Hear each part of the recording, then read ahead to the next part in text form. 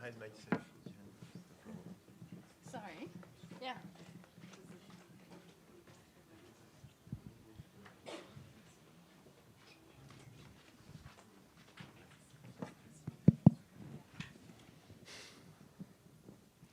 Good morning, everyone. So I'm Benjamin Simenoer. I'm very happy to welcome all of you at IFM in this beautiful auditorium. I'm a little bit sorry for our friends from abroad that the weather in Paris is, as usual in November, disgusting. But we cannot really act on that. So I'm very happy because it is the first time that we organize such an event at IFM. So it's a co-organized symposium with the University of San Diego, whose a major representative sits beside me, Marilyn Johnson. And we have been working for the past year on the organization of this conference on fashion, meaning, and language, which of course we expect a lot. So I just want to thank all the people who were involved. So first of all, my two colleagues for the scientific organization and the examination of all the papers we received. So Marilyn and Sarah, thank you so much for your help and your and the collaboration we had on that. I also want to thank the teams of IFM, so the Dean, the Communication Department, and also Celeste, who has been with us organizing all of this with really fantastic energy and expertise. And I want also, of course, to thank all the speakers who provided us with very, very promising abstracts. So we are really eager to hearing all of you. I think this symposium is also very original because it's an interdisciplinary initiative. So you're going to hear philosophy talks, linguistics, anthropology, history, sociology, and many other contributions from sometimes several disciplines at the same time. Marilyn, maybe I leave you the floor to introduce more seriously the scientific topic of this conference. Okay, thank you. And yes, thanks to you both for organizing and Celeste as well. And yes, thanks to IFM for having us in this beautiful auditorium today, and to the Dean at the University of San Diego who provided us with some funding, as well as all the speakers. So it's very fitting that we're having this event in Paris, of course, the capital of the fashion world, as well as the place where in the 1950s and 1960s, Roland Barthes conducted what is considered to be the most theoretically ambitious attempt to consider clothes as a kind of language. And it's within this context that we've sort of framed the conference in dialogue and conversation to some extent with questions that Barthes first considered in his work in this systematic way. So he published, of course, in French first, and then these writings were translated into English and published in The Language of Fashion in 2005 after his death, and The Fashion System in 1983. And in this work, he undertook a sustained exercise of applied semiology, applying the science of signs, which was developed by early linguist Ferdinand de Saussure, who was working in the early 20th century. What Saussure did in his work is he sought to explain language in terms of what he called signifiers and signifieds. So looking at this relationship as philosophers of language have between sounds that we make, sounds that we then encode in written language, and meaningful objects in the world. And Barthes, as many people were attempting in the 1950s, took this project of structuralism, of trying to apply this theory of signs in a systematic and at times maybe rigid way. So this was published in this work here. This is the English translation. As you could see in the bottom right, what Barthes did is he attempted to create a sort of grammar of fashion, kind of looking, subject, verb, object-ish here, considering things like a pullover with a closed collar as equaling dressy, and tried to break fashion up, and more specifically, the way that fashion was described in language in French fashion magazines, break this up into different units that then could be recombined in meaningful ways, and then thus would have all the hallmarks of language. Can we turn off the sound? Well, oh no, sorry. I thought that was a video playing, but it was just a sound in the room. Okay. So these are some examples of pictures that Bart worked with. He used L and Jardin de... Oh. It was the video, I think. But anyway, okay. He used L and Jardin des Modes from 1958 to 1959. As you can see at that time in these photos on the left and the right, there was a large block of text next to the clothes themselves. And what he saw here was sort of two different ways of expressing the same content or the same meaning. And then he sought to, within these two sort of texts, if you will, identify the signifiers and signified. Look at, if some garment is charming and classic, what exactly is it on that sweater on the right that is charming and classic? However, this is Bart's assessment of his own work. He said, unfortunately, the fashion magazine very often gives me links where the signifier is purely graphic, this nonchalant lady's suit, this elegant dress, the casual two-piece.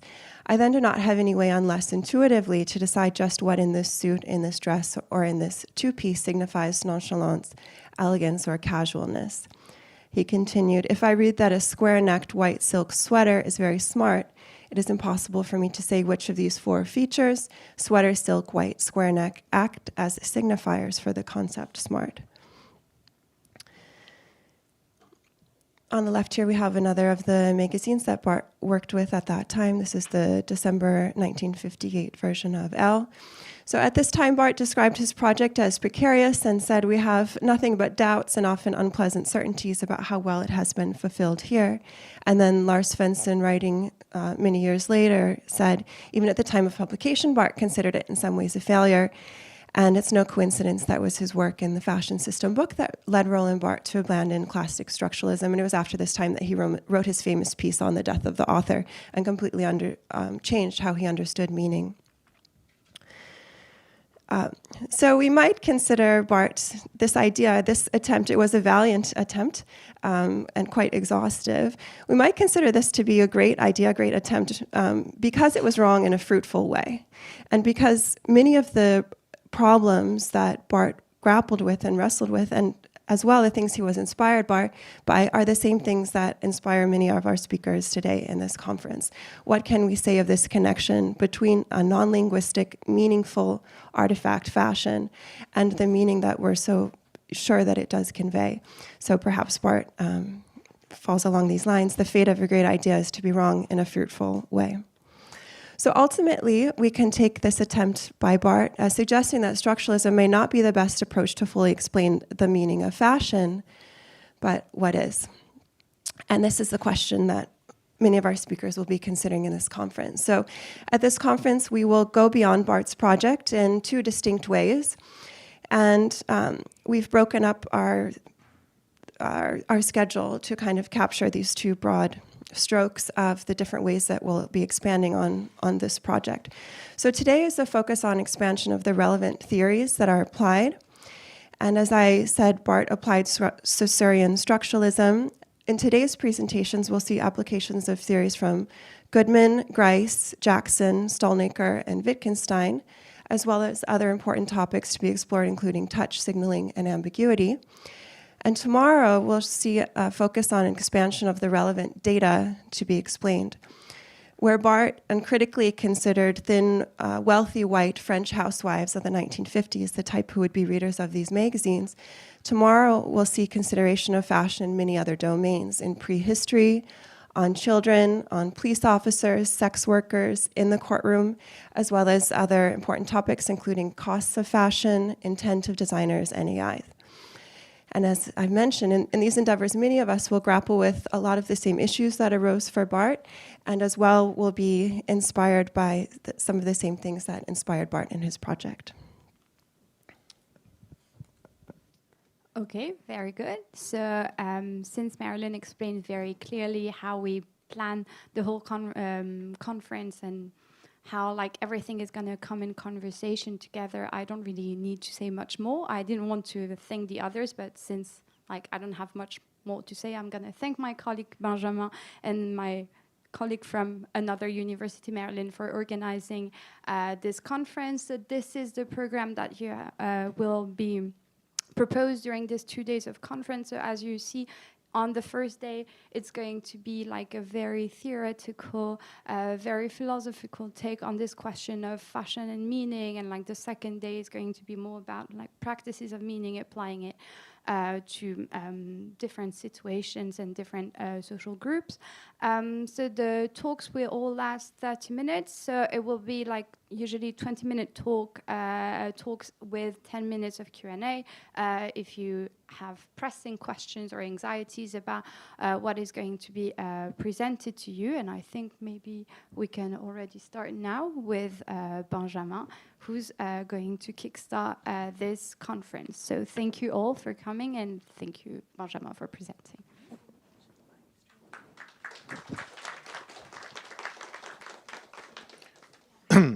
Thank you. One last thing before we start talking about more scientific issues. So the conference is live streamed. So some people could not join us physically. So I just want to warn the speakers that if you can stay here or on the chairs, that's perfect, because then we can see you even if it's from far away. Okay, so I want to start these 2 days by very general considerations about dress, meaning, and signals. So the idea is to offer you a completely anti-Barthes perspective on these issues. So I will basically start from some of the questions or some of the topics that Barthes dealt with, but as you're going to see, from a completely opposite perspective in a way. But before we do that, I was looking for examples of how in the daily life we use dress and clothing items as meaningful symbols. And I was looking for examples, and then I came across this Instagram account. I don't know if some of you knows Pathetic. Does anyone know Pathetic? No? No, not that famous. But still, you see, he has more than 200,000 followers. So Pathetic is a meme account. The whole account is dedicated to connecting pieces of clothing to interpretations, and generally funny interpretations. I think it's quite similar to what a lot of people do when they meet someone they don't know, and they sort of estimate who this person is based on what this person wears. So I've used this account to give you a sort of vanilla model of how I see the question of let's say, fashion and meaning. So first, what we can learn from this post is that specific clothing items have specific meanings. So from these different pairs of sneakers, you can learn what sort of position people occupy. Full outfits as well function as symbols, so which means that outfits also have meaning. So as you can see, from the way a guy is dressed, you can expect the sort of date he's going to take you to. So which tells you a lot about the personality, of course, of the person who is wearing such a composition of clothing. Also, what we learn from this picture is that clothing items are about world states. So what sort of things do we mention when we talk about meaning? We talk about world states or situations or circumstances.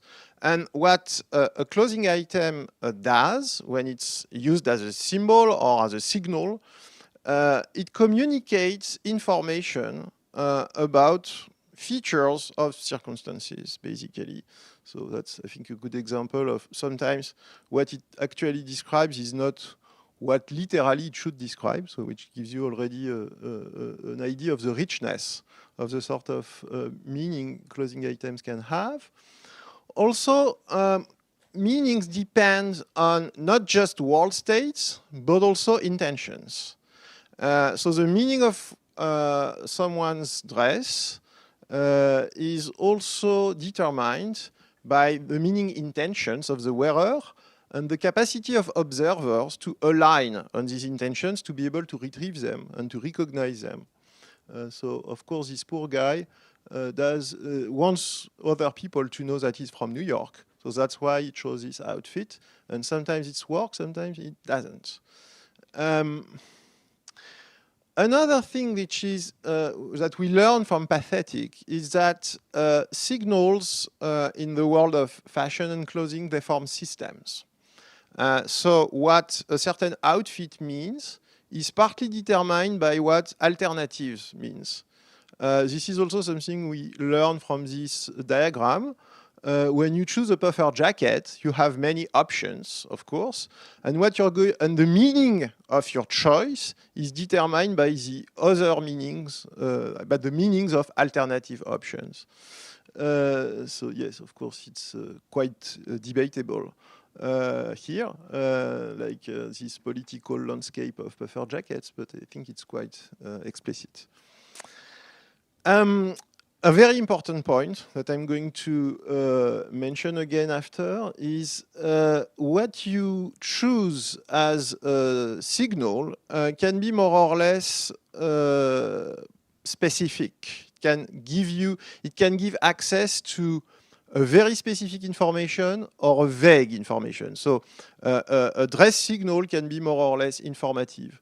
So for example, the shoes on the top of the diagram are probably not very interesting in terms, they are annoying because they leave you in the vague. You don't know who the person who wears that is. But of course, if you're a guy and you wear one of the pairs in the bottom of the diagram, then what you say is that you're a special person. So you give a more specific information about yourself, probably choosing these pairs. I'm not so sure about the positioning of all the pairs in the diagram, but anyway. And also, some signals, some options are more costly, which means that you take more risks by wearing certain outfits in public. So they are more difficult to display. That's what costly means in that context. And as we are going to see, there is a relationship between the amount of information a signal contains and its cost. So the more, here of course, if you choose to wear a very costly outfit, you give a lot of information about yourself. Whereas of course, if you wear something that is easy to wear, like the pair of shoes on the top of the diagram before, then probably you're less informative. And last but not least, there is something important with fashion, which is it changes the meanings of clothing very quickly. So you see a very similar outfit taken 1 century after has a completely different meaning compared to the original. So maybe now we can sort of go from this vanilla model or vanilla series of examples to a slightly more theoretical formulation of the same ideas. So I think there are two interesting questions when it comes to the way garments acquire meaning. One is to ask, why is clothing in general meaningful? This is in a way a history question. You want to explain why suddenly things that were not signals, clothes, became signals in the history of culture. So it's what some authors call an exaptation. So clothing had a specific function, and then the function evolved from practical to symbolic. And we also witnessed a move from pure practical protection to communication purposes. And there is another question, which is not why is clothing meaningful, generally speaking, but why do specific items have the meaning they have? So explain how clothing signals acquired specific meanings? Why does, for example, the different pieces we have seen in the memes example, why can we interpret them the way pathetic predicts? So this is a completely different task. Here, what you need is a general semantic theory, appealing to general semantic mechanisms. And you need to, of course, if you want to say that there is a real meaning of closing, you need to find rules according to which the pairing between signals and meanings is systematic. Otherwise, anything can mean anything. So I'm going to deal a little bit with both topics, but I'm much more interested and much more competent, I would say, for question 2 than for question 1. But I'm pretty sure that we will have extremely interesting talks about question 1, especially tomorrow morning. So I have 5 claims that I would be extremely happy to discuss over the last 2 days. I will give, of course, some elements to support my claims. So my first claim is that meaning is processed from successful communication. So it's not meaning first. So it's not like closing has meaning and we can use it to communicate. It's because we have used closing to communicate that it acquired standing meaning and unconventional meaning. I'm going to return to that just after. Successful communication with clauses derives from practices of wearing them. So this is really strongly anti-BART. I don't think that there is an arbitrary relationship between signifiers and signified. I think the way we wear clauses and the situations in which we wear clauses, because of practical constraints, strongly determines the way we can communicate with clauses and the meaning in turn that clauses is going to acquire. Conventions emerge from track records of past successful communicative uses. So again, the fact that we can communicate with clauses, the fact that clauses have meaning, conventional meaning, and a meaning that we can share, is not something a priori. It's not something that comes from the sky. It's something that emerges from experience. So I strongly advocate for an empirical theory of closing meaning. I also think that nonetheless, closing is a signaling system like language. So like it shares a lot with spoken and sign languages, even if, of course, there are also differences that we will probably discuss also in the course of the 2 days. And last but not least, signaling systems can be mathematically expressed. And therefore, closing semantics can be turned into a template for experimental results. Some of them are going to be presented by Léo Migotti-Ramponi, who is just there, and with whom we have been working on making this theory applicable to concrete examples. So very quickly, I'm not going to go through all these claims and support them because I don't want to spoil the whole matinee with my approach, but I will give you some elements, let's say, to support this. So first, I don't think there is any meaning prior to effective communication. I think what's happening is, I define meaning as this thing, this black box, whatever it is, that aligns wearers and observers' beliefs. So wearers have meaning intentions and observers infer them. So for example, this guy is a lumberjack. He wants to convey the idea that he's a lumberjack. He wants to share his identity. And what creates the association between the plaid shirt and the lumberjack identity is just that there has been some successful cases of communication of this sort. So it's just repeated successful communication that gives rise to convention. So the next question is, how is it possible that there is successful communication with closing? So I think there are 4 components. One is what Paul Grice would have called the natural meaning of closing. The natural meaning of closing is everything you can infer from the material properties of closing. So I'm really, I totally agree with the cultural studies approach that pays a lot of attention to the material details, the fabrics, the structure of garments, because it tells already a lot. So it's already a very strong source of meanings.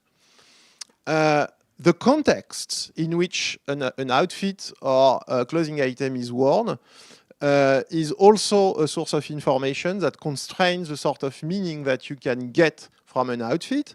So features of circumstances that co-occur with the wearing of outfits or the wearing of clothing is, of course, a first approximation or a first source of the meaning of clothing. The cost of wearing specific outfits is also something that the interpreter should take into account. If someone is wearing something very costly or very unfamiliar, like my colleague here, who is also a philosopher of fashion and who experiments on himself the cost of wearing very non-standard outfits, I think he says something about his identity, which is that maybe he has very special ideas. And last but not least, alternative options. So there are, I took this example because it was before Mark Zuckerberg evolved into a bro. And so before that, he was sort of hesitating between very casual outfits and very formal ones. But if you take the first one on the bottom line, of course, the meaning of this outfit is different if the only alternative options are t-shirts, like the two on top, or if the only alternative options are a really formal suit, like the two outfits on the right on the bottom line. So the meaning of the middle one will change depending on the options that are available and that constitute proper alternative.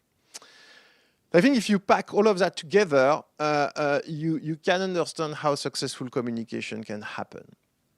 So I would very quickly mention some theoretical principles. I think the use of signals in general, not just for clothing, is framed by very general rationality principles, ones that people like Lewis, like Grice have articulated very early.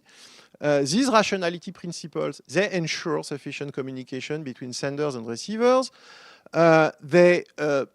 We manipulate signals that differ according to their informativity and their costs.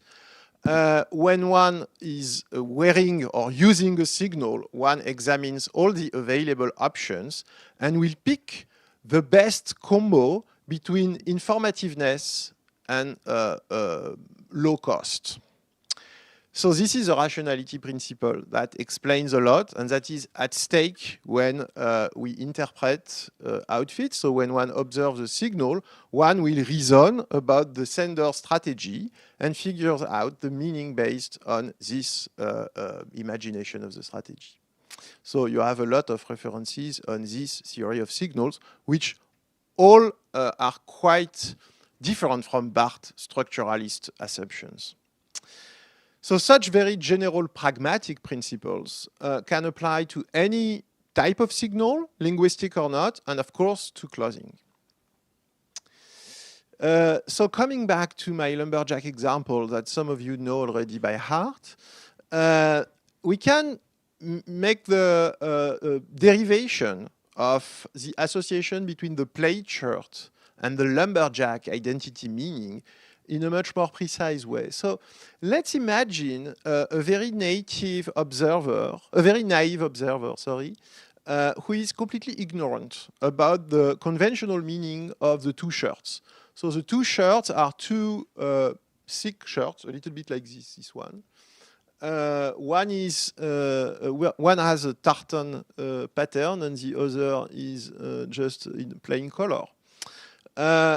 So their natural meaning is the same because they have the same thickness and the same practical use. Maybe they are worn in very similar situations just to face a cold weather when you have to work outside. And you have two candidate conventional meanings, which are not specified yet. One is someone working outside, and the other is lumberjack.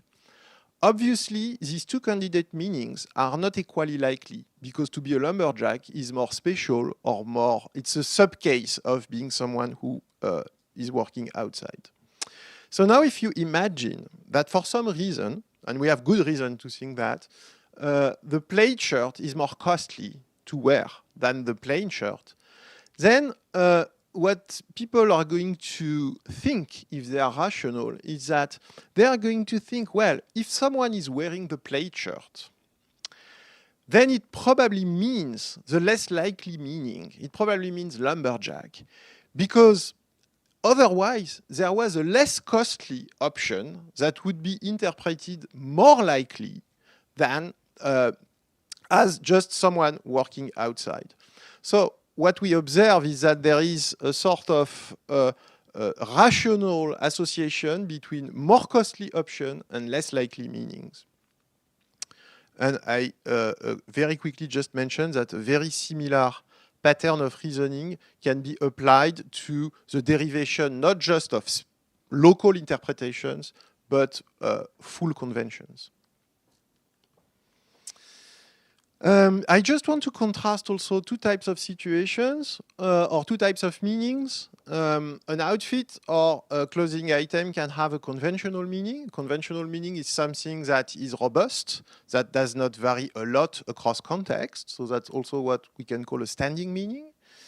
And it's a meaning attached to types of outfits. So there can be slight variations from one outfit to another, and the type of outfit will determine the sort of meaning the outfit has. In pragmatics, we generally contrast enriched meanings or pragmatics or sophisticated meanings to conventional or literal meanings. Enriched meanings are computed from the context. So in order to assess the enriched meaning of an outfit, you need to take into account specific features of the situation in which it is worn, specific features about maybe your prior knowledge of the situation. And the meaning here is not attached to types, but to tokens of outfits. So let me contrast again two Zuckerberg situations. One in which he's wearing, so in the two examples, he's wearing basically the same fit. But on the left, I would say that probably the meaning of the outfit is just determined by the type of outfit. We know that he's wearing a casual outfit, so the meaning is probably casual situation. And when we check the context corresponds to what the conventional meaning predicts. But the problem arises with the second example, when Zuckerberg is wearing the same outfit, but giving a keynote on Meta financial results. And of course, it's not a casual situation. So here you have to take into account the context of wear to assess a slightly different meaning. Okay, so that's already the last slide. So don't worry, Sarah, I see you. I am a little bit late, but that's the end and the perfect transition for Leo's talk. So I promised that this semantic approach can be turned into a mathematical theory. So if you summarize what is required for the interpretation of clothing items, you need minimal knowledge about the natural meaning of clothing, you need prior beliefs about the world, and you need beliefs about the wearer's communicative intentions and the alternative outfits they could have picked. All of that is quite easily translatable into mathematical measurements of degrees of beliefs. It can also, so degrees of beliefs can be measured with subjective probabilities. Reasoning on the possible meanings of a signal is just a specific case of conditional probabilities. And happily enough, Bayesian equations are the mathematical framework to manipulate the update of subjective beliefs given new available evidence. So there exists a very nice, very handy framework in which you can put all these elements together, which is called the Rational Speech Act framework. And this framework can be which has been pioneered by researchers in Stanford, mostly to analyze linguistic phenomena. It's not difficult to use this framework to analyze non-linguistic phenomena like closing situations. And thank you very much.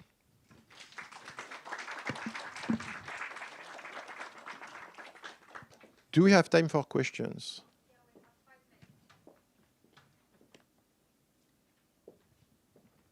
So there is here and there.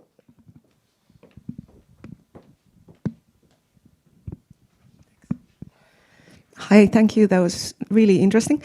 I had just one question about the notion of costliness that you were using. Can you say a little bit more about that? Sure. Thanks for asking. So the notion of signaling cost comes from two different, let's say, landscapes. One is biology. In biology, when you study animal communication, there is this notion of costly signaling which is only accessible to very fit individual within a given species. So when you are able as an individual to use these costly signals, it means that as an individual, you are of a superior quality, let's say. So this is one source for the notion of costly signaling, and the other is from economic, which is basically the same idea. Some people or some agents have access to certain resources and are able to communicate it. So some signals reveal actually the status of the player in game theory. So that's what we used here. I mean, the notion of costly signal in linguistics come from there. Some signals are just takes more energy or more resource or more effort to be produced. And the differences between signals, more or less costly, more or less expensive, if you want, is of course something we use in the interpretation of their meaning. So that's one of the parameters of the system, which is quite important, especially when you want to disambiguate possible confused meanings, let's say.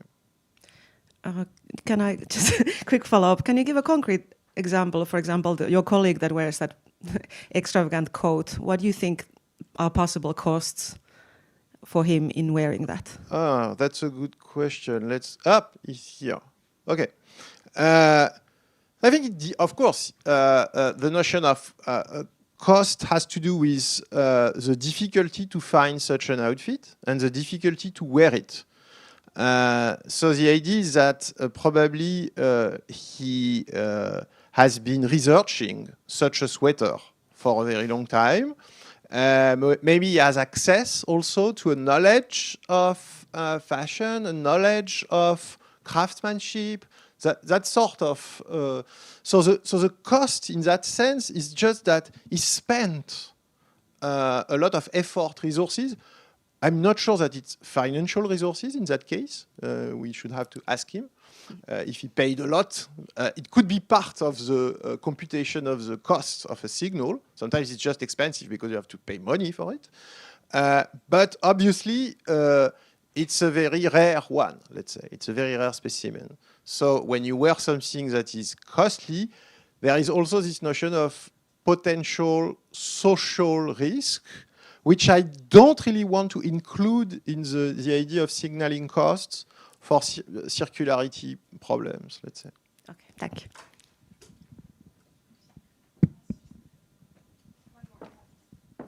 Yes, here. I can. But So I don't think we have a lot of time, so I'll pester you with the other question, but it's about cost. So you seem to associate effort and cost, but effort, like, I can come here with a Speedo, and it would be very costly, but it would be the easier thing, right? So I'll just note that. So maybe you need to come up with the social cost in a non-circular way. I don't know about the notion of success, but I'll pester you with that. okay. Why would you say it would be costly to wear a Speedo? You would be socially punished. Yes. I think a lot of people would be thrilled. we should have to make it. Yes, maybe. I mean, the notion of cost can. I mean, in natural settings like in animal communication, it's measured just by the amount of effort it takes. In cultural contexts, the notion of cost can be indeed, as you say, maybe more liberally defined in such a way that you could make it that the cost is relative to the context. There are many contexts in which wearing a Speedo is not problematic. But of course, a scientific conference is not a context. So it's a matter of how appropriate it is. Then in the cost, you would have something like that. Yes, I mean, for some technical reasons, I understand that we would love to include, let's say, cultural dimensions into the cost of a garment, but I'm slightly still a bit reluctant to make it at the same level that the difficulty to access it. Yeah, okay. Okay, but anyway, thanks for the question. I think it's a good topic for discussion. Yeah, sure. Thank you.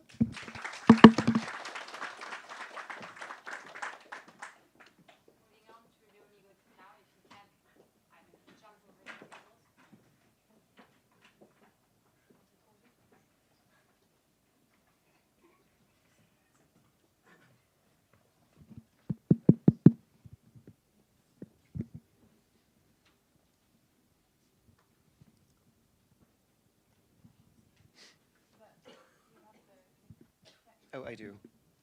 That one. Is it working? Huh. Oh. Is it supposed to get any clearer?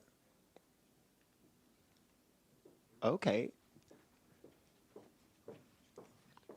Is it? I mean, it's fine. I mean, I guess we can read, but I don't know. What should we? It's not that clean on the screen either. Okay. Should we move on, or?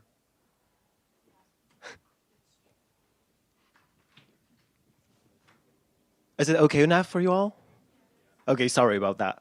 Hi everyone. I'm really happy to be here. I'm Leo Migati Ramponi, and I'm going to be talking about ambiguous clothing, so the notion of ambiguity in clothing, and trying to understand how the meaning of an outfit is determined by its cost. And we've already discussed the notion of cost. I just wanted to thank the organizers of this wonderful conference for bringing you all together, and very much looking forward to all the discussions that we're going to have today and tomorrow. So the first, just wanted to first mention that this is joint work with Alice Audrezet, who might be here today, but also with Benjamin, whose talk you just heard, and with Sarah Bannon, whose talk we'll have the pleasure to listen to tomorrow afternoon. And so this is collaborative work on this notion of ambiguous clothing.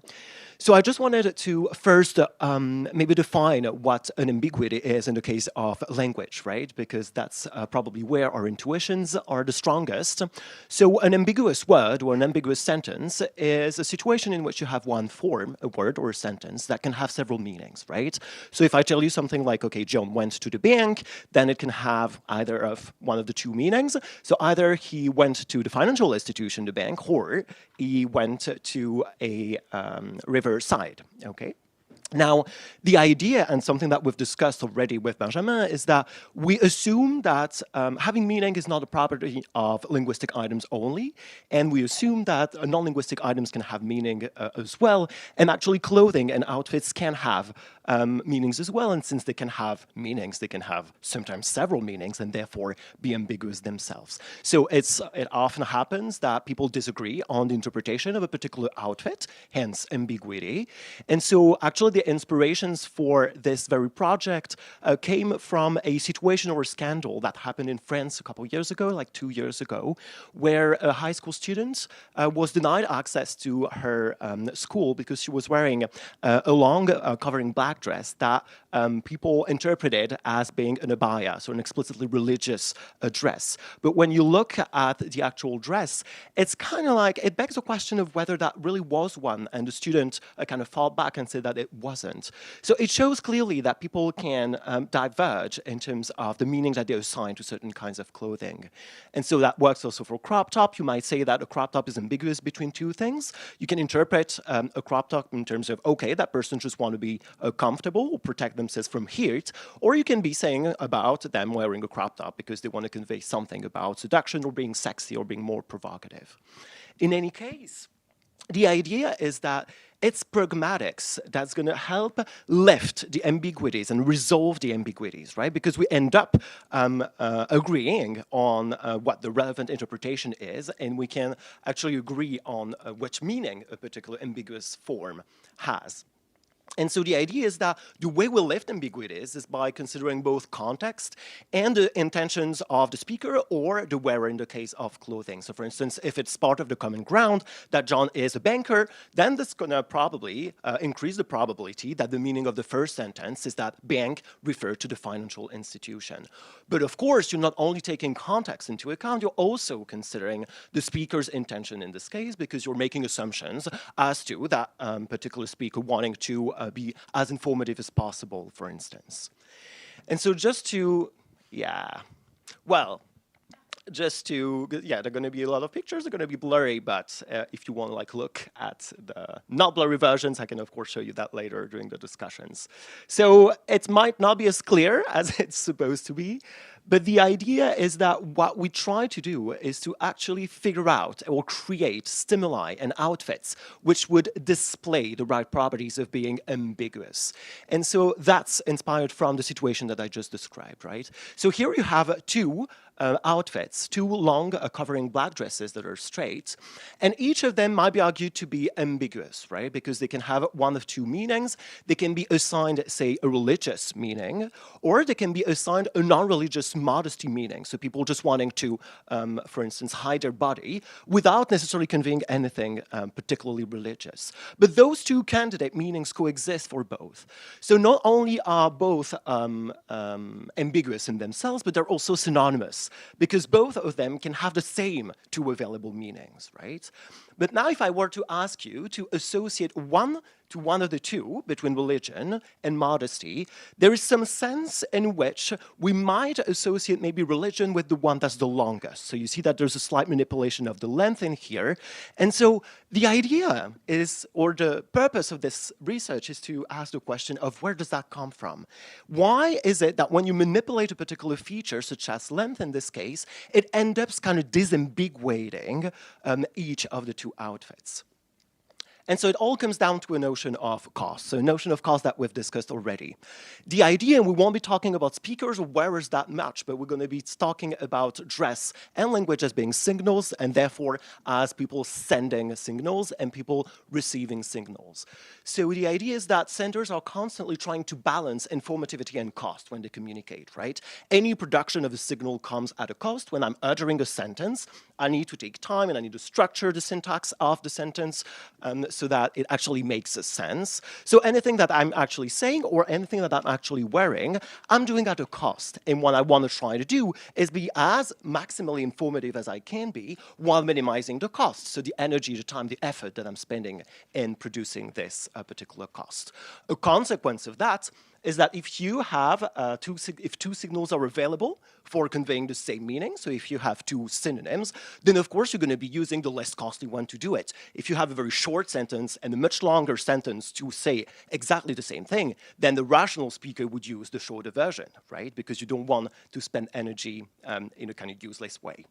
So the idea is that receivers know about that. They have intuitions about this balance between informativity and cost, and that therefore they try to make sense of signals by reasoning on the speaker's intention. And if you apply that to fashion, the idea is that somebody who observes a particular outfit is going to try to make sense, to give a meaning to that outfit by reasoning on the wearer's intentions as well, and trying to figure out how costly typically it was for that person to be wearing this particular outfit. And so we've had already a few interesting discussions about the notion of cost. And since cost seems to be multidimensional in the case of outfits, and since it's kind of like unclear what the actual physical properties of costly outfits would be, what we did in this experimental project was to use a notion of perceived cost. So the idea is that we now define a costly signal, a costly outfit, as one that is perceived as such. And the question that we're asking is perceived cost a good predictor of meaning attribution? Is it because you perceive something as being more costly that you're going to be assigning it a particular meaning?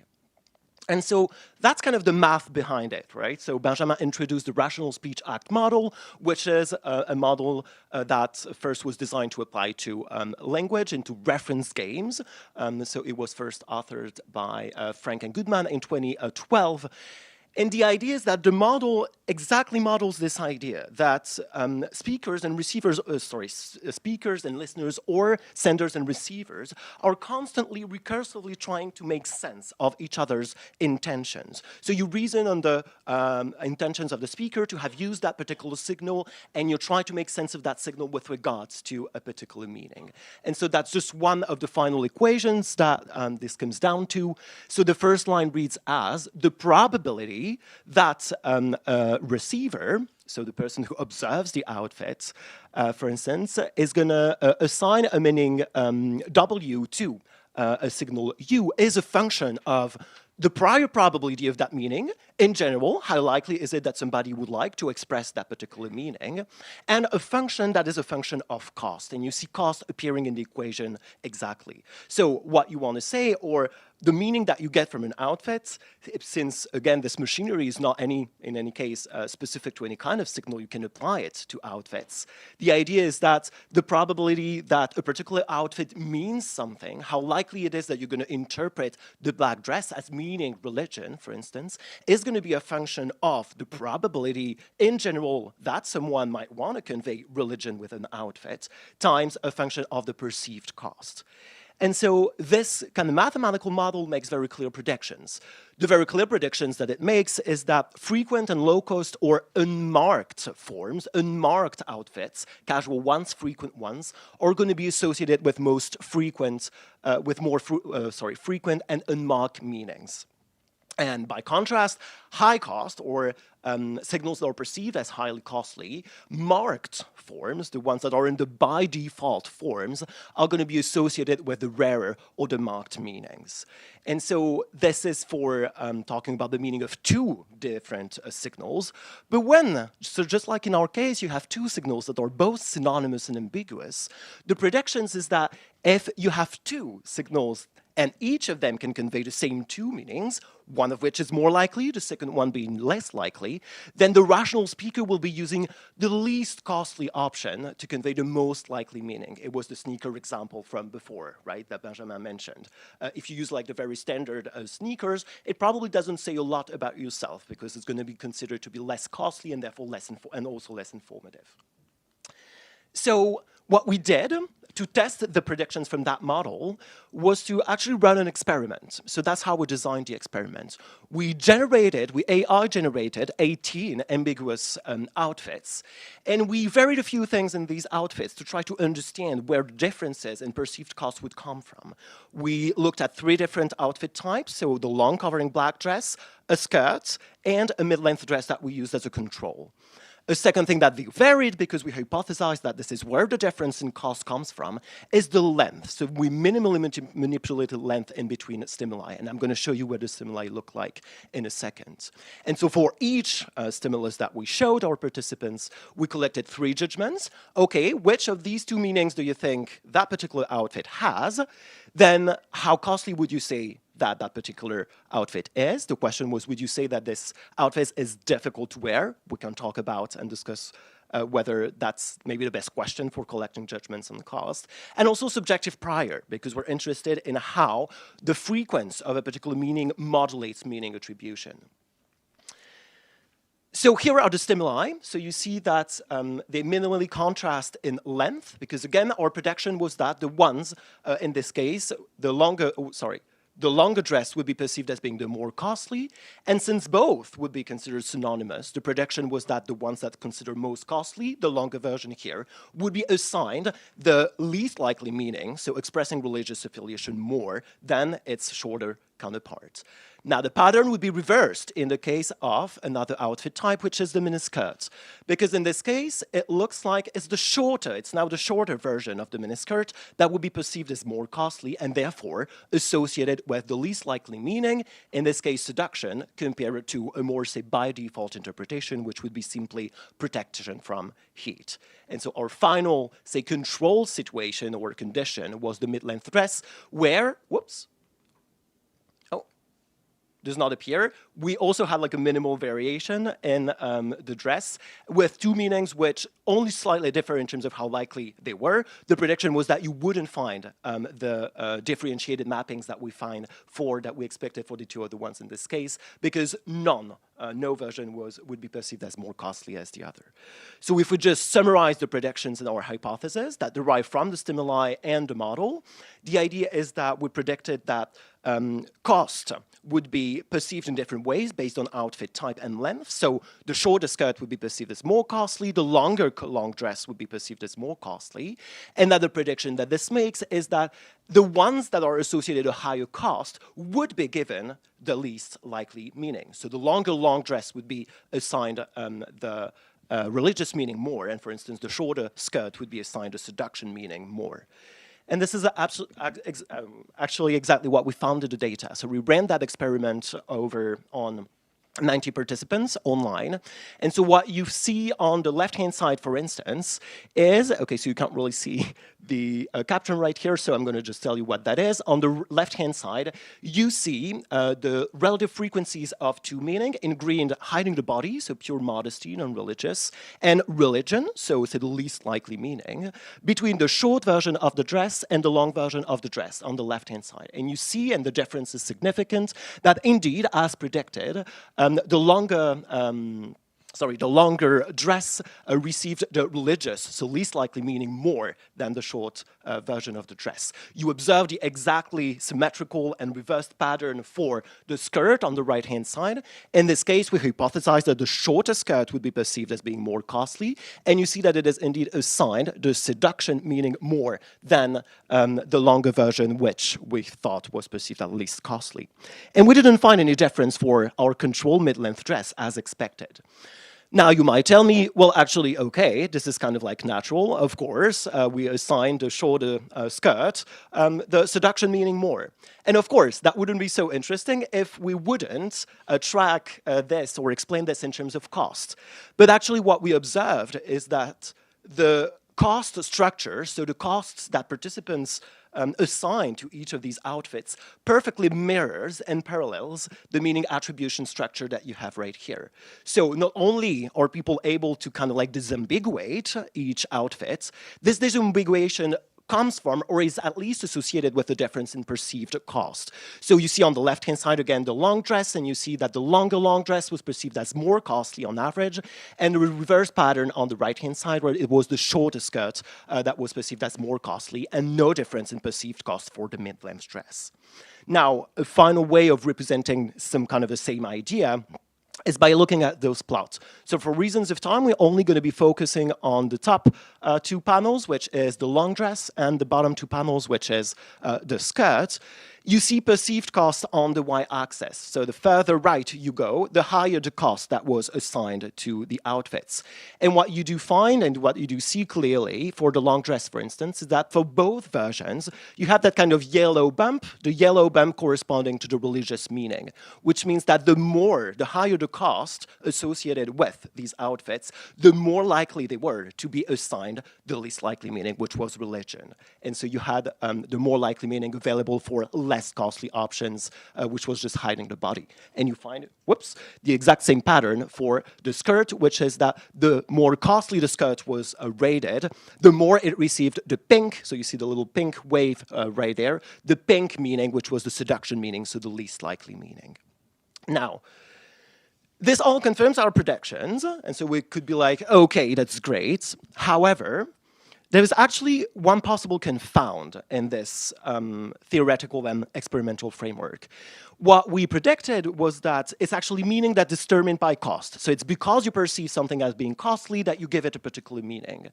But actually in this particular case, the reverse direction might also be going on, right? So it wouldn't be so much because you perceive something as costly that you give it a particular meaning, but it could be the case that it's because it has a particular meaning that you are going to assign it a different kind of cost, right? So maybe we have some kind of circularity situation right here.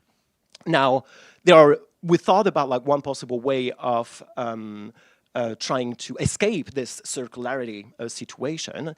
And the idea was to use or to work with stimuli that wouldn't be semantically prime or as socially loaded as the ones that we used, right? That received a lot of attention, for instance, in the news, and for which people would already assign meanings.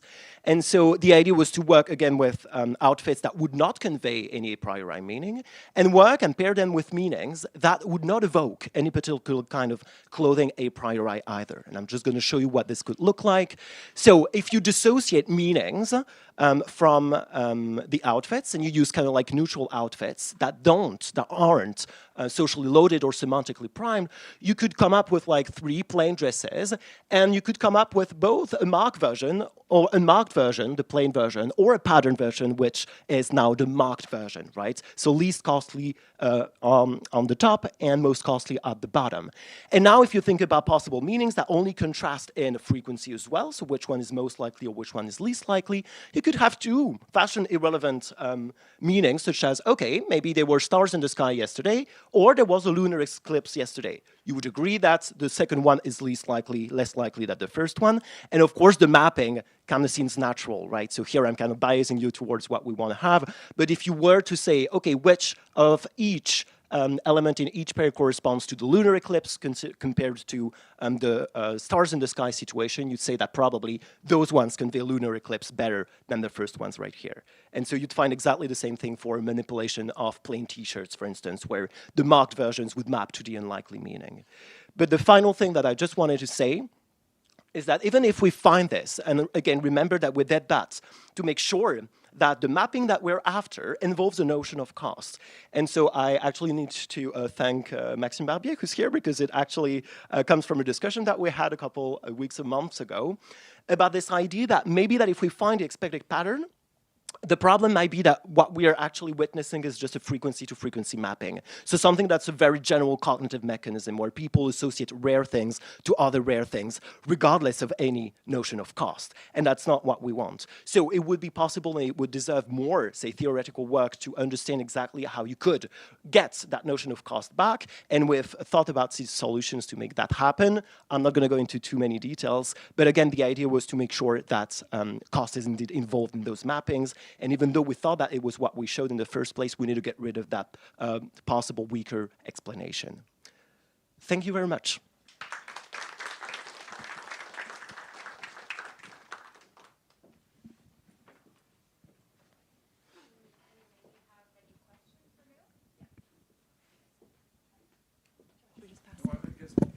It's for the live stream too. Thank you. Will you publish that so that I can use it as a citation? Sorry, what? Will you publish it? Oh, I mean, we will at some point. Yeah, that's the, yes, probably. Okay. Yeah. Let's take it offline. I shall come to you. Okay.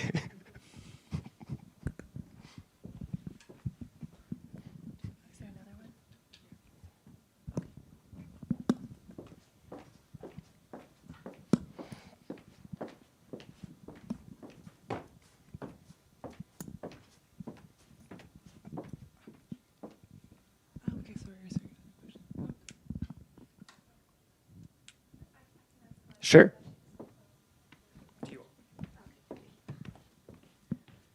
Okay, thank you so much. My question was maybe about an assumption in the setup about the religion versus modesty meaning and a potential false dichotomy between those two. Mm-hmm. Like if we think of classic signaling cases, like Paul Revere case, you know, the British are coming or they're not. But in this case, it seems quite likely that someone might want to be modest because of religious reasons, and that these two might not come apart so easily. So if you respond to that, thank you. Right, yeah. So your question is about, so you're pointing that they're not mutually exclusive, right?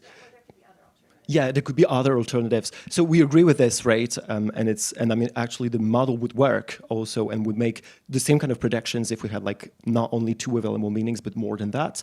It was rather for experimental reasons that we chose to have only two, because again, the more available meanings you have, the less sharp the contrast that you're expecting. And since we're after like very like subtle changes and sort of like switches from more likely to least likely, less costly to more costly, if we wanted to actually highlight from an experimental perspective the fact that those contrasts existed, having something that was binary was kind of like necessary in this case. But it rather comes from like a methodological constraint than from an actual theoretical one. And yes, I totally agree that it only captures some of the mechanism or approximates it, and that the dichotomy is, more methodological than it actually has any kind of theoretical ground. And there would be, of course, other alternatives, indeed, yeah.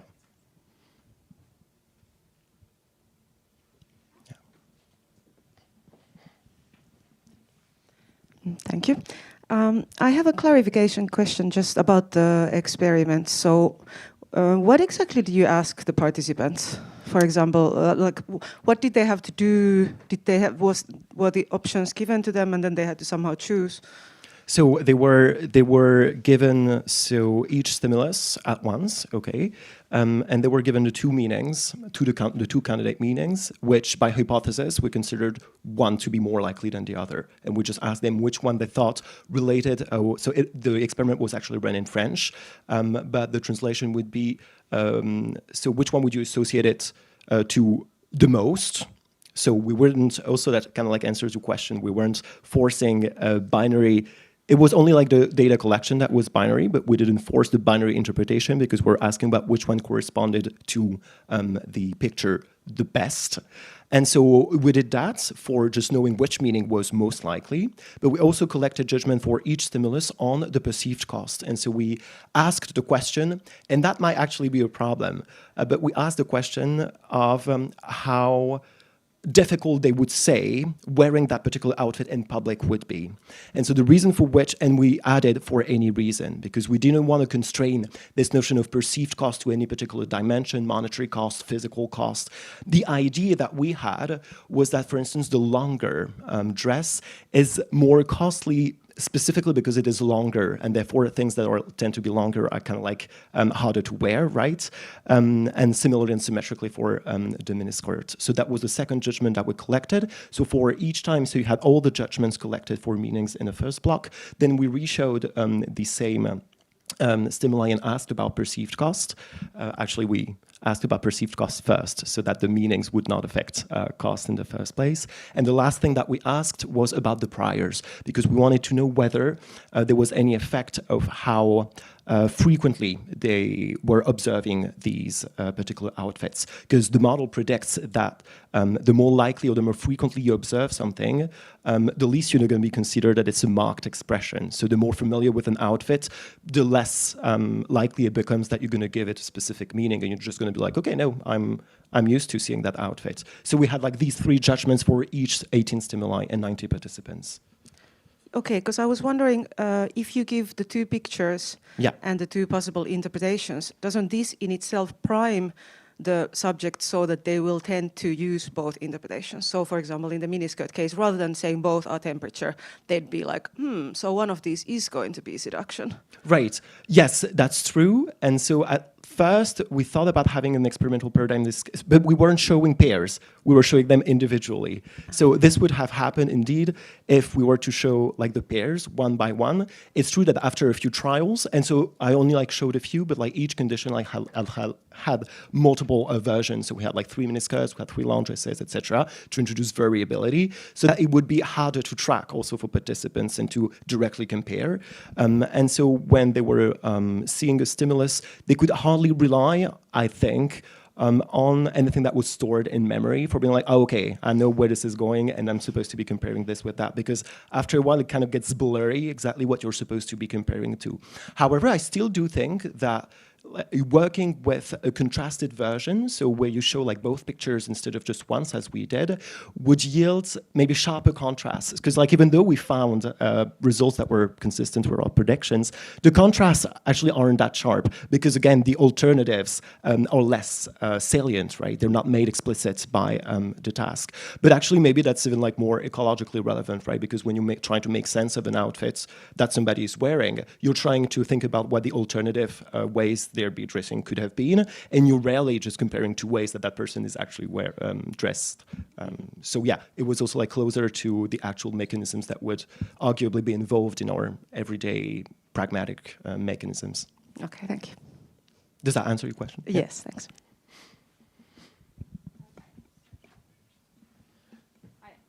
So thank you so much, Leo, again.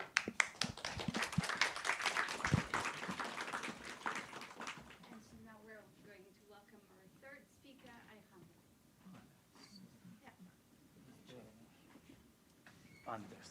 Okay. Hello, everyone. I plan to present with a handout. So it's here. But I basically put the handout in the presentation, so you don't really need it, but you'll have the definitions on hand. So I'm more of a philosopher of language than a philosopher of fashion. This is my first foray in philosophy of fashion. So thank you so much for having me here. I'm very excited to see what you think. And we'll see. So let me begin. So it's been well studied that Victorian English attitudes towards black bodies, colonized bodies, non-white bodies were terrible. They were derided, they were ridiculed, and they were fetishized, scientifically fetishized, to be as rendered as proto-human, subhuman, right? Interestingly, these kinds of attitudes towards colonized bodies yielded prescriptions, social attitudes. Oh, I have it here. Towards white bodies and the garments worn by white bodies. So consider the bloomers. Once they were introduced in England, there was like a social scandal. People hated them. And part of the reason why people hated them is that they were taken to be too close to colonized bodies. Big bottoms, narrow waists. So people hated them. Interestingly, that didn't happen with the bustle. And as it has been noted by cultural commentators, the bustle allowed Victorian English women to kind of mimic colonized bodies in a way that elided the prescriptions against mimicking colonized bodies, right? So whereas the bloomers were criticized, the bustle was presented as sophisticated, elegant, fantastic, right? So that it's interesting. It's an interesting phenomenon, I think.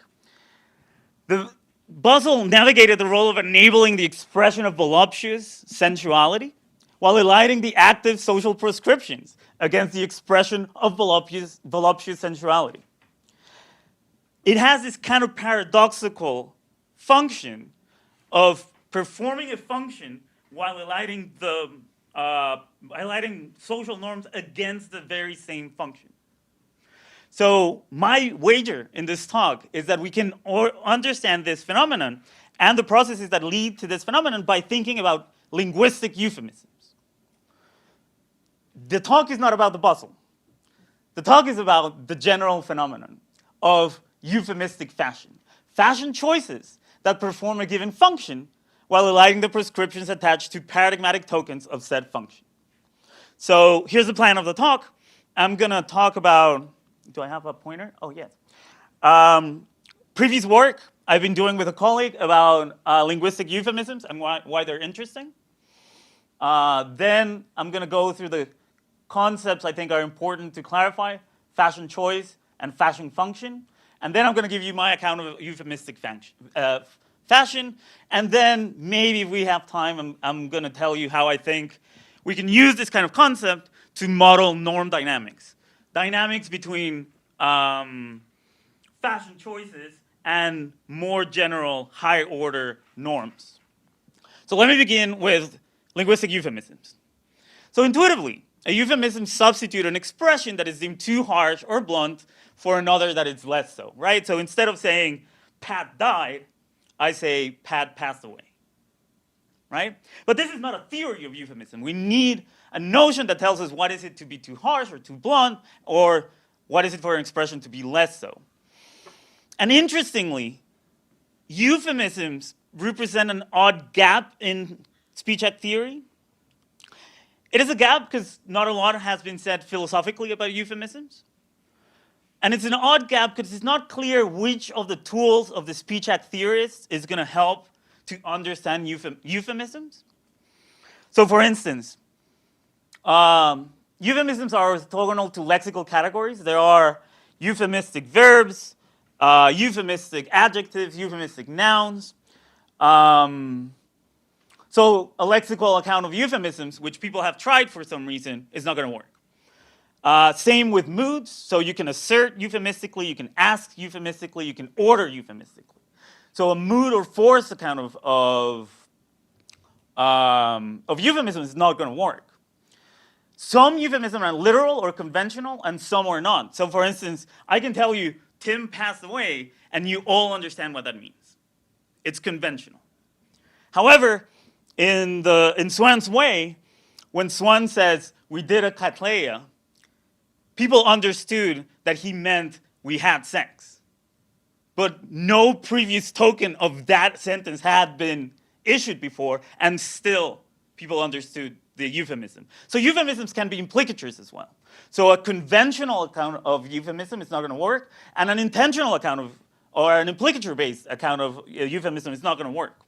Also, they're variously expressive, so sometimes you can insult euphemistically, sometimes you can make a joke euphemistically, sometimes you can express deference or respect euphemistically. So a specific expressive account of euphemism is not going to work. And then also euphemisms have different discourse effects. You can insinuate euphemistically, you can yield or express euphemistic dog whistles, code words, or plain assertions, right? So again, discourse effects are not going to be the tool that helps us give an account of euphemism. So the problem is that euphemisms are diverse, variable, and flexible, highly so. So the challenge is to generate a view that captures all of these functions that are orthogonal to the definition of euphemism. So the wager we have in previous work is, well, we need a very thin notion of euphemism such that it can be instantiated through all of these functions that I just talked to you about. So to begin, we can distinguish between the content and the performative dimension of a speech act. So the content is going to be the discursive function of the speech act. So for instance, informing a proposition, giving an order, asking a question, expressing an attitude. And the performance is the vehicle chosen to do so. The language chosen, the tone used, the words chosen. So I have a lot to say about this, but we don't have time. The key is the notion of function. I'll say a bit more about what I mean by function later. But the key point is a function can be multiply realized. So while the content is the function itself, the performance is the way in which the function is realized. So a function of hammering can be realized with a hammer or with a rock. Similarly, the semantic function of communicating the proposition snow is white can be realized by the token sentences snow is white in English, la nieve es blanca in Spanish, la neige est blanche in French. So the core idea is that the benefits and costs of content and performance sometimes collide. So you want the benefits of performing the content of a speech act, but you know that token performances of that speech act are costly. So I'm glad people are talking about cost. And we should discuss what is cost, but I'm not going to get into that. So euphemisms are vehicles of optimization between the benefits of the content and the costs of the performance. Costs and benefits of the content and costs and benefits of the performance. So here's the view. I'm sorry to attack you with an analytic definition. We can talk about the usefulness of necessary and sufficient conditions. But here's the core idea. So in a given context, two co-functional utterances, and a speaker and audiences, you is a euphemistic expression of as if the speaker uses you instead of as because they believe some audience has a normative expectation against the second expression. So I used Pat passed away instead of Pat died because I believe someone in my audience has a normative expectation against me saying Pat died. A few clarifications then. We're talking about the instances of semantic functions. So euphemisms only happen in conversation, in specific conversations. Conventions might be useful, but euphemistic character is given in the conversation. The because relationship is meant to be permissive. It could be because I fear you in the audience that you'll punish me. It could be that I think that you think I shouldn't use it and I want to tease you, or I want to make fun of you. What matters is my belief that someone in the audience has a normative expectation against a certain expression. Who counts as an audience? Really, anyone who is an active or passive participant in the conversation, including myself. So perhaps I have negative attitudes about saying died, and it's because I have that negative attitude, normative expectation against it, that I end up saying Pat passed away. And then normative expectations are beliefs about what should be the case. Good. Interestingly, although I don't have time to talk much about this, this is an expectation-based analysis, and referring to expectations allows us to connect the theory with theories of social norms. So for instance, Cristina Bicchieri has this account of social norms as pattern of normative expectations. So an agent follows a social norm because they believe there's a pattern of normative expectations in their relevant community that prescribe certain behavior. So for instance, the case she uses is fraternity bros who keep drinking in every party. And it's because they have this belief that their colleagues, fraternity colleagues, expect them to drink. And it's this belief that there's this expectation that motivates the behavior of drinking, binge drinking. It could be that nobody actually has the belief. What matters is that people believe that other people have the belief. This is an interesting wrinkle, but it won't matter that much. So the crucial bit here is that we can model norm-guided euphemisms, which is basically the replacement of one expression for another because the speaker believes that there is a pattern of normative expectations or a social norm against the latter expression.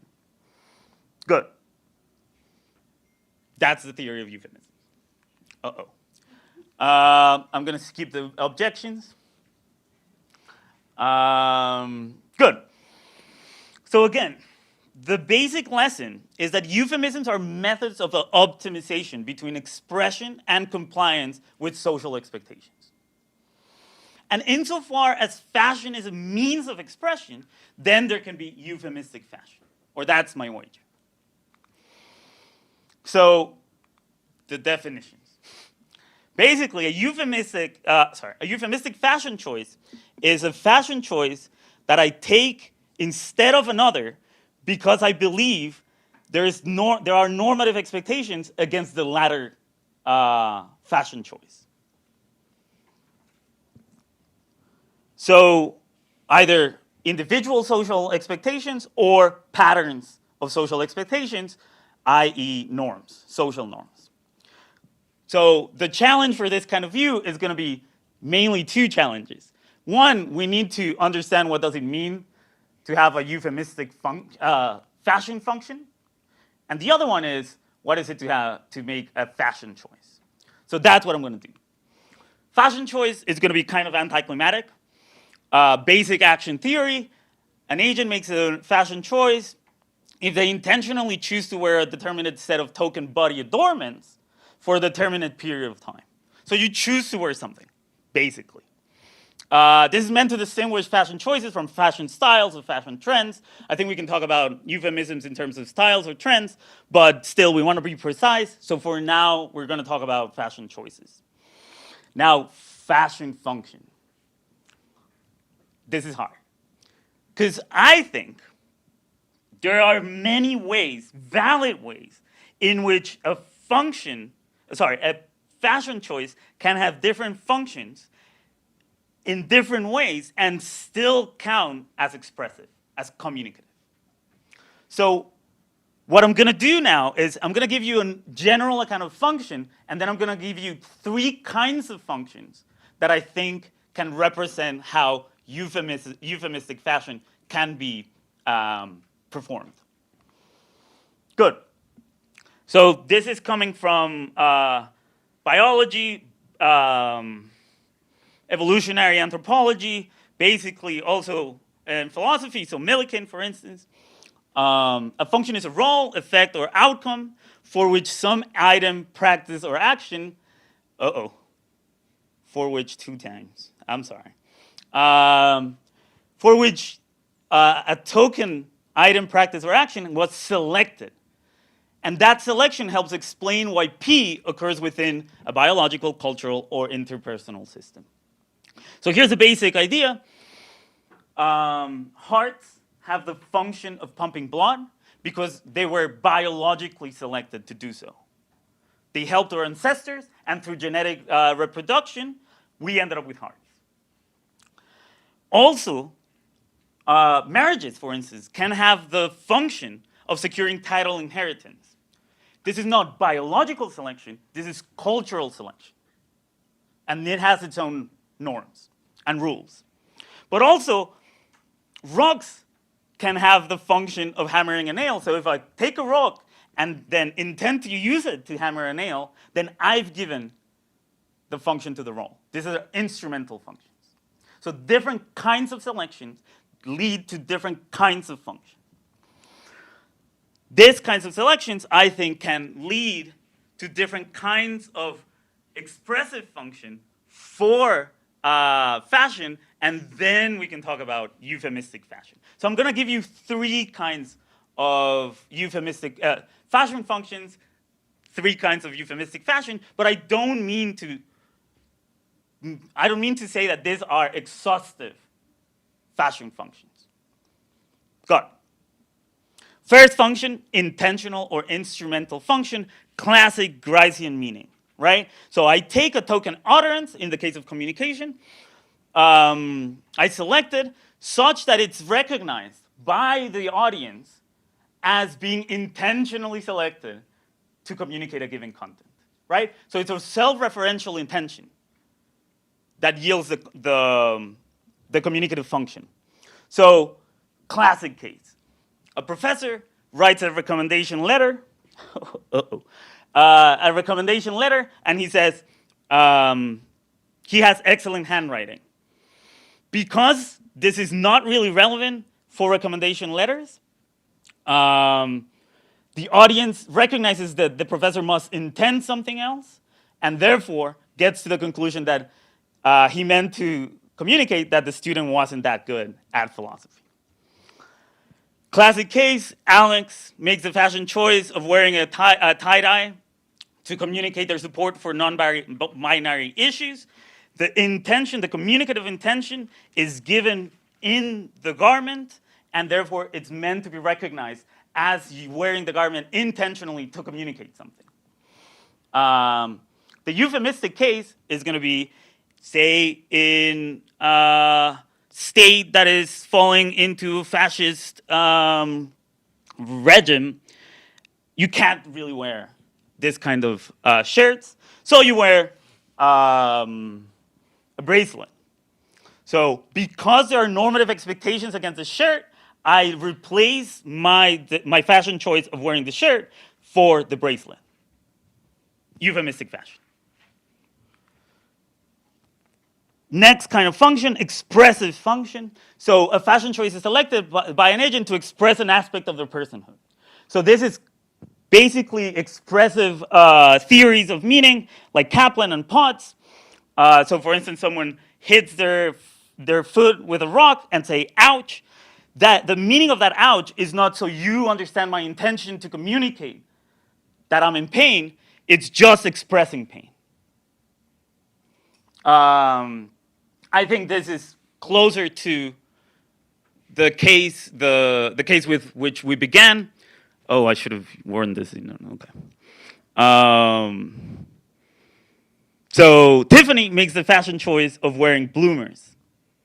So she wears the fashion choice to express sensuality, express voluptuousness. It's not that she means for you to intend, that she intends to communicate. It's just directly expressing. And we have the euphemistic counterpart. Because bloomers are proscribed by the community, then Tiffany changes her decision of wearing bloomers for a bustle, euphemistic function, euphemistic fashion. And then finally, ideological selection, like recent work in speech act theory. Interesting. Okay. Euphemistic. Recent work in speech act theory refers not to instrumental selection, intentional selection, but cultural selection. Right? So the communicative case, really interesting work. I see what happened. By Morphy and De Felice.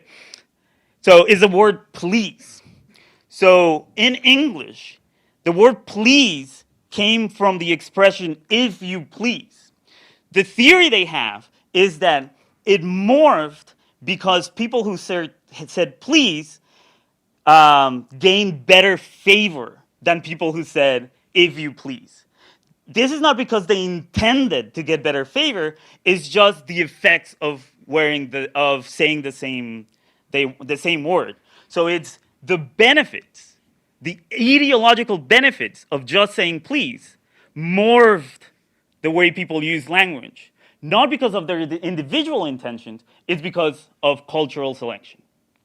In the fashion case, as evolutionary anthropologists have shown, we have biases to recognize the status of our community members. So we really want to know who has better status in a given group. And then that kind of cognitive bias yields the result of wearing different kinds of garments that better signal. But again, this is not intentional selection. This is cultural selection. Certain garments ended up signaling status. So gold. However, in Victorian England, there were prescriptions against wearing gold during mourning periods because it was seen as too decadent. So people started using jet jewelry. But again, the ideological function is to express status while eliding the prescription of expressing status in mourning periods. These examples are meant to be a bit controversial, given certain theories of fashion, but I wanted to just discuss more. And I guess that's my time. Or, well, here's the theory again. I've given you expectation-based, not intention, expectation-based functional analyses of meaning in fashion. And because it's expectation-based, we can start modeling how specific choices are not only determined by social norms, but they also determine social norms. So for instance, the repeated use of a euphemistic garment can become tokenized and paradigmatically tokenized, such that now it signals that the norm is no longer in action. So very quick example, instead of wearing trousers, immediately wearing trousers, women started using hostess pajamas or beach pajamas, and then as a euphemistic fashion, and then this became so common that the norm against wearing trousers eroded and disappeared, and women were able to use trousers in social settings, or this at least is a hypothesis I owe you much more explanation for. But that's basically the view I wanted to talk to you about. Okay, so we have time for quick questions if you have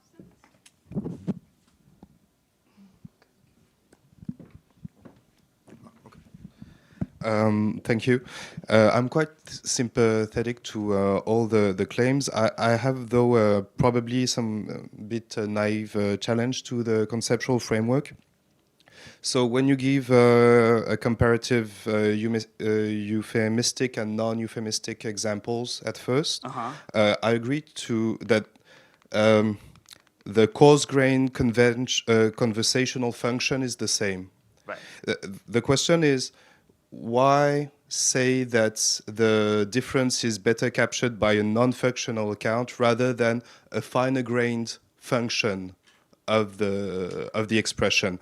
Because, for instance, if we take a fashion example, the bustle case, making you infer what's underneath the cloth rather than just showing it seems to me as a fine-grained functional difference rather than purely vehicle.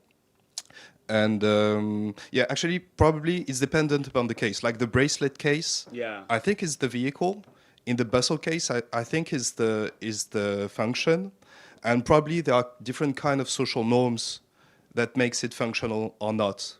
Right, right. No, I that's a genuine challenge. I owe you a whole theory of functions to answer. One way of answering would be, look, functions, especially social functions, often hang together. So different social artifacts are going to have different social functions.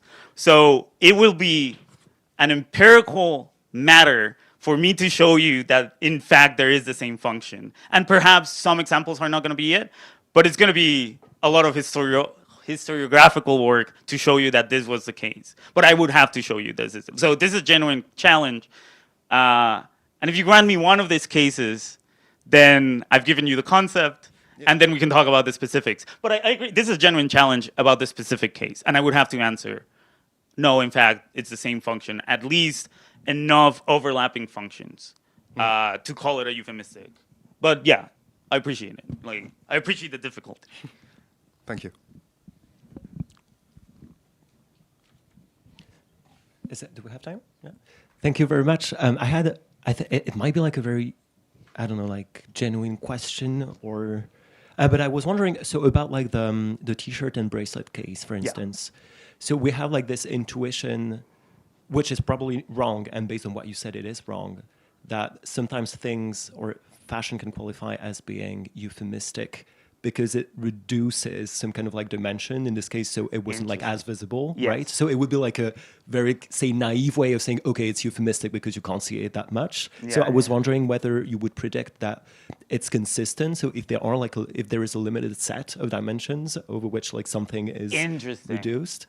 And so the follow-up question would be, how do you predict that this combines? So if you're wearing something that's euphemistic, so the bracelet, and you're wearing the T-shirt at the same time, does that cancel out the status of one being euphemistic? Good. So yeah, that's very good, and I don't have a super informative answer about this. So one thing to say would be, this is a thin notion of euphemism that only refers to the expectations the wearer the beliefs the wearer has about the expectations, right? So euphemisms then, from that thin notion, then we can start theorizing about different meaningful dimensions, I'm willing to say the reduction of dimensions is one very interesting phenomenon, but perhaps I can come with cases in which the possibilities are expanded. And then I want to say it's both euphemistic, and then we can start theorizing about. But this is really cool. Like, it would be really interesting. I think that's a really interesting case of how social norms end up reducing possibilities of people. But yeah. Thank you.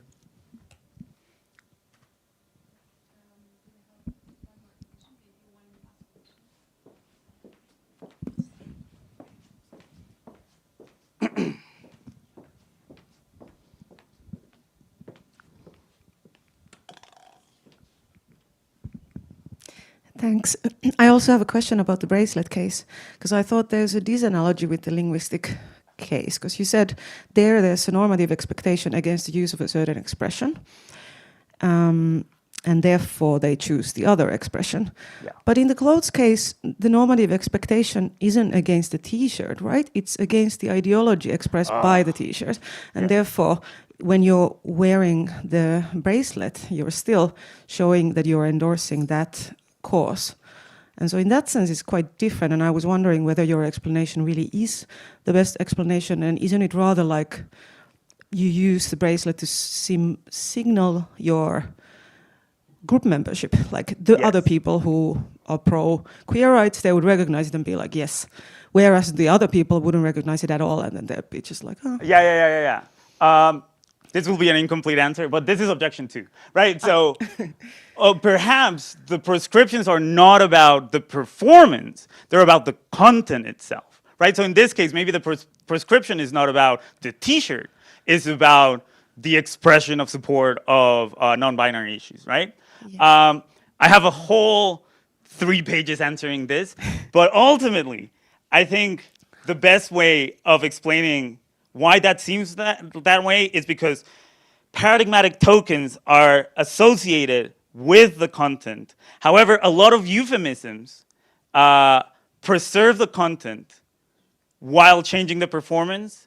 So it can really explain that my aversion to the content itself is what defines the euphemisms, right? So if I say Tim passed away, it's still a euphemism, but I'm still saying he died. So the prescription can't really be about the content of death, but about certain performances, right? So there's going to be some cases in which the prescription against the tokens does come from a prescription from the content, but that's not going to be all the cases. And if you want a general account of euphemism, it's going to be the first one, and then you start theorizing more about why the prescriptions against the tokens can be associated to prescriptions about the content. So I think you're right, but I think I can explain it. Okay, thank you.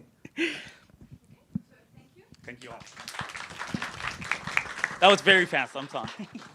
Okay, so now we're gonna have a break until 11:30. So if you need to eat anything, if you want to have cold coffee, if you want to pester Alejandro with questions, this is your moment. And also for the speakers, as we mentioned in the emails, we have 14 tickets to the Paul Poiret exhibition at the MAD. So if you need any ticket or if you're interested, go see Celeste, who's disappeared.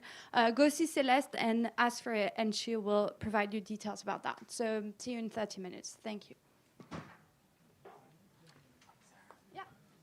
Thank you for the patience and everything and organizing. I just want to say that.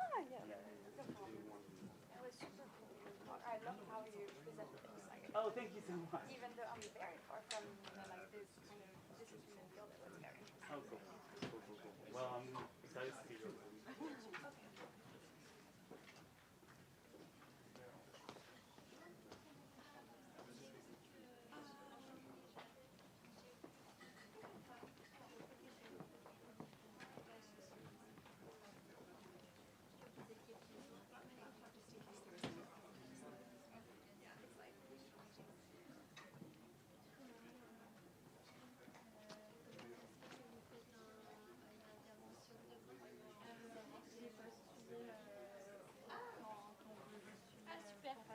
Comme avant, je faisais de la recherche aussi, du coup, j'avais envie de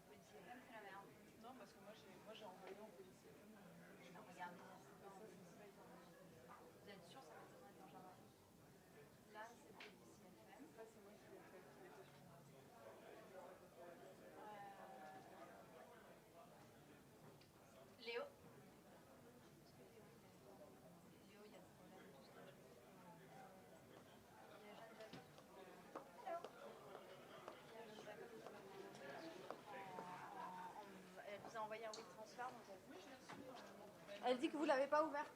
Bah si, je viens de le télécharger. Bon, mais je vais refaire.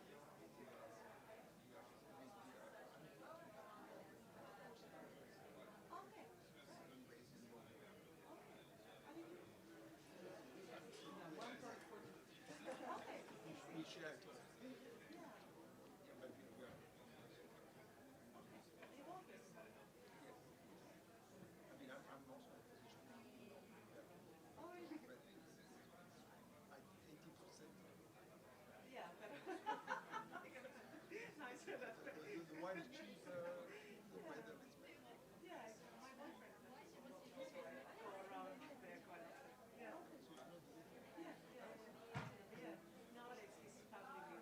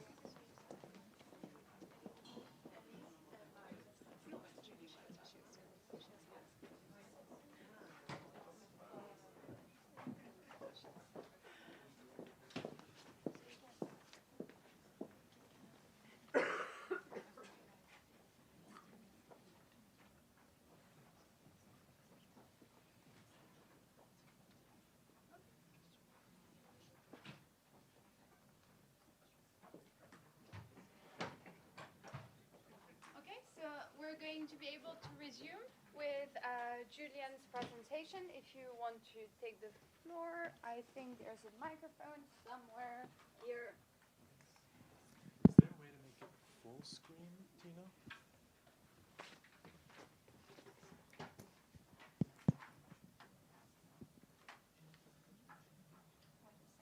You can start and I'll try and fidget. Okay. Hi, everyone. I guess first, thanks to the organizers for having me.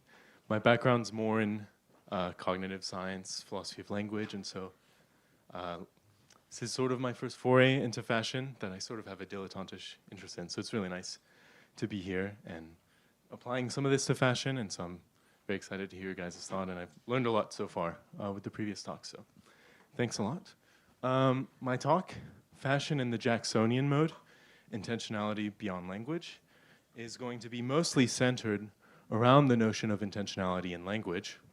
So language has this feature, intentionality, and I'm going to paint a picture of a sort of standard account of meaning in language that has a particular kind of intentionality. And it's one that arose, I think, I mean, the historical reasons aren't so relevant, but it arose from the semiotic structuralist tradition. But I think some problems with the structuralist tradition can be fixed and accounted for still within a classical semantic framework. And so, you know, Barthes will be the sort of classic example. But I take the standard view to be a much broader, just like treating fashion as a classical semantic system. The claim I'll defend in this talk is that fashion can convey meaning not only in the classical semantic way, but also through this other sort of intentionality that's mode dependent and has to do with perception. So I'll get more into what that mode is, but I think this will help us understand the meaning of fashion. So the goal here is not to contradict Barthes or contradict a classical semantic account, but just to supplement it, to say there are other sorts of meaning fashion can have that aren't explained by this sort of standard intentionality. So I'll begin by painting the picture of the standard account, the classical semantic version of fashion, using Barthes as a canonical example, but not limiting it to Barthes. Then I'll move to some notions that I'll need to make my argument, mainly having to do with specifying the relationship between intentionality and modes of presentation. And then I'll defend the claim that fashion has this special sort of intentionality, which I'm going to call Jacksonian for reasons that'll become clear in a bit. And then some concluding remarks. So beginning with meaning of fashion, you know, Barthes, the sort of standard model, takes garments as signs within a vestimentary code. I won't spend too long on talking about Barthes because that's been well covered.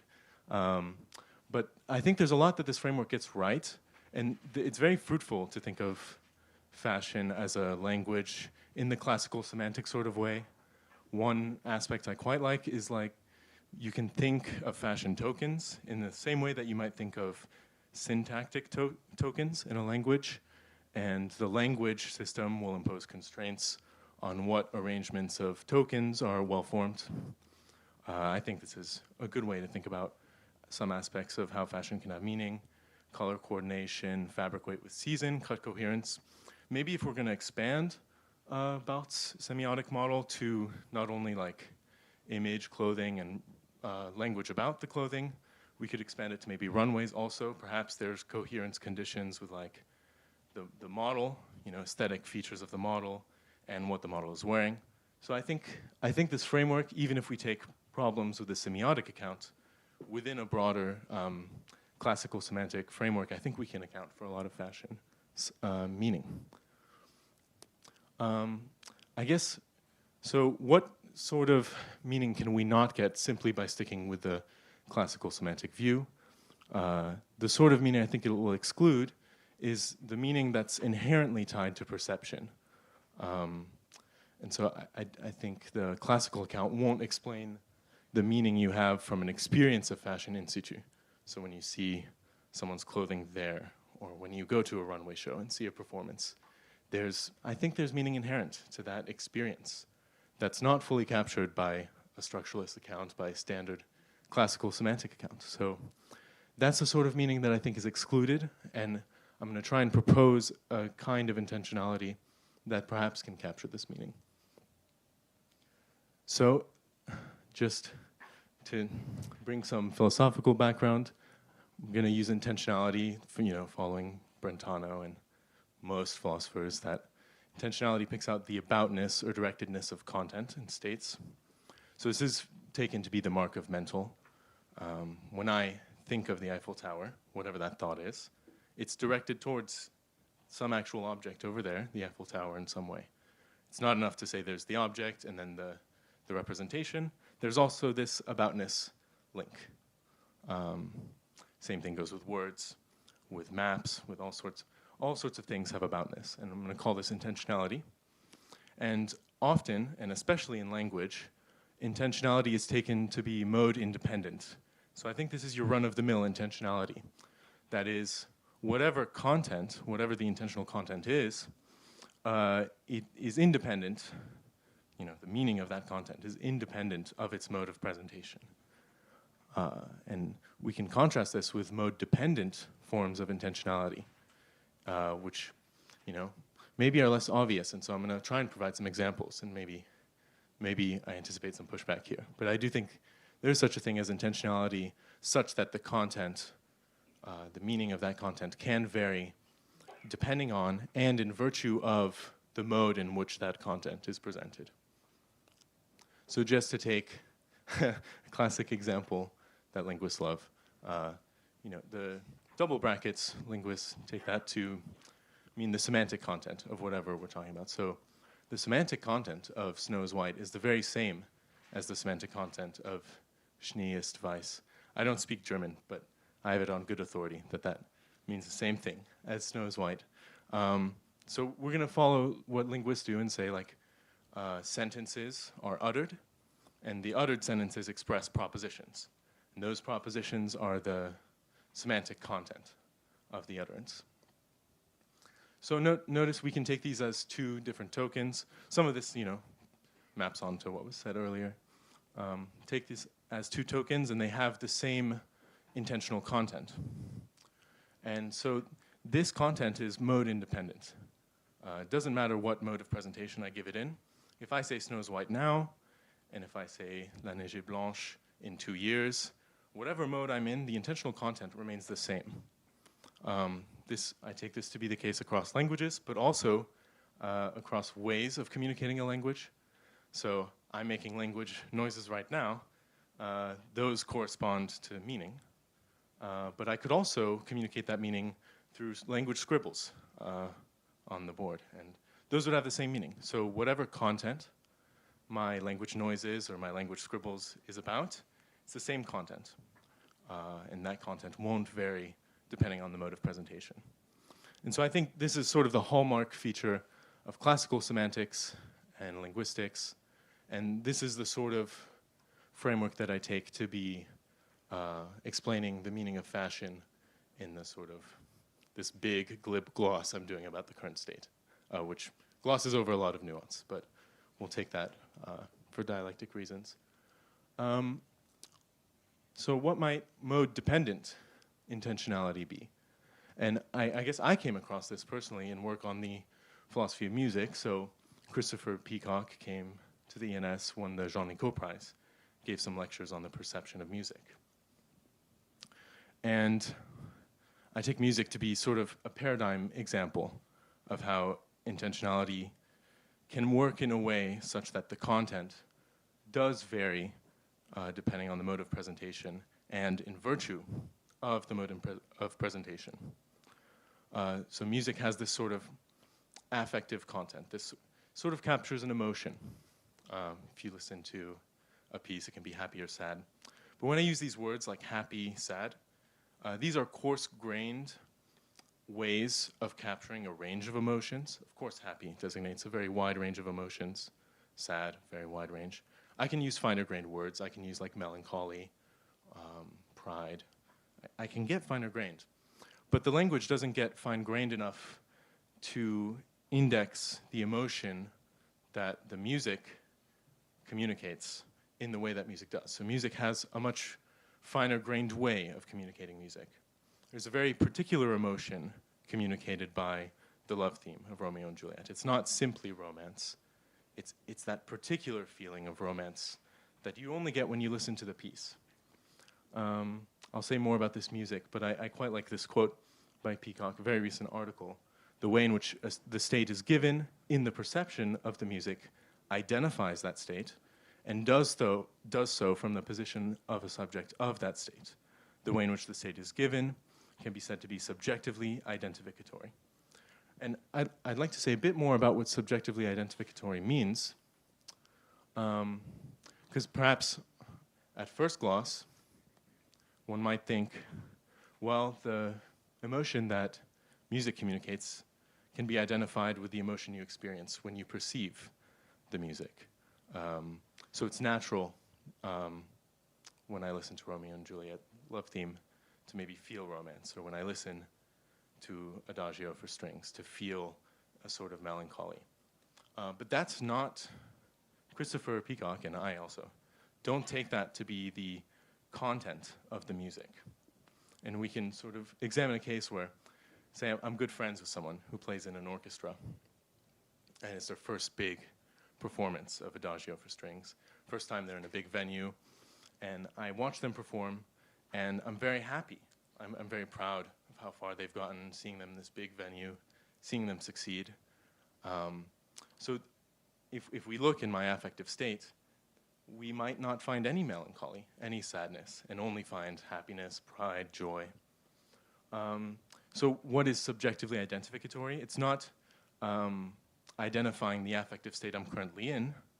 It's identifying the affective state that the music, that I subjectively take the music to encode.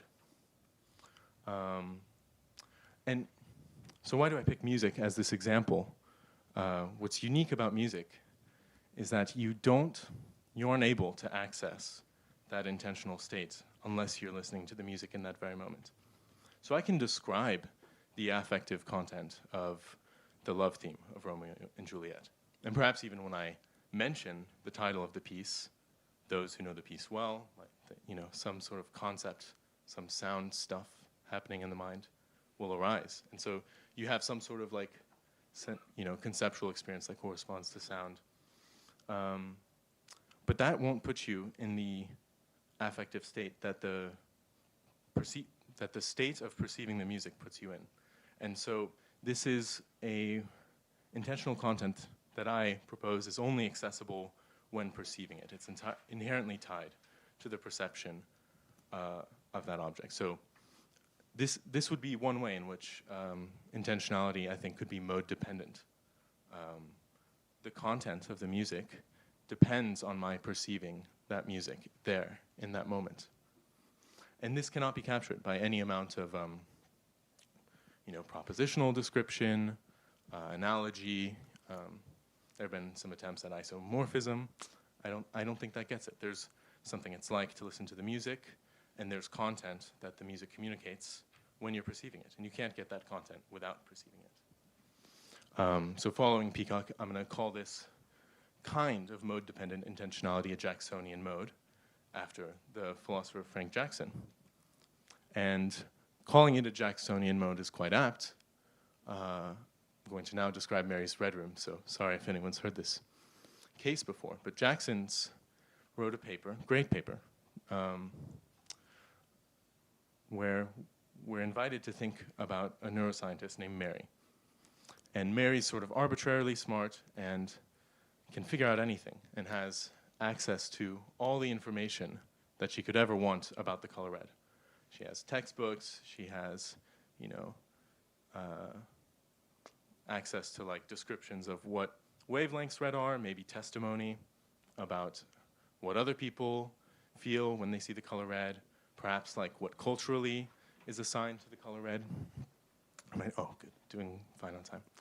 She has, let's say, she can figure out all the physical facts about the color red. But she's grown up in a black and white room and has never ever seen the color red. But she knows all the physical facts. And then one day, someone comes into the room and shows her a red object.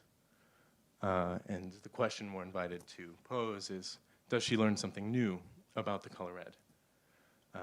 And the very sort of intuitive answer is, well, of course. She learns what it's like to see the color red. And this is not a physical fact, it's a fact about what it's like to see the color red.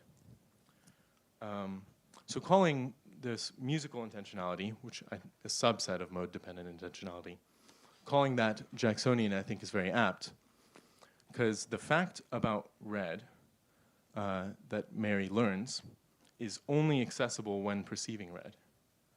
And you could even do this yourself, like if you currently don't see red in your visual field, can you feel what it's like to see red? Well, no, not without seeing it. Perhaps you have to imagine red or look at a red object.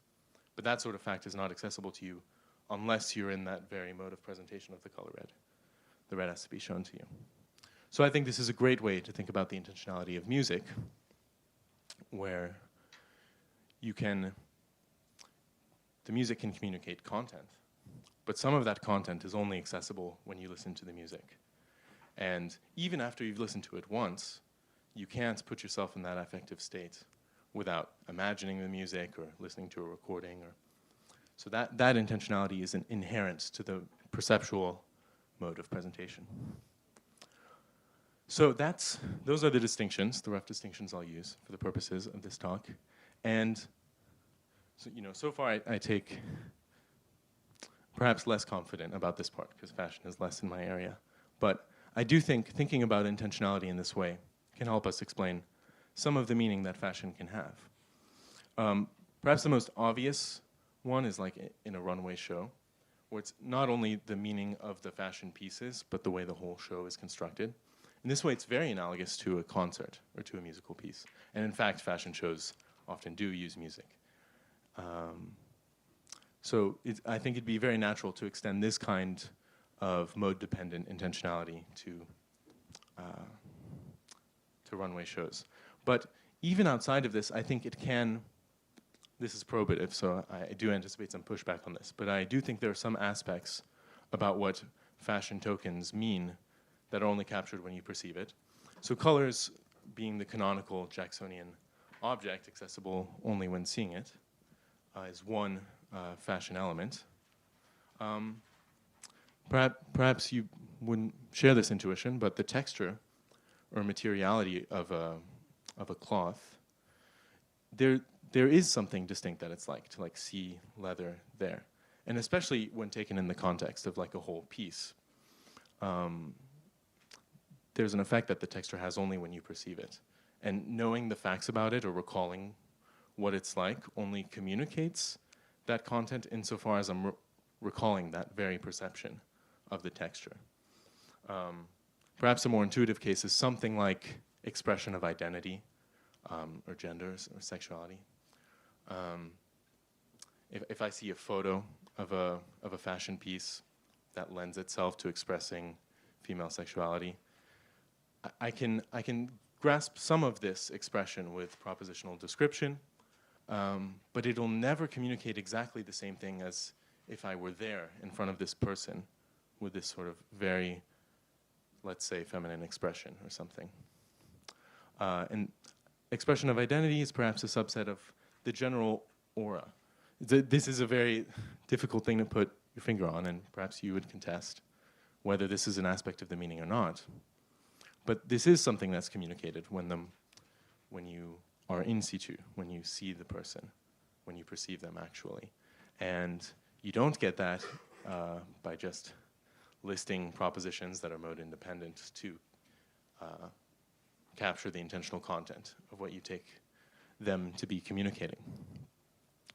So I propose these might be Jacksonian elements of fashion that would apply not only to fashion runways, but even like a single fashion token.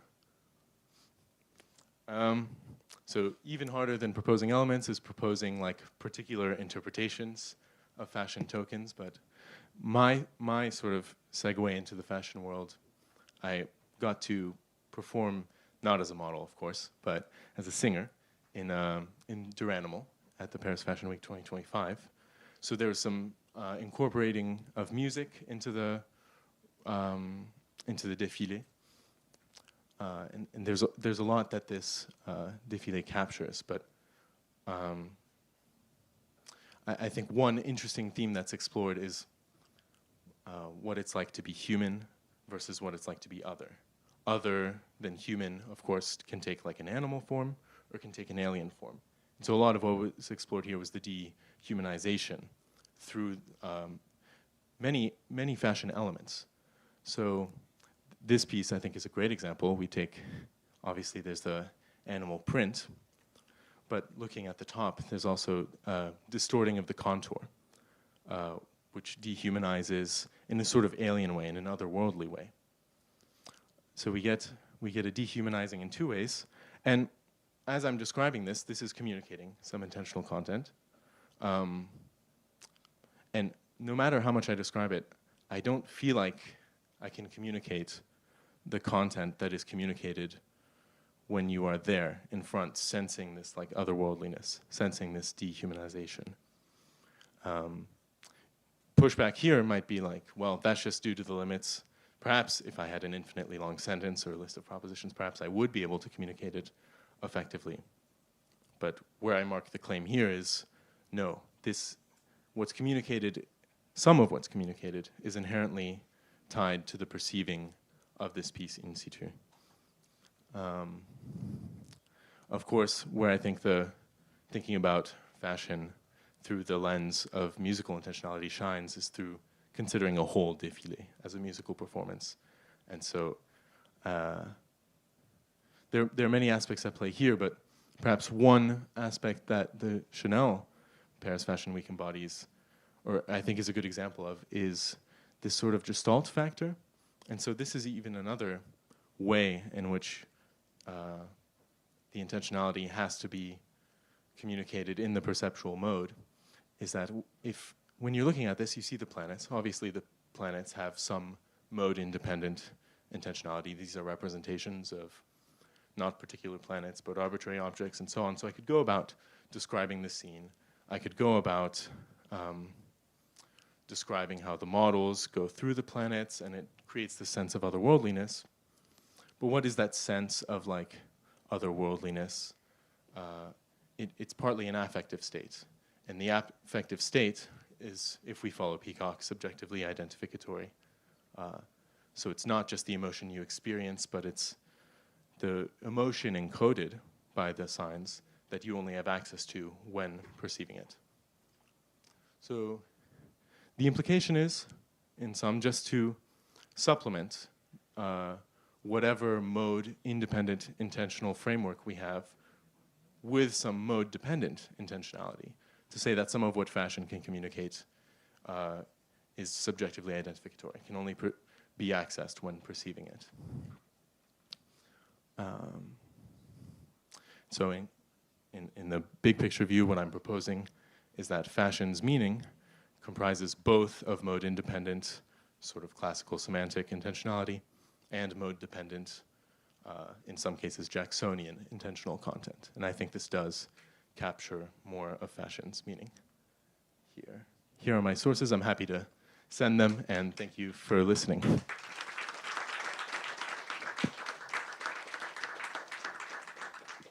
as usual, questions?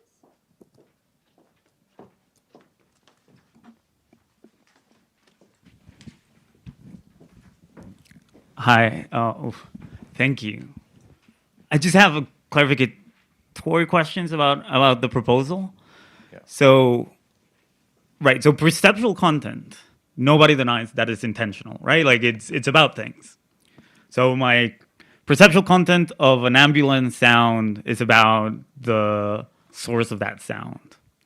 So it's the view that beyond that perceptual content, there's a further content that is also intentional and involves other things, or that my perceptual content has other higher order properties beyond like color and tone. Maybe it involves some more conceptual looking properties.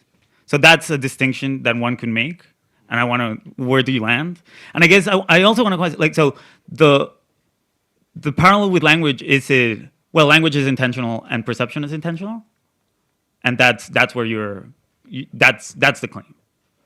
So yeah, go for it. Okay, yeah. Thanks for the question. Yeah, and this is sort of a broad strokes view, and I'm incorporating some work from the intentionality of music that's perhaps newer and maybe a bit more controversial. To pick up on your first question, is this kind of intentionality, I'm talking about the mode-dependent kind, is this something else than the perceptual content, or is it a higher order feature of the perceptual content? Yeah. I guess I'm agnostic about that for now. I don't. I'm inclined to say it's some other content. And maybe one way to motivate that intuition is to go back to the case of I'm listening to my friend play some musical piece. And so whatever my perceptual content is, I can identify my affective experience. That's not going to be the same as what I identify the affective content of the music to be. Right. You don't want to collapse the view into saying, well, fashion involves perception. Because yeah. Not at all. Everything involves perception, including perception of language. So this is, what I'm not saying is perception has intentionality. Yeah. What I'm saying is, so independent of this sort of mundane perception as a way to access the intentional content, in addition to this mode-independent content that, say, language has, once we've perceived the object, there is some content there that depends on the mode of presentation. Yeah, that's my view. But thank you for clarifying. Yeah, that was a lovely presentation. Can I ask you about, I'm quite interested when you were talking about color, texture, expressions of gender, and the aura of a model in a fashion show. Yeah. I'm thinking if we go back to the 50s, where the fashion shows were just for a really tiny elite of like customers who would come and they would just like, the models would be basically modeling for the clients who were going to buy that specific outfit. And then we go back into the 2000s when models start to be like a massive, almost like a rock show, and then you'll have like definitely clients on the first row, but you also have like journalists, and then you have suppliers, and right at the back row you have students who have fought for hours to get into the fashion show. Can you make the difference between what would have been in the 50s and then in the 2000s with your theories? Thank you. Yeah, thanks. Good question. Yeah, I think this is helpful because the intentionality of music lends itself to art or to a performance or an artistic performance. And so one might think there's a possible range of défilés, some with the sole purpose of just selling the clothes. And so perhaps there's very little, or perhaps none at all, there isn't any sort of artistic element or goal to create art. There's just a goal to show off the piece in a way that makes it attractive to the client, or in a way that gets it to sell. And perhaps it's more of a spectrum. Like you have some shows that are completely this way, some shows that are, maybe there's no intention of selling, it's just to show what's possible with fashion. I think Duranimal falls somewhere closer to that end, where I don't know who's going to buy the animal print, like alien silhouette piece. There are some edge cases where perhaps you might. And perhaps all défilés maybe fall somewhere on this continuum of having some goal to sell, some goal to create art. And to the extent that that défilé is art, or is intended as art, I do think the intentionality of music, or artistic intentionality, would help explain the communication, the meaning that's happening there. Yeah, I hope that answers the question. Thanks. Okay, thanks. Yeah, thanks very much.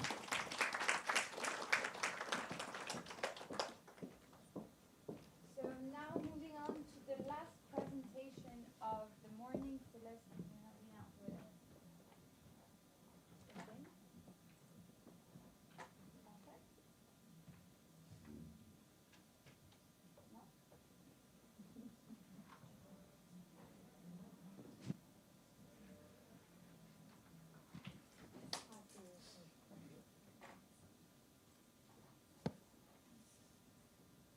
So we're welcoming our last speaker for the morning, Kurt Nerdl, and as usual, thank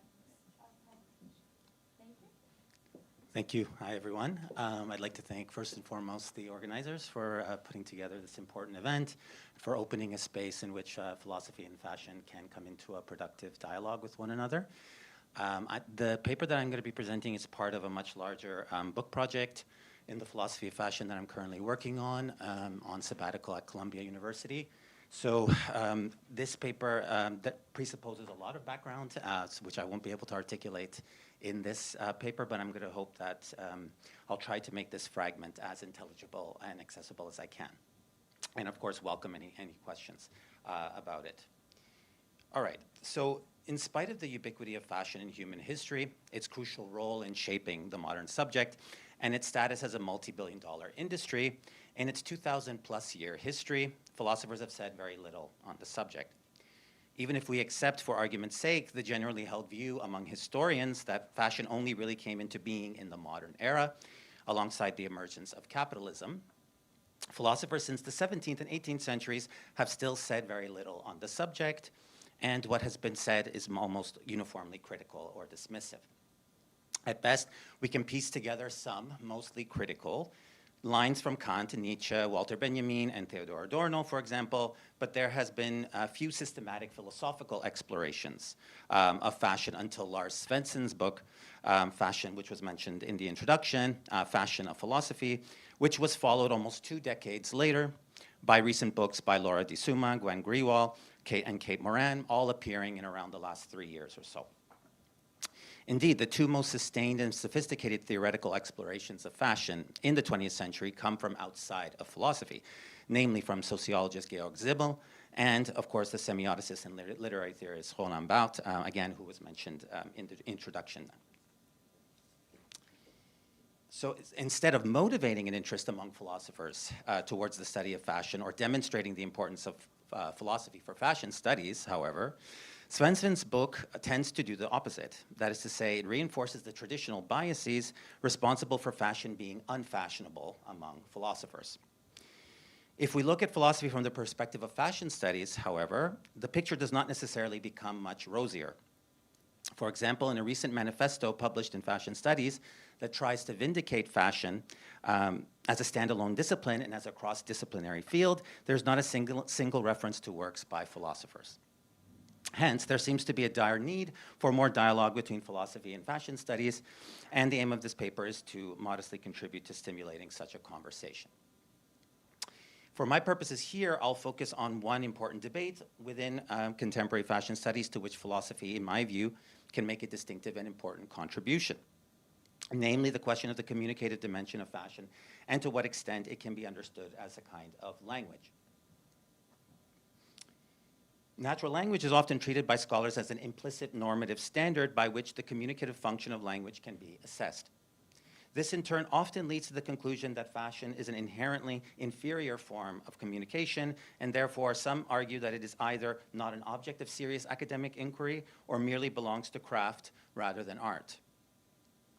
There are at least 5 problems, however, with such approaches.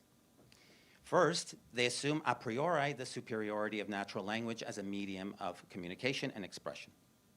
Second, they often rely on problematic frameworks such as classical structuralist approaches that prize systematicity, so-called high semanticity, and therefore fix meanings across contexts, thereby deriding the relative instability and context dependence of the signifier-signified relationship in fashion.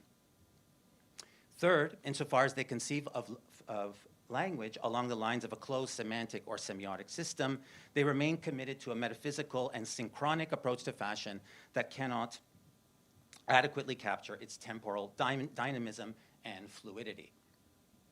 Consequently, when such a foundation is found lacking, fashion tends to be dismissed as too unruly to be taken seriously as an object of theorizing, a view that is endorsed by Svensson, among others.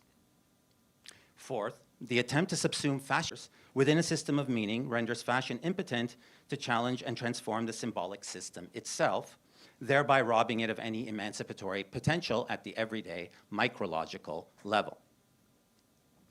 Fifth, such approaches tend to take the atomic sentence as the primary building block of meaning, rather than a narrative world or understanding, a narrative or world understood as a context of significance. By contrast, fashion is an embodied mode of being in the world that simultaneously discloses a relation to self, world, and other, and therefore, in my view, requires a richer, more holistic mode of disclosure that cannot be reduced to propositional statements and to the purely designative function of language. Hence, I argue that a world-disclosive approach to the communicative dimension of fashion is needed to do full justice to its pragmatic character, to how concrete agents appropriate and reappropriate fashion within specific spatio-temporal contexts. This, in turn, is essential for grasping fashion's potential, its transformative power to question and subvert prevailing societal norms, institutions, power relations, and values. In other words, such an approach is necessary for redeeming fashion as a potential site of emancipation, rather than simply an appendage of the capitalist economy, and therefore a mere extension of its alienating and reifying effects. Indeed, it is precisely the arbitrary, the so-called arbitrary dimension derided by structuralist approaches, among others, that point to a constitutive dimension of fashion, namely its foundationlessness, or lack of ultimate metaphysical grounds. Therein lies, in my view, the emancipatory potential of fashion, namely in the impossibility of full metaphysical capture of its manifold meanings across contexts. This, in turn, is where the role of philosophy of language and of fashion become crucial. By introducing into fashion studies insights drawn from post-structuralism, post-foundationalism, semantics, pragmatics debate, for example, in analytic philosophy, and the hermeneutical conception of language as world-disclosing, for example, it becomes possible to clear the ground for a new, more fruitful horizon for thinking about fashion's communicative character and transformative potential. So, due to time constraints, a detailed discussion and defense of language as world disclosure is beyond the scope of this presentation. So as a result, for my current purposes, I will narrow my focus to a critical examination of Svensson's account of the relationship between fashion and language in order to motivate at least the kind of world disclosive alternative, precisely because it perpetuates certain prejudices, Svensson's view that is, certain prejudices that stand in the way of a proper assessment of fashion's communicative and emancipatory potential. So Svensson begins his account by rejecting Alison Lurie's strong identification of fashion with language in her book, The Language of Clothes. Namely, that fashion literally possesses a grammar and a vocabulary equivalent to a natural language. For our purposes, what is most important is the implicit premise behind Lurie's account, for which no argument is provided. Namely, that the ultimate normative criterion for assessing the communicative potential of language, for assessing the communicative potential of language, communicative potential of fashion is natural language. Insofar as Svensson himself implicitly adopts this unquestioned premise as the frame for his entire account of the relationship between fashion and language, his own critique is equally implausible, but for different reasons. Svensson argues that while a loose analogy between fashion and language can be made, at best, the identity claim cannot be sustained for two reasons. First, the larger the size of a person's wardrobe does not, according to Svensson, entail that they have a wider vocabulary and therefore a richer range of messages they can communicate. And now I'll quote from Svensson. Most clothes communicate so little that even a large wardrobe will not communicate all that much. So it is doubtful that the average slave of fashion should be ascribed any greater visual ability to communicate than, for example, a person who has a few items of clothing but who indicates a distinct subcultural affiliation, end quote. Second, Svensson argues that while fashion obviously communicates something, it cannot be said to express a message, which he takes quite literally to mean a propositional statement and therefore cannot be identified with language. In this context, there are two problems with Svensson's criticisms worth underlining. With regards to the first, leaving aside the highly presumptuous, not to mention dogmatic and reifying characterization of the average fashion consumer as a slave aside, no argument is provided for the empirical claim that, quote, most clothes communicate so little that even a large wardrobe won't communicate much. Right. But the problem lies even deeper, namely that in the underlying assumption about language and meaning behind it. Namely, what would it even mean for a particular garment or outfit independent of both a subject with a particular fashion sense and competence, capable of skillfully combining pieces with others, and independent of all context, to communicate anything at all.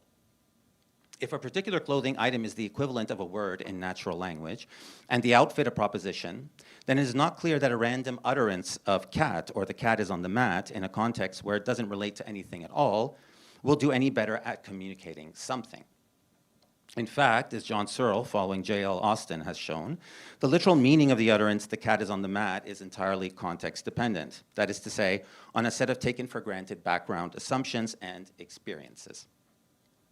Just like a successful utterance presupposes a speaker with a certain linguistic competence and an equally skilled audience that share certain background assumptions, for any outfit to successfully convey meaning at all, an agent with the necessary skill to combine items in a meaningful way is required, which in turn can be understood and appreciated by someone with a certain background knowledge, skills, and aesthetic taste. In this context, it's worth underlining that Svensson seems to assume that meaning must inhere in the clothes themselves, even though he explicitly rejects such a view only a few pages later after he endorses Barthes's claim that clothes have no natural meaning and therefore cannot be understood as a language. However, it seems clear that someone that possesses a certain fashion style or sense, a taste that is acquired rather than inherited, can produce a wide range of expressive looks by putting together pieces from a variety of different sources and fashion subcultures. Indeed, it seems equally clear that the more knowledge one has of different fashion subcultures, the more capable they are of moving seamlessly between them, creating hybrid looks that enrich and expand the range of meaningful expression that mirror what Hans-Georg Gadamer would call a fusion of horizons between cultural traditions or worldviews. Indeed, Svensson makes no qualitative distinction between a large wardrobe in terms of sheer quantity of pieces and one that is both sizable in both number and variety. Someone whose wardrobe consists entirely of pieces from H&M, for example, will not have the same expressive range as someone with a wardrobe that consists of vintage pieces from several different epochs, as well as ones from a range of different kinds of designers, ranging from the avant-garde to the more classical. Of course, it's not simply a matter of the variety of wardrobe at one's disposal, but crucially the ability to be able to make successful use of it, or fashion sense. In short, Svensson's first criticism fails, at the very least, to undermine the relationship between clothing and vocabulary. It is one thing to claim that, as a matter of empirical fact, the average fashion consumer is unable to put together outfits without simply aping what they see worn by influencers and mannequins. While such a claim is on the face of it false, Svensson seems to make a different mistake, namely to assume that for fashion to communicate meaningfully, no skill and therefore agency is required.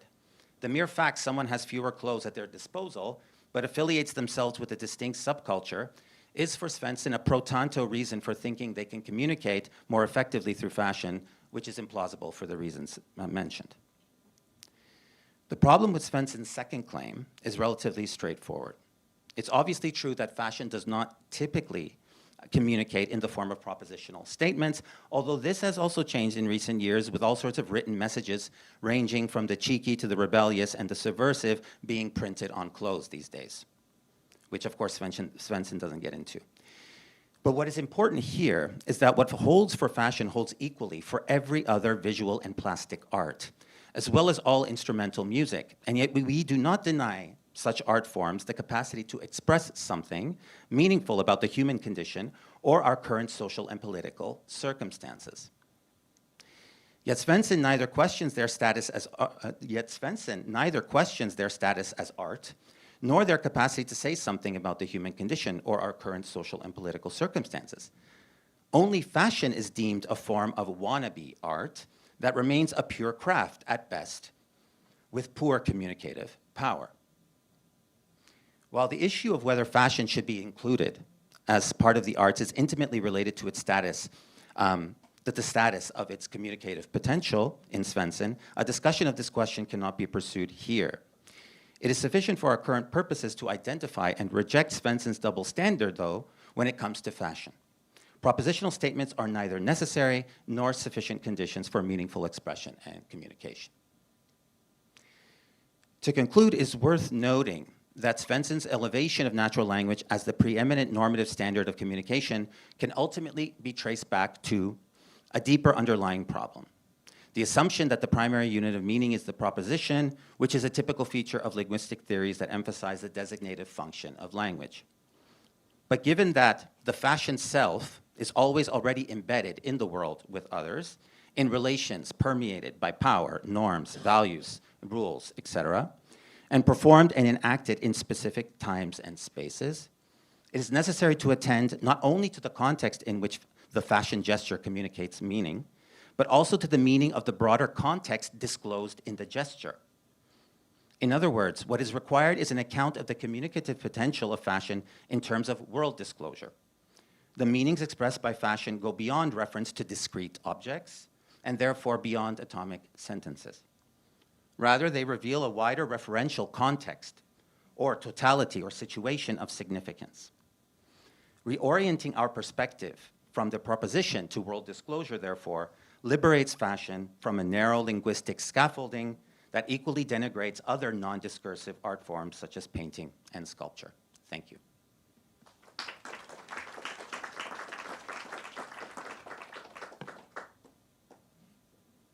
So, as proposed every time, do you have any questions? Yes.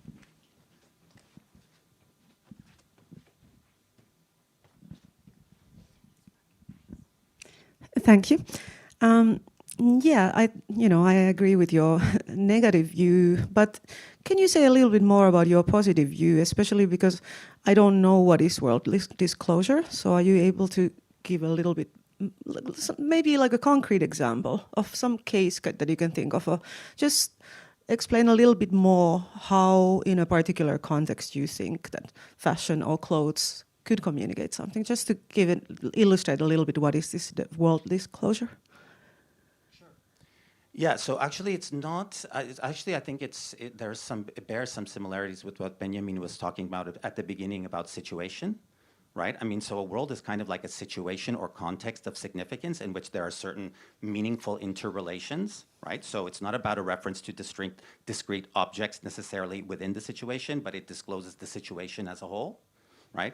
So one example, in an exercise that I do with my students, for example, is to, for example, pick a particular brand and then to describe certain values and the kinds of people that are related to that brand, for example. And I'll just give an example that, for example, there's a brand in my city, Dubai, for example, called the Giving Movement, right? And one of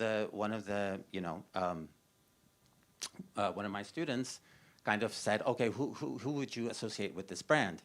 And she said, well, Range Rover moms, right? Range Rover moms. When you unpack Range Rover moms, you start to unpack that. You unpack a world, right? So you unpack gender, right? You unpack race. You unpack socioeconomic class, right? And you are unfolding a particular world that, of course, makes sense within the context of Dubai, but that wouldn't necessarily make sense in China, for example, right? So you're disclosing something about the social world in Dubai that, makes sense, immediately intelligible to people. Right?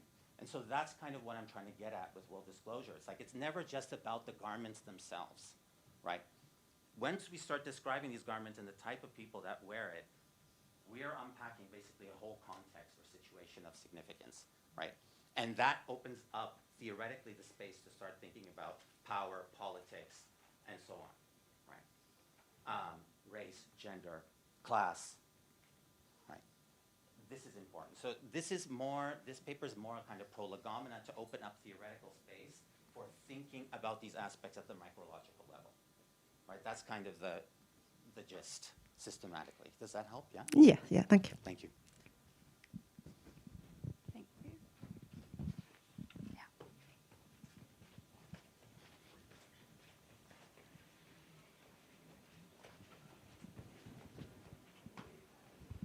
you. Hi, I just love your presentation. I thought it was really well put together, and I just love the idea you were talking that a large wardrobe doesn't necessarily be communicating much from slave of fashion. I totally agree with that. But you repeat a couple of times about the subcultural affiliation, and that could be communicating a little bit more. But how about more the individuals? Because I mean, I'm thinking about, yes, 80s and 90s when there was these subcultural groups, but I mean, hopefully there's some individuals as well who have like an amazing way of communicate through the clothes and so on. So what are your thoughts about that? Specific groups in like very, very individuals? Yeah, thank you. Oh, thank you very much for that question, because actually this helps to sharpen actually what's at stake with the critique with Svensson, right? Because Svensson basically wants to say that in order for really fashion to communicate something, it has to kind of be indexed to a subculture, right? Because of course, I mean, the more narrow you go in terms of subculture, right, the higher the semanticity, right? So he prizes the semanticity, right? So he really kind of wants to reduce the communicative role of fashion, the communicative power of fashion within these subcultures. And he thinks, oh, once you move outside the subculture, it's just pure chaos and fashion doesn't say anything. And this is precisely what I'm trying to argue against, precisely to open up the space for individuals, right? For individually meaningful fashion gestures that are emancipatory and that are modes of embodied critique, right? And so that's the idea, actually, is to open up the space for the individual at the micrological level to make meaningful gestures within, let's say, the social space, right? So thank you very much, because that really, like I said, it captures something that's really at the heart of the issue with Svensson that is not necessarily fully explicit in the paper. So thank you for that question. Thank you.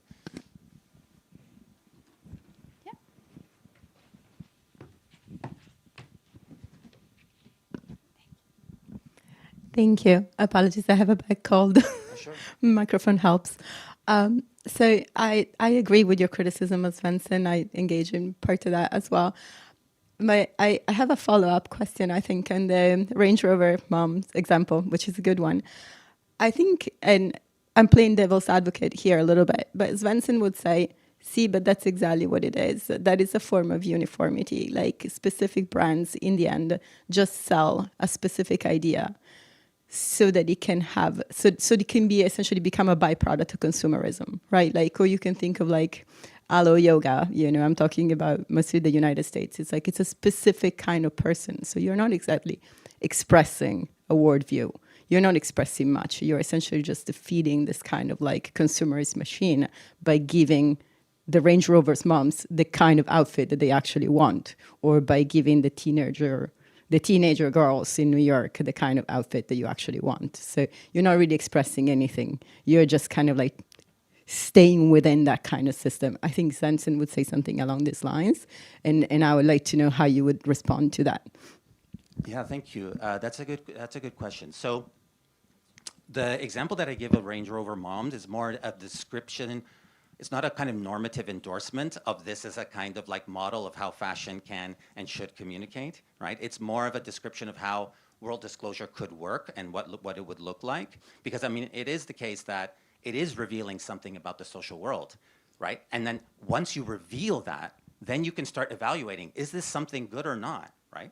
Right? So it's kind of more like a step prior, right? The issue that I have also with Svensson that I don't bring up here, but it will be part of the book project, is that Svensson never thinks about the question of whether the relationship between fashion and capitalism is a necessary one or a contingent one. He assumes a priori that it's necessary. And I want to say that it's purely contingent. And so that will open up the space again for thinking about fashion as a site of emancipation, and I mentioned briefly in the paper, not simply as an extension of the fashion system as a kind of extension of capitalism, right? Because Svensson just assumes that it's capitalism. And insofar as you assume that it's capitalism, you actually don't need to study fashion as an autonomous. If you understand how the capitalist political economy works, you can derive fashion from it, right? So it doesn't really help us understand fashion as a kind of autonomous sphere, because for Svensson it's actually not, right? And so I want to kind of rescue the emancipatory potential of fashion from this kind of very kind of reductionist, social ontological reductionism that kind of characterizes Svensson's approach. So does that help? Yeah, thank you. Yeah, thank you so much.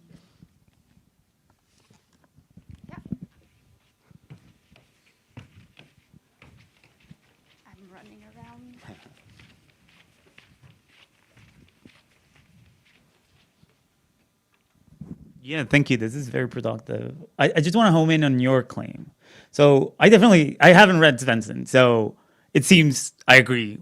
It seems he says things I disagree, and I agree with your criticism. But so I just want to home in on your claim. So one can imagine a Svensson asterisk that is a bit better and says, like, look, I'm not saying it's worse than language. I'm just saying fashion is not like language insofar as it communicates world disclosing meaning, but language is a particular kind of world disclosing system that has its particular properties, and fashion doesn't have the particular properties, right? I want to know how sympathetic you are to that, because some of what you say seem to me that you just want to talk about the general category of world disclosure,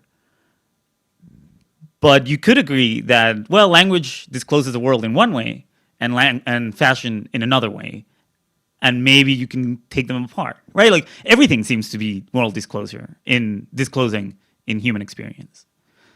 That's Gadamer's point,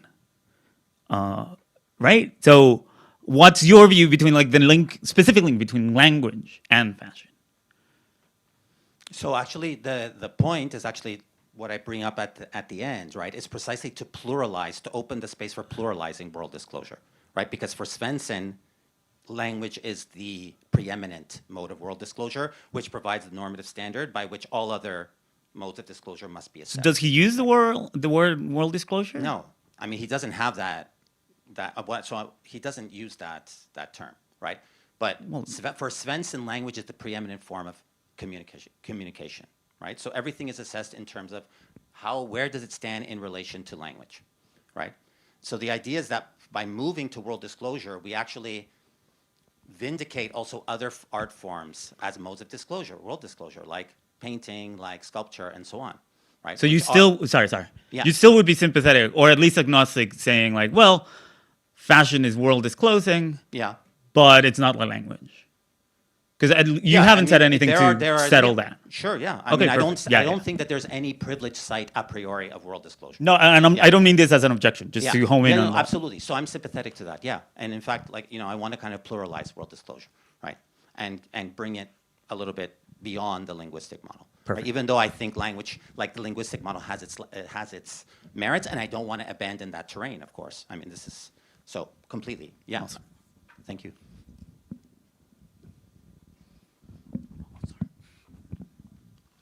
No more questions? Okay, perfect. So thank you again.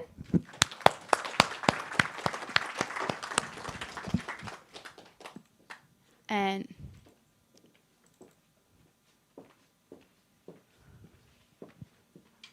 you need to help me out here.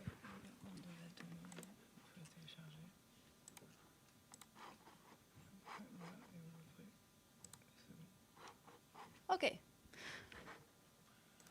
Cool.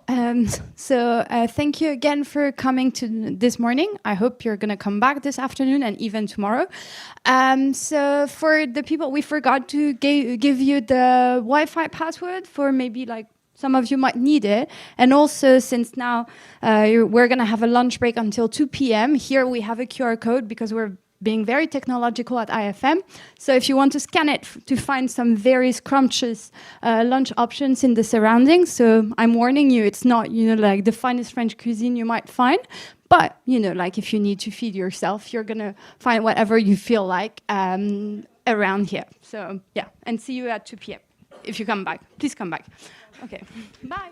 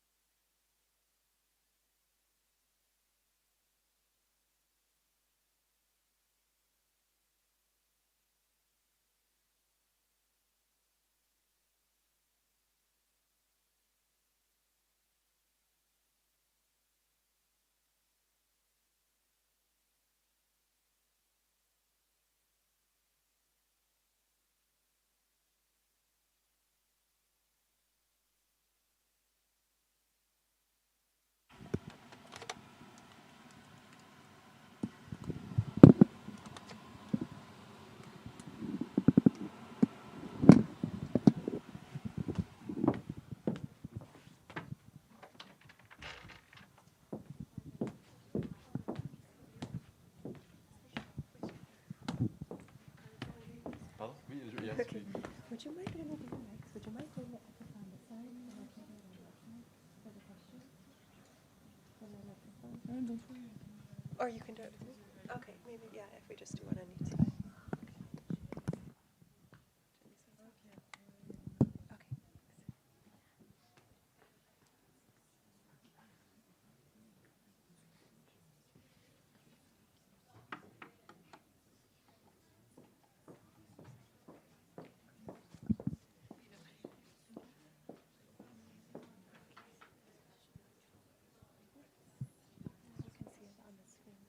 Yeah, cool. Yeah. Where did you go for lunch? I just had a sandwich at the Pret. Oh, okay. Yeah, because I still wanted to look at my Yeah, talk, so I was yeah. just like, I'll eat quickly and focus on this. I felt nice so when you're funny, like done. come to Paris and eat in Yeah. a Pret. It was like, And I feel like that one is really bad, actually. it is really bad, yeah. I think it's the worst one I don't know, because I've gone in New York and London, and it's like pretty good. But that Exactly. In one, I London, was it's like, often actually the best choice. Yeah, It's like, very strange. I know. I had a sandwich with pesto in it. It was like, oh Yeah, God. there's something wrong with that one. But it's kind of cheap. I don't know. Yeah, exactly. It's cheap and easy if you Cheap need and to ready just to get eat. something. Where did you go? I ended up with a group where we were trying to go to a Thai place that had really good reviews, but then when we got there, it was only takeaway. Oh, no. So then we went to this other one around the corner that was like, I don't know, very mediocre. Oh, But, okay, so yeah. and some french fries. It was like a lavish thing to order anyway. It was overcooked. Oh. Whatever. Yeah, it's fine. I've enjoyed all your questions so far. Thanks. Yeah. Yeah, thank you. I mean it, like they always are. It always helps kind of advance the conversation. Yeah, I was surprised by how few questions people were asking, so I felt at times I was a bit like, I don't want to be the only one speaking, but Yeah. since no one else is. Yeah, no, I think she's asking good questions. Yeah. Okay. Maybe we'll start.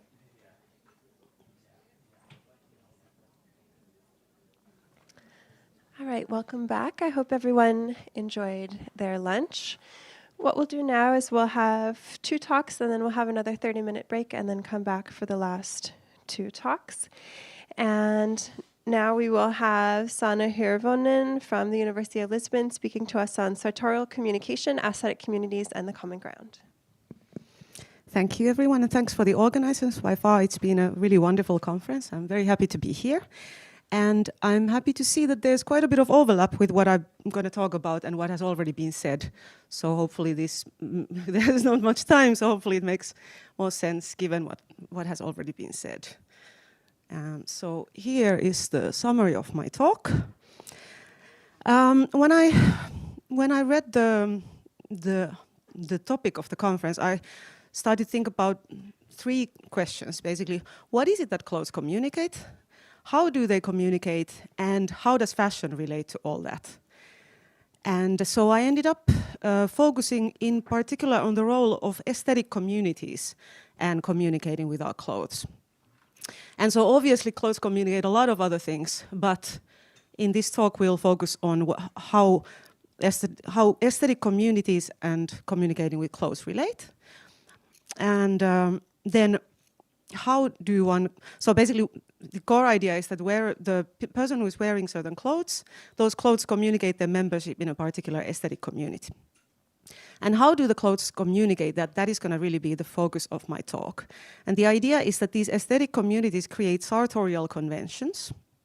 And when you're a member of a particular aesthetic community, you learn those sartorial conventions, and therefore your knowledge allows for the common ground to be in place, which allows for successful communication.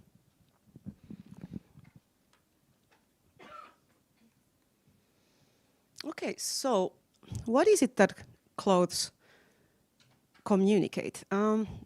By far, everybody's assumed in this conference that clothes communicate something. But on the other hand, often they don't. A lot of clothes wearing communicates almost nothing, or at least the clothes as such don't really communicate anything.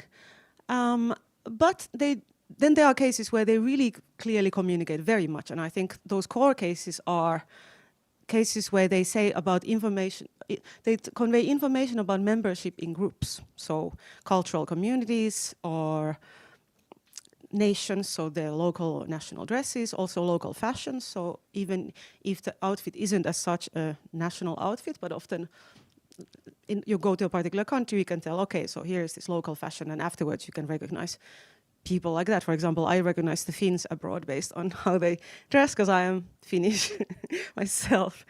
Then, of course, religion, profession, uniforms being the most obvious case in point, social class, subcultures, political orientation, and finally, aesthetic communities.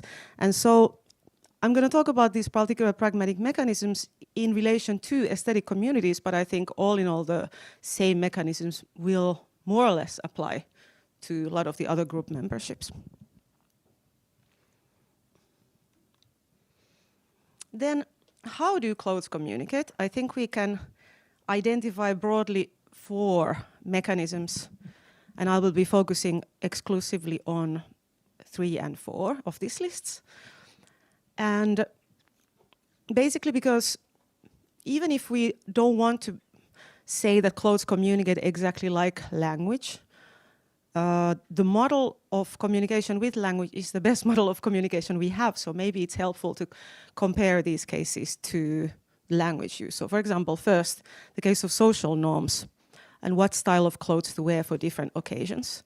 So we have sort of norms of what kind of clothes we are supposed to be wearing. For example, if you go on holidays, you're supposed to look relaxed and maybe a little bit of fun with colors and loose outfits, things like that. When you go to work, you're supposed to wear more sober colors. You're supposed to look more serious. And this is a kind to how we speak differently with different people. So in French, you would use the vous with the unknown people. You choose your vocabulary and ways of speaking differently when you speak with strangers or with your friends. Then the second category is what was earlier mentioned as what Grice would call natural meaning. You could roughly think of it as evidential information. And so in this case, for example, if somebody goes around wearing clothes with paint stains, you can conclude that this person has something to do with painting. Or if they go around wearing really extravagant dress, you can conclude, okay, that person wants attention. Things like that. And if we think of language use, that would be something like, from my accent, you can conclude that I'm not a native English speaker. If I speak slang, you can conclude something about my background as well, equally about my vocabulary. And then the third case, the conventional meanings, this is what was earlier also discussed. So our clothes acquire this non-natural meaning. So they come to stand for something else. There's a typo, it should be black armband. So if somebody's wearing a black armband, this means that the person is mourning. And that's an entirely non-natural meaning that the armband has come to acquire. And then finally, there's this pragmatics meanings, which is the class 4. And Marilyn has discussed this and argued for this in her recent book. And she gives a very nice example of a case where it's not just the conventional meaning of what the person is wearing, but something in addition to the conventional meaning of the context allows the hearer to interpret what the meaning of what they wear is. So the case is like this. It's from the TV show Fawlty Towers. There's an incompetent worker called Manuel who has a pet rat, but he thinks it's a hamster. And his boss, Basil is his name, Basil thinks there cannot be rats in his hotel, so he tells Manuel, you have to get rid of your hamster. And so Manuel, he doesn't want to get rid of the what he thinks is a hamster, so instead he hides it and he shows up to work wearing a black armband. And then in this context, Manuel can infer, so he has killed his animal, now he's mourning the death of his pet hamster. And so this is something that's only possible to convey given all the background knowledge that there is in this context. So let's look in more detail the elements of the pragmatics that need to be in place for us to be able to infer such information. So the core idea of Gricean pragmatics is that the hearer needs to understand what is it that the speaker intends to convey. So mere conventional meanings or semantic meanings are not enough. There's always more that gets communicated. Even with language, mere semantics is never enough because every sentence there's context sensitivity, there's ambiguity, polysemy, all kinds of features that basically we always need to also see what was the context in which the thing was said. And so what is a context? Basically the simplest case is just the physical time and the place where the speaker hearers are. Of course, there are slightly more complex contexts. For example, when you're speaking on the phone, you're not sharing the location. But basically, it's the time and the place, and then anything that's perceptually available to the people in the context. That's going to contribute to the knowledge that's available for the hearers to interpret what has been said. And then, most importantly, the context determines the so-called common ground. And that is a set of beliefs that is mutually taken for granted for the purposes of conversation. And that's really going to be the focus on what we're going to talk about next.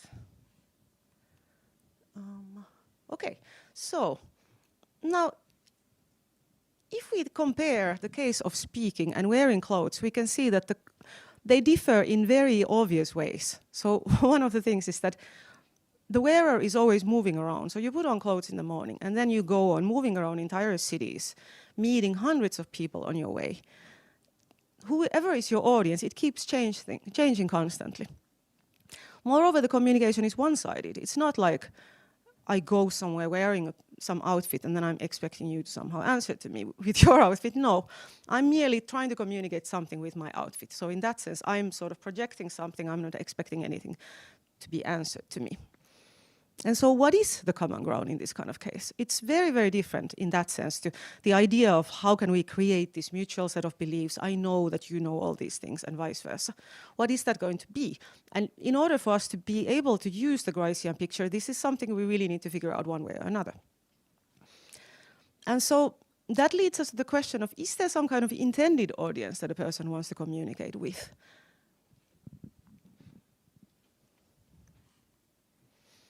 And I want to suggest that yes, basically what happens is that what we do with clothes is conditional communication.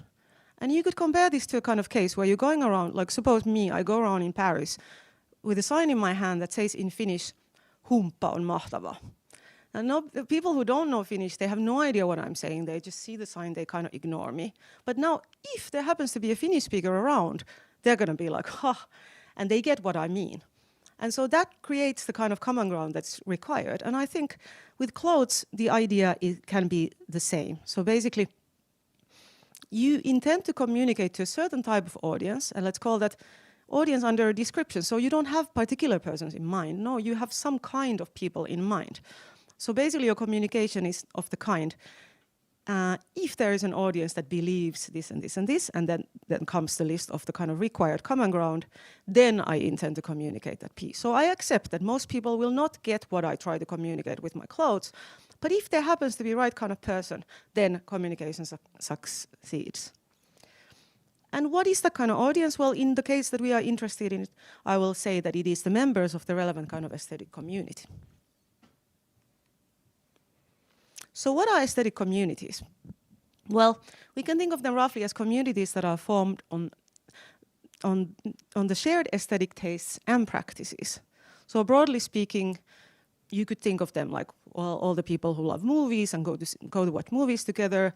Typically, they are formed around musical tastes. So you think of like groups like punks and goths and emos and all these other groups. But they can also be groups of, for example, people who are really into contemporary fashion.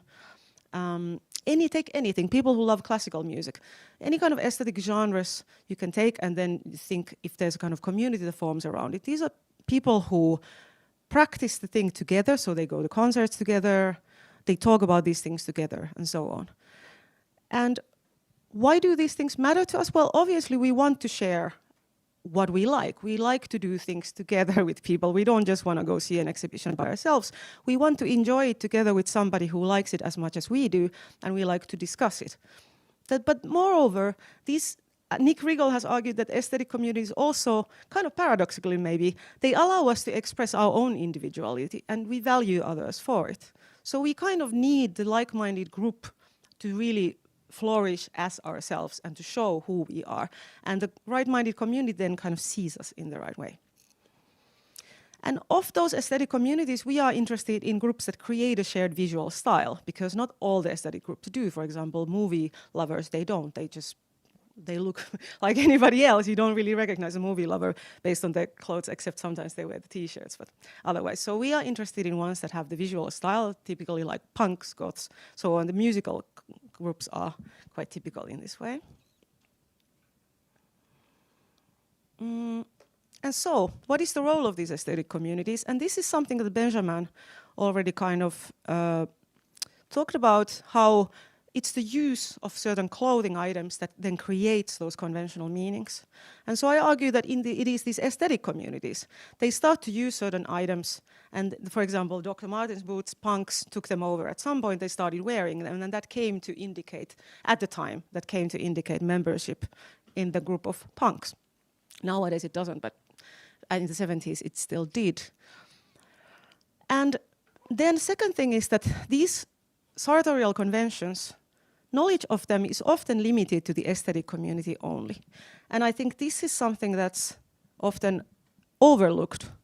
So Kurt was talking about Svensson's criticism of like, oh, the person with the massive wardrobe is not able to communicate any more than anybody else. But that's not necessarily true, because if that wardrobe is full of clothing items that have conventional meaning, for example, in that aesthetic community, and you're in the community who knows those sartorial conventions, then you are able to express quite a lot of it. But this kind of knowledge is typically limited. And we don't know, we don't belong to that many aesthetic communities typically. So we are often quite blind when we go around. We don't get all the messages that people are trying to get across. And so communicating one's membership in the community via clothes, it often succeeds only with other members.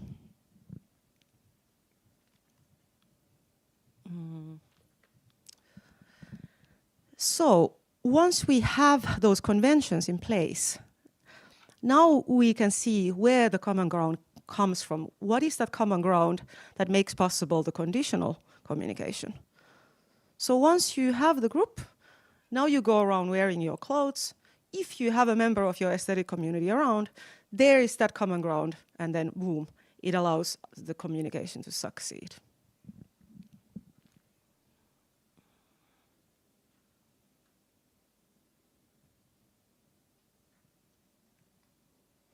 Okay, so I will summarize.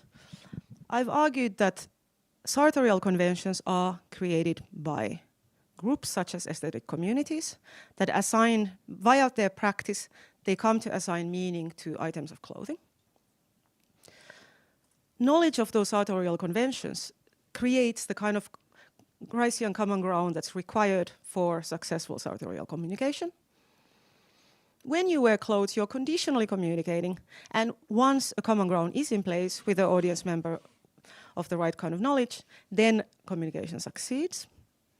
Now, what is it that you communicate in this case? Well, you communicate your membership, and via that, you communicate obviously a lot about you, because the aesthetic community is typically more than just some one little thing. They are kind of lifestyles. So if you go around, for example, if you're a punk, you go around wearing your punk clothes, people know a lot about you. Those members of the group, they get to know a lot about you. Also, within the group, you can communicate your personal style, because often personal style is built on top of the conventions. And not the least importantly, you also potentially partake in creating new sartorial conventions, because the group that you communicate with, they might see you wearing something new and cool, and they might adopt that. That might become now the new conventional item. And so finally, how does this relate to fashion? Well, we could think of fashion brands as, and particular fashions as kind of global aesthetic communities. And so it's not just that people follow fashion, they like certain things within fashion. And different fashion brands, for example, they have their particular style. And so when you like certain kind of fashion items, you also express your aesthetic preferences in terms of fashion. And so in that sense, what you might be communicating when you're wearing certain fashionable clothes is your adherence to a particular kind of fashion community. Yep, that's it. Time is out, so thank you very much.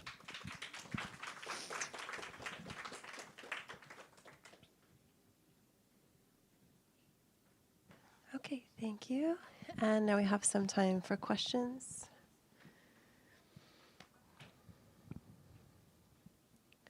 Any questions?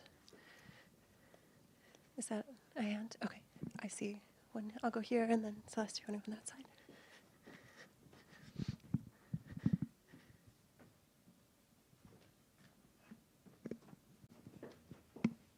Thank you. This is very useful.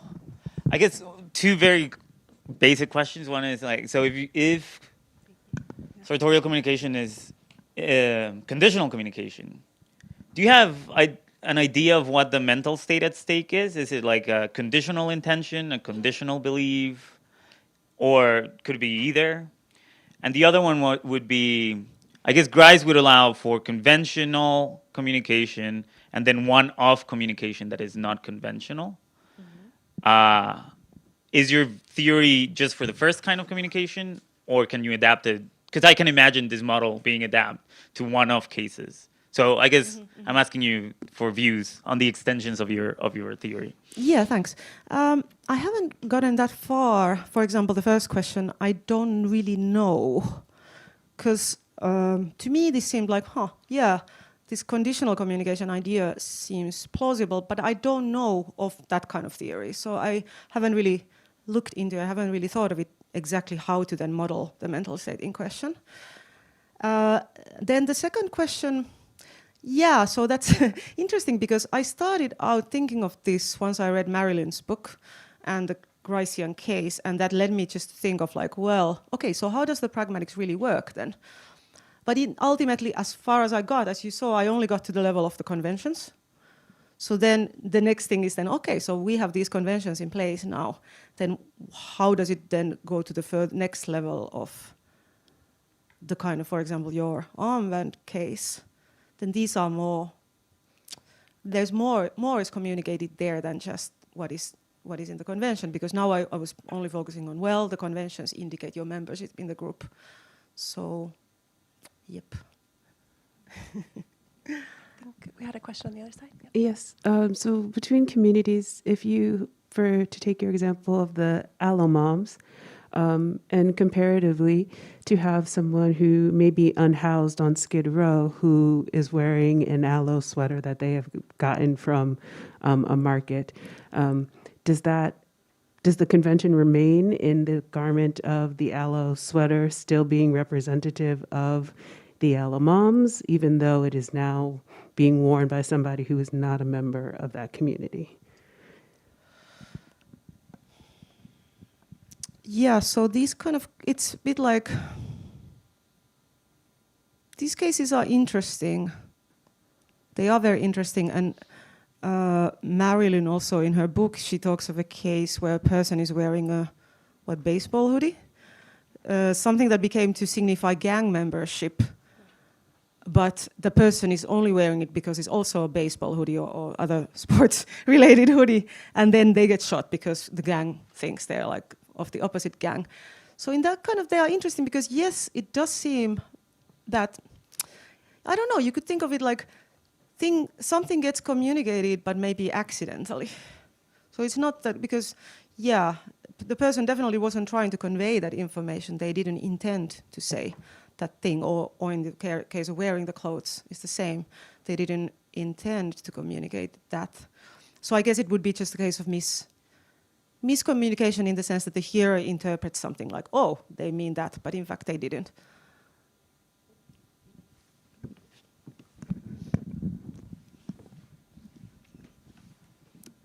Thank you. It's a very quick clarificatory question. About what you call communication. So if I'm wearing a hat with feathers and a very colorful hat, and it's somewhat evocative of exotic birds, for instance. Do you consider that a case of communication in the sense that I'm eliciting in you the evocation of a bird, or is it not communication? Because you've been talking about communication about oneself.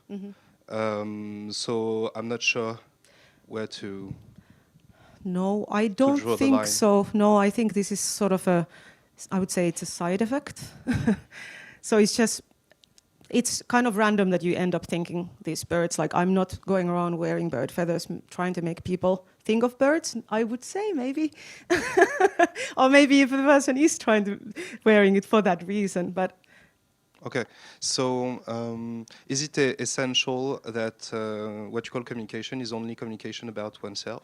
So I am a member of this community, I have this or that property, I'm in this or that state. It's absolutely not at all essential. No, it was just the kind of simplest to focus on the first person case, or like what is it that the person communicates. But no, I think it can be broader than that. If you have maybe an example of that, I'd be curious to see how they can extend to other cases. Well, if you think of the group memberships, the person is not only going around as an individual, but also as a representative of the group.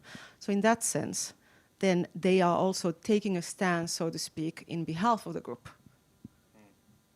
And yeah, in that sense, you could say, we believe this, like whatever they are wearing. Okay. Yeah.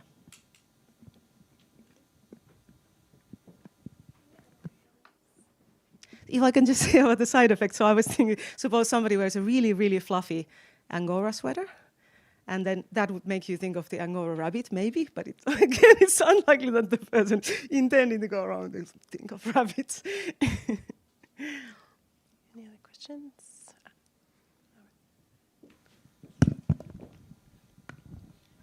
Thank you.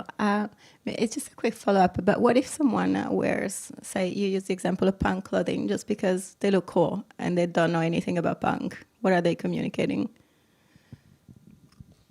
I think I'm thinking of this because aesthetic communities, as you see them on social media too, are changing a lot and constantly, aesthetics wiki and things like that. And most of the people join that specific kind of aesthetic, not because they know everything about punk, the music, the sartorial tradition, the protest, the history, but just because it's cool.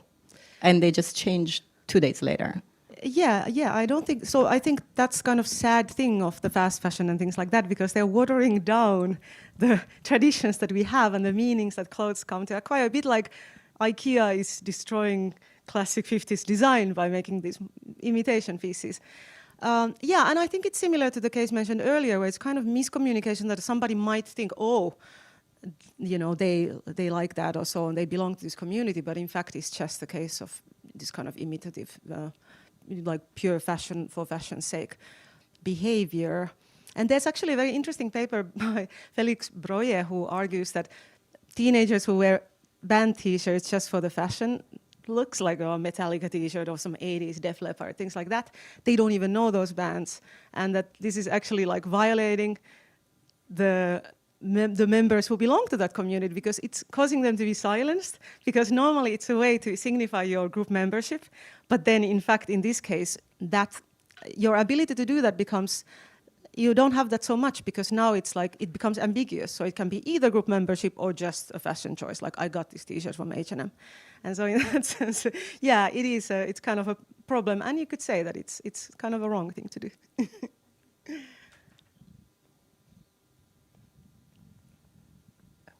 If I can, that's kind of a bad chair thing to do, but I'm just going to insert myself really with a quick one. Yeah. So as examples of aesthetic communities, you've given punk, for instance, but and there's a music tradition and so on, and that's a clear one to point to.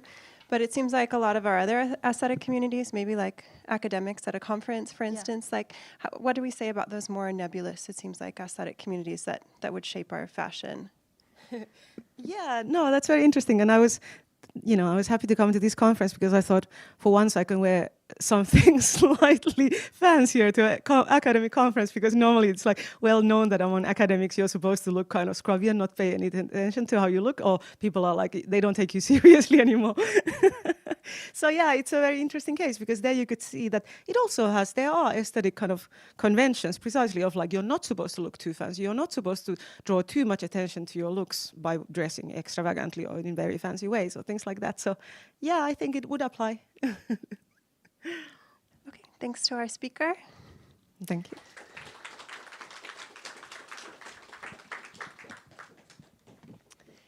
And next we will have a presentation by Hector Rosas, who will speak on From Wardrobes to Wittgenstein, a philosophical exploration into the language of bodily adornment.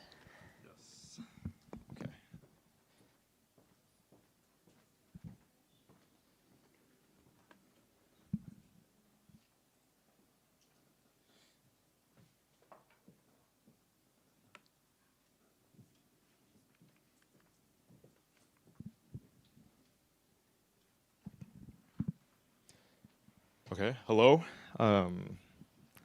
Is this fine? Can you guys hear me? So yes, I'm Hector. My, I guess, paper that I've been working with and that I'm presenting is called From Wardrobes to Wittgenstein, Philosophical Exploration into the Language of Bodily Adornment. Started actually under Dr. Johnson, so it's exciting to be here. Thank you for having me. A brief overview of what this paper is.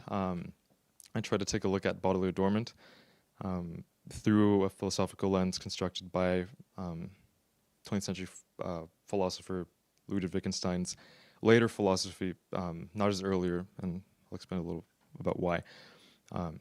Philosophy of language to complement Marilyn Johnson's reading of bodily adornment through Paul Grice's philosophy of language and communication. And so, in some sense, there's layers to where I'm working from. So my little structure begins by a little overview of Grice and Johnson's adoption of Grice, and then there's three arguments that I take from one of Wittgenstein's main texts called Philosophical Investigations. The first one is on language games, the second one on the private language argument, or the argument against the notion of a private language, and then third one's a little less related, but it's an image that he gives that I think helps connect his Wittgenstein's grounding of language games, which is the ancient city image. And so we've talked a little about Grice today, which is pretty cool. And the two of the main features that I took from Johnson's interpretation of Grice are on implicature, so very basically saying that there's a gap between what is said and what is meant to be said. It's not always perfectly relational, and that's something that early Wittgenstein did as well, where he said the meaning of words is, and of our language should be based on a picture theory of reality of truth of language, where acquisition of a word corresponds to the thing that it's representing. But then he moves on from that, but I'll get into that. And then the cooperative principle of communication, which Grice talks about, and which is very basically the under the table agreement that we engage or that we participate in when we're trying to communicate to obtain a certain goal or an end in a conversation. He has a lot of, qualifications for what the cooperative principle of communication extends to, but the four main ones are the ones of quality, quantity, relation, and matter. And so is what I'm saying appropriate? Is it short enough? Is it too long? Is it, for quality, am I saying something that's true to the best of my knowledge? Am I deceiving you? Again, becomes important. Relation, is it relevant to the conversation? Am I going to start talking about something else, about how jet-lagged I am, instead of, Wittgenstein? And the manner. So I guess when you go into manipulation of manner, at least in communication first, in verbal communication, a manipulation of manner or deception could be as irony or sarcasm. So anyways, Johnson then says, the way we communicate with bodily adornment parallels the way we communicate with words. And so that's been kind of established today, but I wasn't sure if it would be, so I put it anyways. And I guess two other parts to this are on non-natural and natural meaning, which a few people have already talked about, but if you haven't seen too many pictures, these are kind of derivatives of the examples that Grice and Johnson give. So one of them is bells. If I were to go outside and hear a bell and interpret it naturally, one might think, oh, okay, the bells are belling, and that means that the bell is ringing, like it's making a sound, but that's not what's really happening. It's there's a convention where it's like, oh, if I go outside and I hear the bells ringing, I think it's time to go to mass. And imitation of natural meaning, or the accentuation of natural meaning. So in animals, I don't think Johnson uses this example in the book, but I used to have chickens with my grandpa, and whenever they fight, they puff up their feathers as to appear bigger. And maybe so does Ryan Gosling when he wears a suit. This is something that Johnson talks about in the book, where the suit is to some degree meant to widen the shoulders, slim the waist, and make the legs longer, and as to convey the classical image of a Greek sculpture, right? At least in Western society. So again, a little recap on Wittgenstein.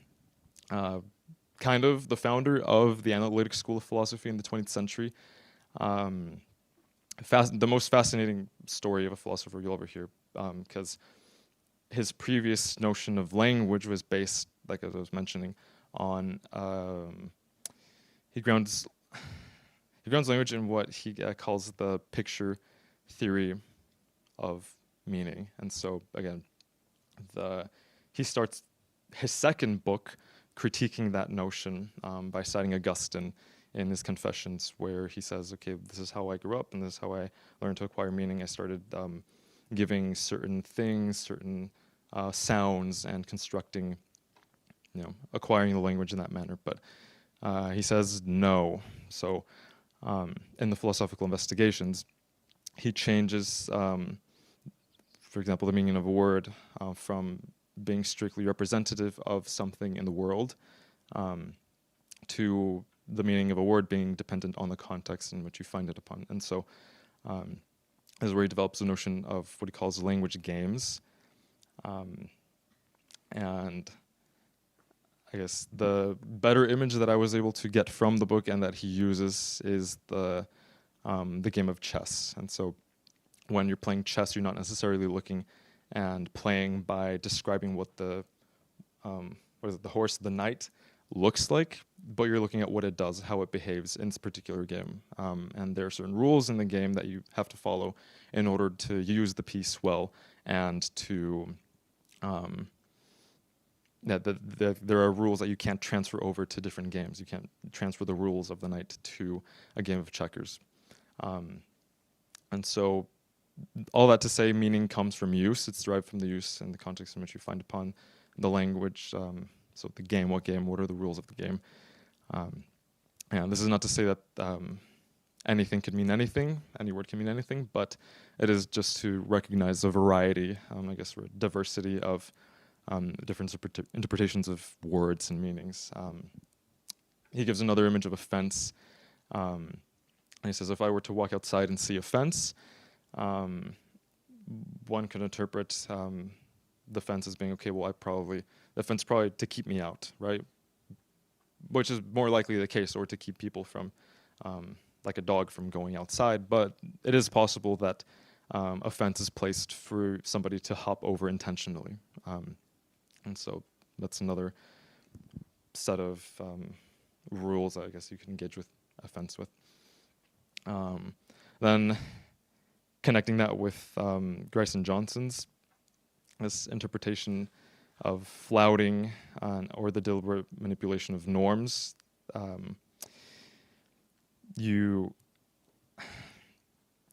get closer to what I'm trying to get to, just because with Grice, with the different maxims of communication, it opened the door for me to think about an idea of a grammar of clothing. And if I'm looking at language and looking at different language games, different styles of how I can construct sentences and construct meaning, I thought of considering prose and poetry as different language games, and this does get to different styles of clothing or bodily adornment, but in prose, there's certain standards, certain rules that you have to meet, and to some degree in poetry there are as well, but in poetry you're able to manipulate a lot of the words that you use, the diction, the grammar, the sentence length, the form of the actual page, and still have it count. It's still valid. It still makes sense in what you're doing in the act of poetry, whereas if I were to compare prose to formal wear, or what we consider formal wear in I guess contemporary or Western society, like that's one game that it's a separate game,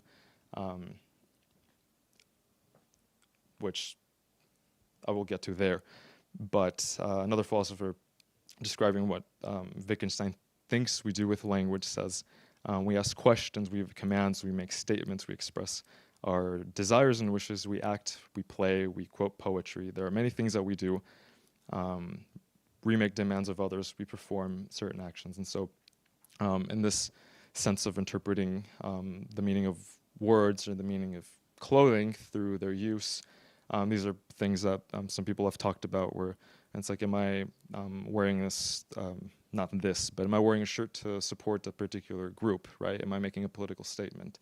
Am I, in a sense, making demands? Am I trying to be more creative, than even somebody just mentioned, I don't know where you are, but the clothing wear that you wear at a conference is very different than maybe, or at a typical academic conference. Like the last conference, one of the last conferences that I went to was in a theology conference, and so it was a very different attire norm. Whereas here, I'm looking at everybody like, wow, everybody looks really good. Like the outfits are a little more diverse. They're more expressive, and so in that sense, like I relate to poetry a little more. And so to represent that notion of a game and being out of the rules of the game, bringing the knight out of the chess board into the checkers board. If, that's not me, but if that were to be me and I were to be altar serving at a traditional Roman Catholic Mass at, at St. Peter's Basilica, and I wore this outfit thinking, okay, well, it's formal enough to me. It's like, no, they're not going to take me in because they have certain standards, certain norms that you are expected to follow. And, me saying this is not a, I guess, and there's no like ethical claim that I'm making. I'm just making an observation on the green shorts being out of place. Whereas, maybe if I were to see somebody walking at the institute here with that outfit, it's like, okay, that makes a little more sense. Like you're allowed to do that. You're allowed to bend those norms. And, somebody who I think is interesting is Billie Eilish, which again, you can interpret through having her own game, being in her own realm, but it works, unlike the previous example. Yes. So second point that I brought from Johnson's book, and then I saw a relationship with Wittgenstein in the Philosophical Investigations, is the what Johnson calls a little part in her book called Saying Nothing and the Private Language Argument. So Grice says that meaning is found beyond words. Yes, we've established non-linguistic communication, so meaning can found in bodily adornment, yes. So then we have what we intend to say versus what we actually say. And the idea here was that to say that one is not saying anything first verbally, but also with something that you're wearing is, it kind of recoils against to be, if you don't want to be interpreted, if you don't want to be recognized, because you are in some sense bound to be recognized and interpreted in a way that you're you don't meant to be. So like today I'm wearing all black, and you know there's a reason why I wore all black. But if I were to wear like an all black, my whole wardrobe was to be all black every day because I'm not making a statement. I don't care about what I wear, and it doesn't matter. That's like no, but people will make an assessment of that and interpret what you're saying. And so I don't know how many of you have watched Succession. It's great. And so in this little scene, and there's more on the linguistics side, I'll get to the private language in a second. But this guy, Connor Roy, and his siblings are trying to take over the company. Their dad is the CEO.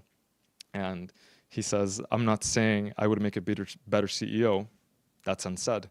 And then his sibling says, well, no, but you did say it. Like, that's not how it works. And Connor says, no, but I'm saying that I'm not saying it. So, in fact, it is unsaid. And so, again, that's the kind of recall that I think is possible with clothing, depending on what you wear.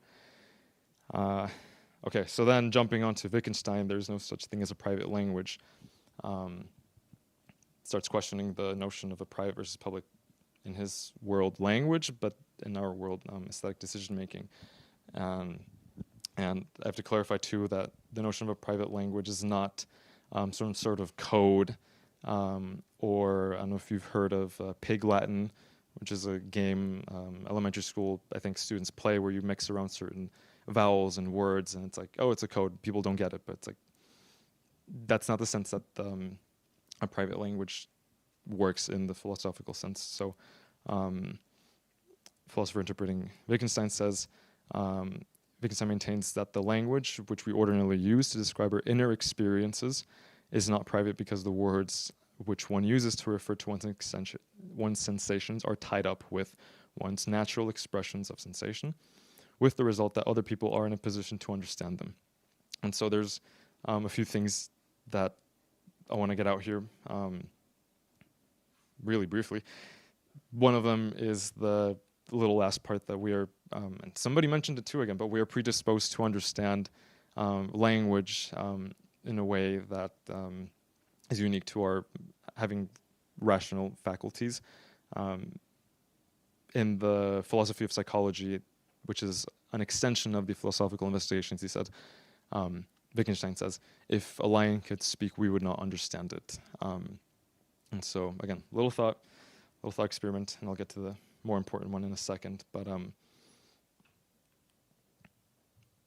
on private language, he gives the analogy of or the thought experiment of a beetle in the box. And so I'll read it really quickly. Suppose that everyone, I guess, in this room had a box with something in it. We call it a beetle. No one can look into anyone else's box, and everyone says that he knows what a beetle is by only looking at his beetle. Here it would be quite possible for everyone to have something different in his box. One might even imagine such a thing constantly changing, but suppose the word beetle has a use in the people's language. If so, it would not be used as the name of a thing. The thing in the box has no place in the language game at all, not even as something, for the box might even be empty.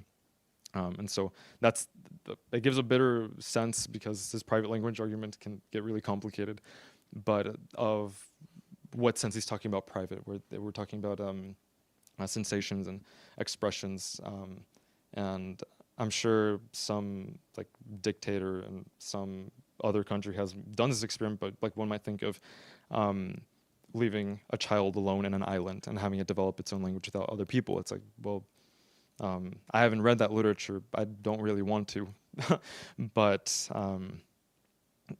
that's in the sense of where he talks about private language in sensations. He says that if every time I felt pain I were to draw a letter S, there's a conflict there. But important sentence here is that is to say, if we construe the grammar of the expression of sensation on the model of object and designation, so again looking at the Tractatus picture theory of meaning instead of deriving the meaning from the use of a word, the object drops out of consideration and is irrelevant.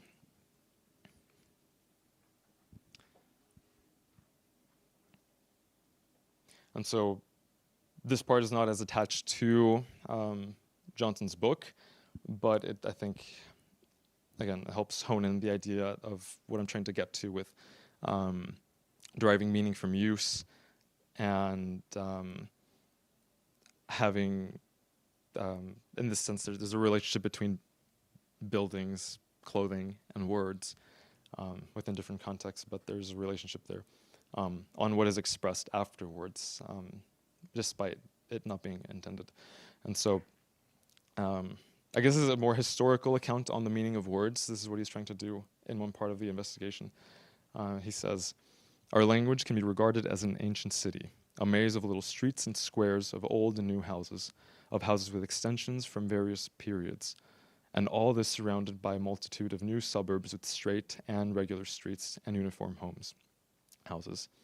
And then in the remarks on Fraser's Golden Bough, which is a different short text, he says, "A whole mythology is deposited in our language."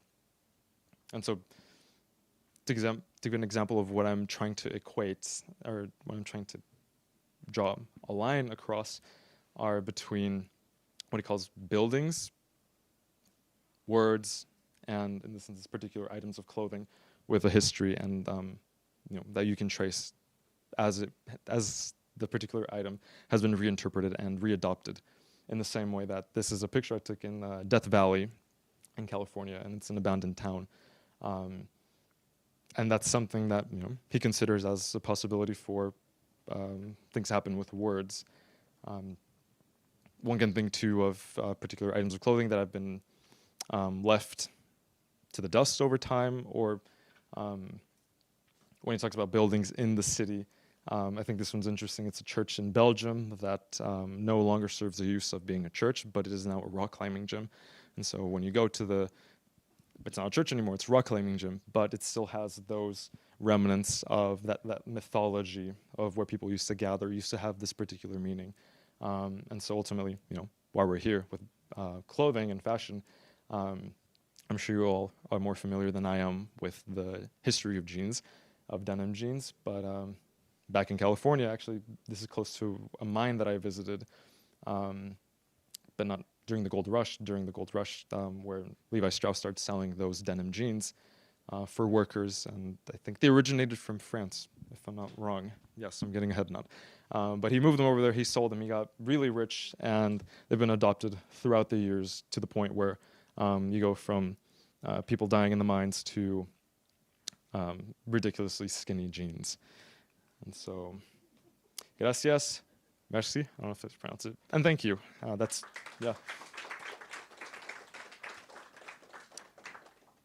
Wittgenstein's duck rabbit, which you should take a picture of. It's a cool image. Are you saying a duck or a rabbit? So.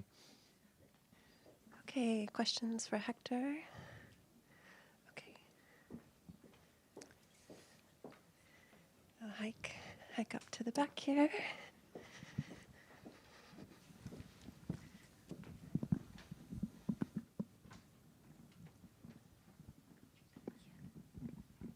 Thank you so much for the great talk.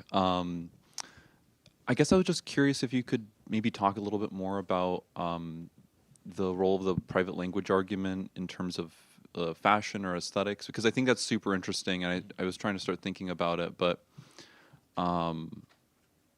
just imagining what someone might describe as like a private language in this sort of context, even though, right, like Wittgenstein says that we can't have private language. But I guess I'm just curious if you could, maybe I misunderstood something or missed something, but just if you could elaborate more a little bit on how, the private language argument relates to fashion specifically.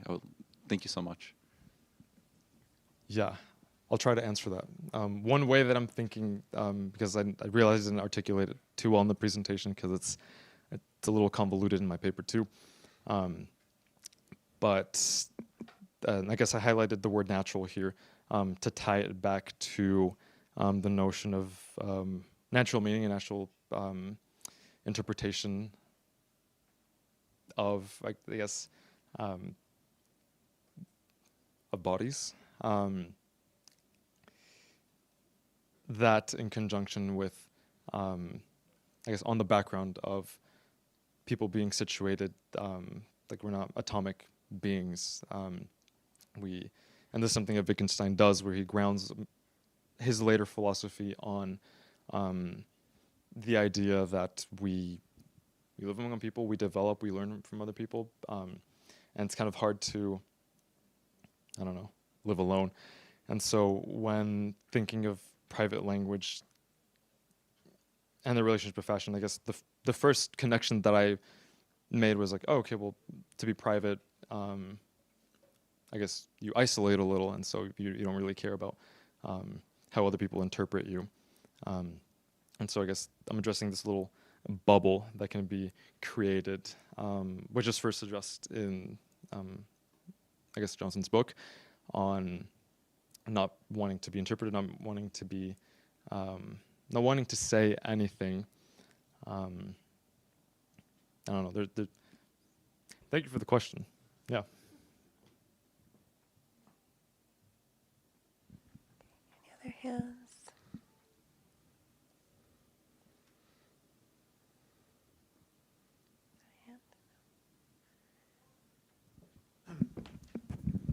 Thank you, Hector, for the talk.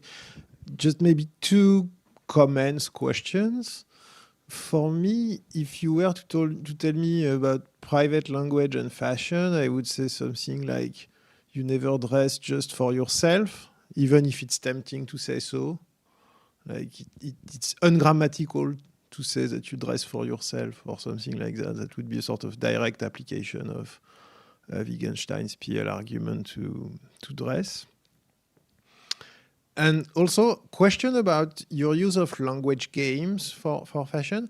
I was struck by the sort of parallel we could make with Sana's talk before on aesthetic communities, because there is a sort of similar idea, if I may say so, that both of you phrase differently. But this idea that it's appropriate or meaningful to dress given a certain context and shared knowledge of the meaning of certain signals, and that if you abstract away from this context, then an outfit becomes meaningless. Am I right in saying so? Yes. Okay, thank you. 100%. Yes. I guess I didn't articulate that here. I did on my paper, I think. But that's what I was trying to get to with the different contexts, and I guess in this new language that I'm learning, the communities, which might be different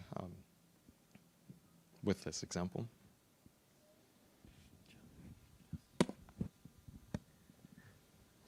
Any other questions? Oh, yes.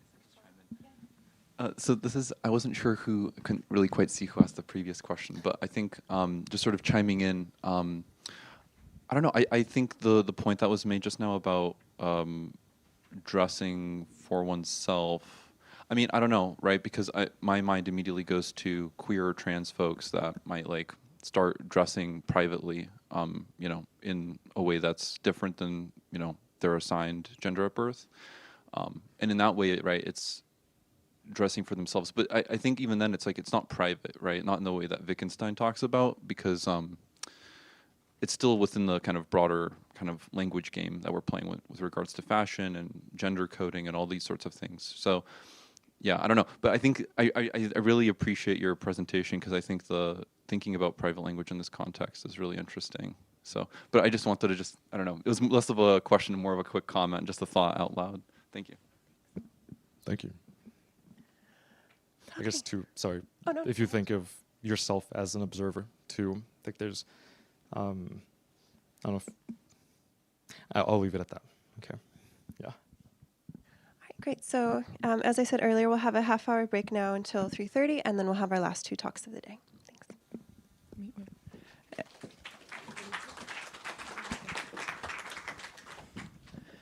And so to let you know, we have like few tickets left for the MAD exhibition. So if you want to go there, we have like, I think 5-6 tickets. You can come to me, and so you'll have tickets. Yeah. So for the speakers, we have there's 3 hours between the last talk and when our dinner will begin. So if you want something to do in that window, there's an exhibition on Paul Poiret at the Musée des Arts Décoratifs, which is pretty close to where we're having dinner. Just a little more context. Thanks.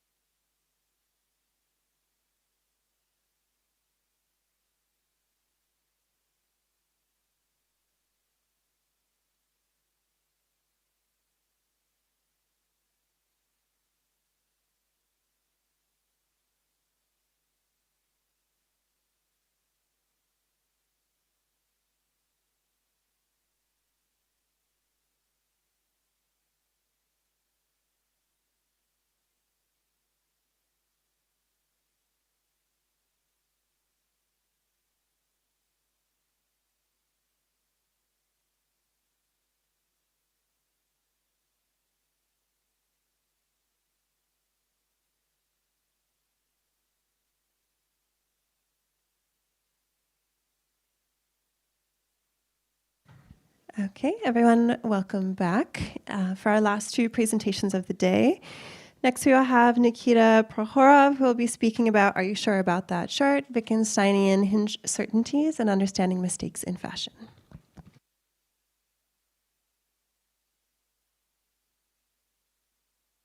Lovely conference, and for everyone for sticking around for these last two talks.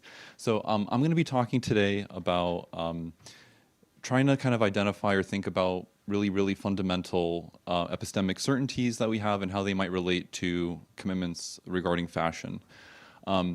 So let's just jump into it. So I wanted to kind of start with really silly questions. I think it's kind of playing at some of Wittgenstein's notions of nonsense. And I think this will make more sense, no pun intended, as I go through the presentation. But to begin a question, does the outfit on the left with no invisible jacket look worse or better than the outfit on the right?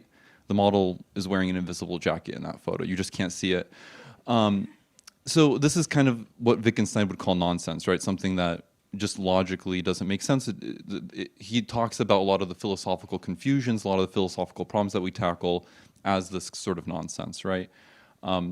And I think that this area of nonsense is actually really interesting, both for epistemology and Wittgenstein, but also in fashion. And we'll get to that kind of at the end. But I wanted to start off by kind of trying to center us in this kind of mindset. So just to begin, what am I going to be talking about today? So first I'm going to start by kind of discussing Wittgensteinian understandings of fashion. So looking at two scholars that have already kind of done some Wittgensteinian work with regards to fashion. Then I'll be talking a bit more, developing their views and discussing hinge epistemology properly from within Wittgenstein's work in Uncertainty, which is work published posthumously that he wrote as a collection of notes near the end of his life as he was dying. Really interested in questions relating kind of to idealism and skepticism, really trying to answer in response to, in part, right, the kind of skeptical concern, right, like how do you know that there is an external world? How do you know that you're not a brain in a vat? Without necessarily, trying to find some sort of foundation at the root there. Then I'll develop and kind of talk very briefly about what I kind of try and identify as fashion hinges, and then thinking about how we can apply those going forward. So one of the kind of first or most prominent or interesting Wittgensteinians that tackles fashion is Giovanni Matucci.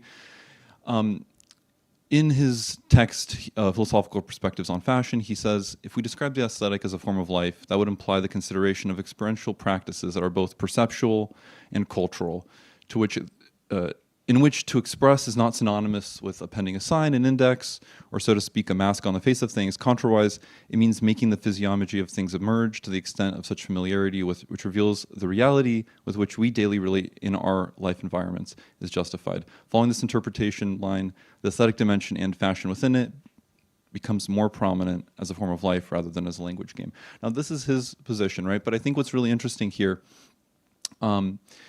is the way in which, as a Wittgensteinian, he talks about fashion as a form of embodied life, as a kind of practice, right? And that's how I'm going to be thinking about it throughout the rest of this presentation, as a kind of culturally informed, embodied practice that we all sort of participate in a sort of getting dressed, right? He here kind of shies away from kind of going down the full Wittgensteinian rabbit hole, says, this doesn't seem like language games, and kind of limits it to forms of life. Because I'm an epistemologist, I'm not super convinced, and I want to try and do more. So I'll talk about the next scholar very briefly. Our previous talk, thanks to Hector, had a lot of kind of great exposition and discussion on Wittgenstein's philosophy. But I'll just kind of also briefly go over it as well. So in Philosophical Investigations, Wittgenstein describes language games. He says it's easy to imagine a language consisting only of orders and reports in battle, or a language consisting only of questions and expressions for answering yes and no, and innumerable others. And to imagine language means to imagine a form of life, right? So when we talk about a form of life, it just means a way of living, but also it's something that's reflected in our language, right? is both shapes the sort of our activity, but also the grammar of our understanding and our engagement with the world. So Elena Abate takes this notion and kind of pushes it further and introduces rule following. She agrees with Matteucci in the sense that she also recognized the importance of the notion of a form of life in Wittgenstein's work, and specifically within fashion. She says, however, fashion can be both ordinary in its everyday dimension and extraordinary as fashion itself sets the seasonality and the novelty. People constantly dress themselves and in this way depict their interpretation of the cycles of fashion. We experience fashion every day without noticing that we are experiencing it. In fact, as a proof of this inner behavior, we dress ourselves up every day. And there's Adam Sandler. In some sense, right, fashion, people do look at him as a sort of fashion icon with a fashion, if we're thinking about it with like a capital F, or, also just in the kind of everyday fashion that we dress ourselves with a lowercase f. However, unlike Matteucci, she pushes this notion further and does kind of engage in the notion of kind of allowing for there to be some sort of rule following within fashion and within the kind of language games that we play in fashion. So specifically, she says that indeed our aesthetic competence is tied to aesthetic rules. Wittgenstein asked, in fact, what rule are we using, referring to when we say this is the correct way? If a music teacher says a piece should be played this way and plays it, what is he appealing to? This question is not as easy as one might think, and it requires an account of aesthetic rules in the first place and their correlation with aesthetic judgments, such as the teacher's ones. But yet these rules, these aesthetic rules have blurred boundaries, right? So I think that's in some sense where maybe Hector's talk was kind of inspiring to me, thinking about this notion of private language, right? So oftentimes our aesthetic tastes are determined both by our cultural experiences, our communities, our upbringing, our form of life, right? But at the same time, there do seem to be rules that govern it, and there do seem to be rules that govern our own judgments and aesthetic tastes. So taking this Wittgensteinian notion, right, I'm personally really interested in the late Wittgenstein, the later Wittgenstein, so uncertainty and philosophical investigations. So with Abate's kind of framework here, I was really interested in trying to see if we could push it further and really see if we could get to a more rigorous or more kind of fundamental Wittgensteinian epistemology of fashion, what that might look like. So in order to do that, let me kind of go back to talking about hinges and uncertainty. So as I said, Wittgensteinian hinges are, and uncertainty are a response to these kind of skeptical concerns, right, regarding how do we know our most basic propositions, right? So he says that is to say the questions that we raise in our doubts depend on the fact that some propositions are exempt from doubt, are as it were like hinges on which those turn, so like on a door.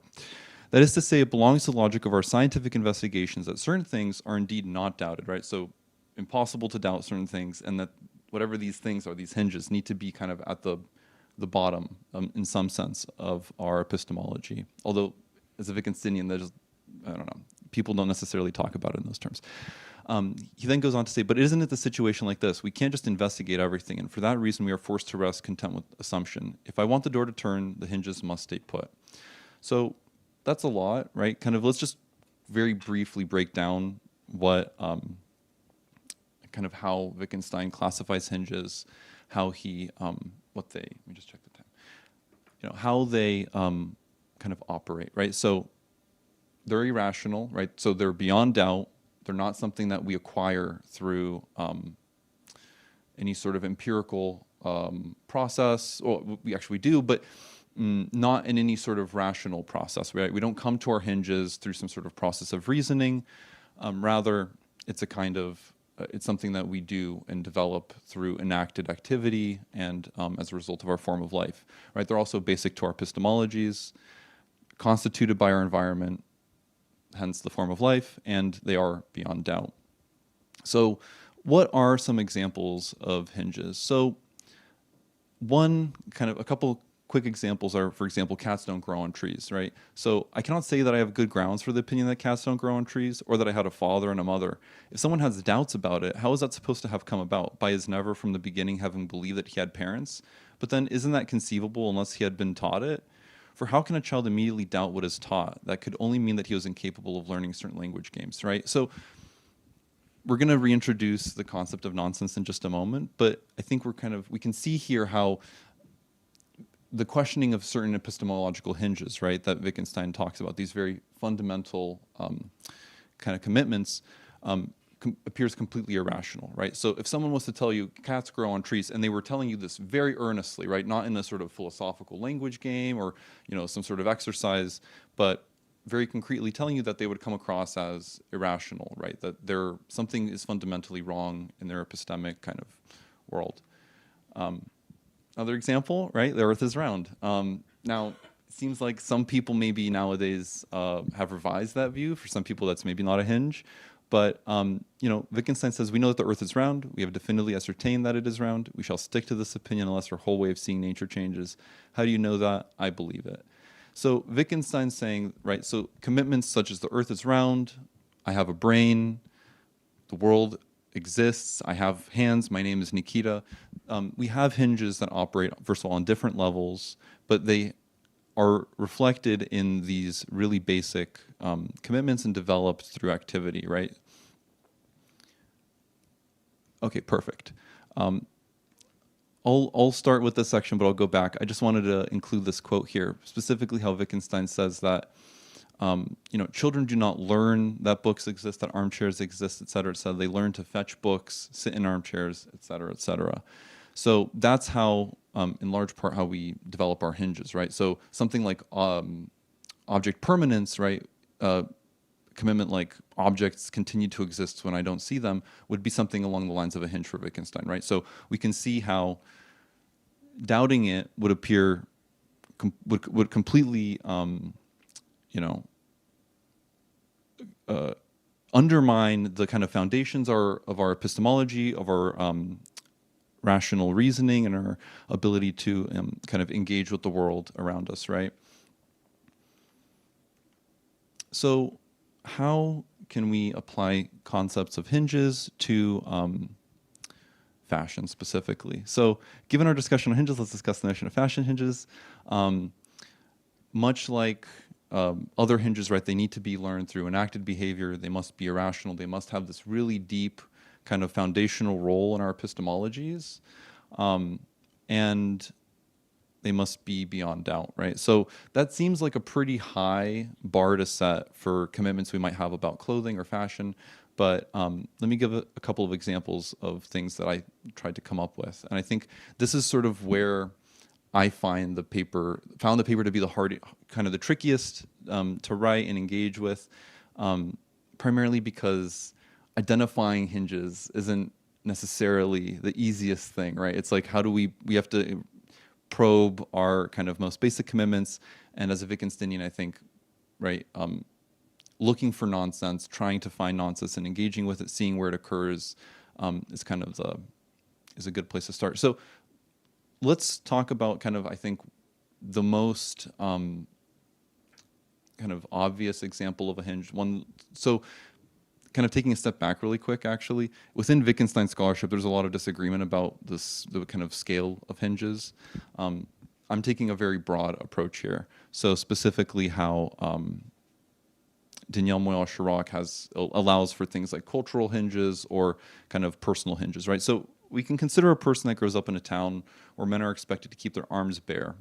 Since birth, every man this person has seen has had their bare arms, and this commitment to maintaining a particular appearance or embodied state is taken to be a matter of fact in their community. It may be possible to say that men bare their arms or men's clothing does not touch their arms may be considered hinge commitments on a cultural level, right?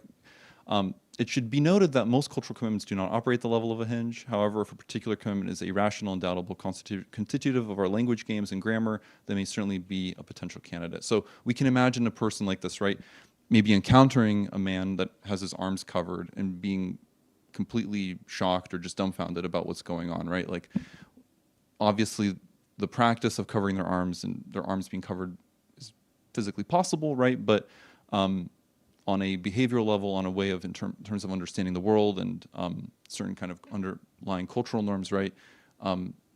There's going to be a bit of a rift between these two people, and the individual growing up in this community might be a bit, surprised or shocked. additionally, we have ones that are more empirically derived, and these are kind of more along the lines of hinges that I described earlier, such as, there's an external world, I have a brain. So things such as how we dress is contextual, right? So this notion that our dress depends in some part on what we're wearing it for. Clothes are worn on the body as opposed to not being worn on the body. Others perceive my appearance / dress, and also to get dressed, one must put on clothing. So, right, these are things that for example, if I was to say, well, to get dressed, you actually have to take your clothing off. It doesn't really make much logical sense. Same thing with others perceive my appearance / dress, right? So we have these underlying basic commitments about clothing that are deeply rooted, irrational. You've acquired them through activity. In some sense, they support your form of life and your worldview in that, you put clothes on your body. You do these things without really doubting or questioning them. And they inform your other cultural practices and your broader epistemologies and grammar. And when I say grammar here, I'm talking in a very broad sense, where grammar is essentially synonymous and kind of in part with form of life, right? Where the grammar that one lives or experiences is a kind of way of living and engaging with the world. So having identified a couple of hinges, I want to kind of go back to this question, right, of the invisible dress, or the invisible jacket, right? So we can see that kind of asking this question appears incredibly nonsensical, right? But I think that there are some kind of potential. Sorry, I just was checking the time. That went horribly. So we can see how there can be some potential areas of play, I suppose, for fashion within the areas of nonsense or kind of adjacent to them, right? So on a fundamental level, as a Wittgensteinian, I have to say, I don't think, right, unless we do things that fundamentally change our experience or our way of viewing the world, we really don't usually doubt our hinges, right? And it's not usually possible to doubt hinges if you're going to be continuing to play the same language games. So if we're talking about fashion, right, if you doubt fashion hinge commitments, or you might not be able to play the game of fashion. But at the same time, right, I think nonsense, as I was kind of addressing with this slide and kind of bringing up earlier, is really important to Wittgenstein. And I think that it has a lot of potential in terms of kind of a creative approach or suggestion, right? I'm not a creative individual in that sense. I'm just a philosopher.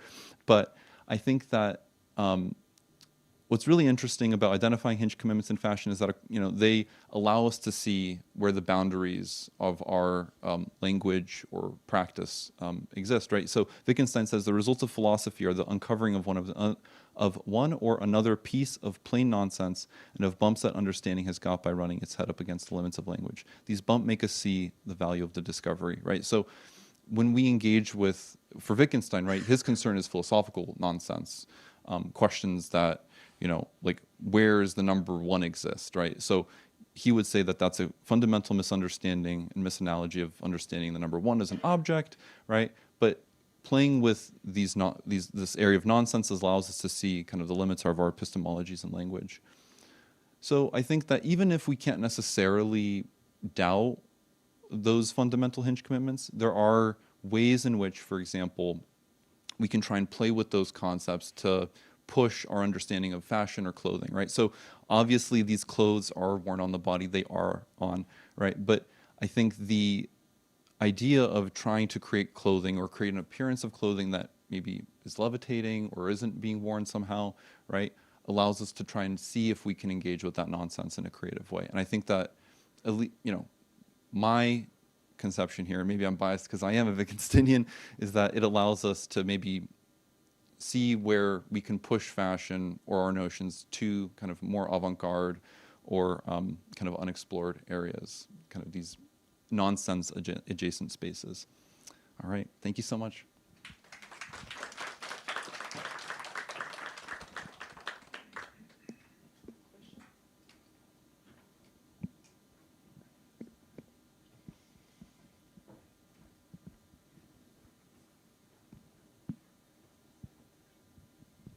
Thank you for your talk. This last slide and kind of what you were just saying here at the end, it triggered a memory of something that I haven't thought about for a while, but few years back ago, there was a lot of talk about, were they called NFTs? Mm-hmm. Right? And there, I remember kind of thinking about it because it was like, there's sneakers and you get all of this wardrobe stuff. And so I'm wondering, is that in any way connected to this idea of playing games with fashion or something like that, where you're talking about fashion and clothing, but it's in a completely virtual sense? That's interesting. Yeah. Yeah, I mean, I think something that kind of, I'm not really sure, but I think there's definitely some really interesting areas to engage with there, or some kind of things to be thought of. I think especially, right, when my mind immediately goes to like digital avatars and like video games or things like that, where they're dressed, but right, they're oftentimes, if we think of a character like Mario or something, like his dress is also his body.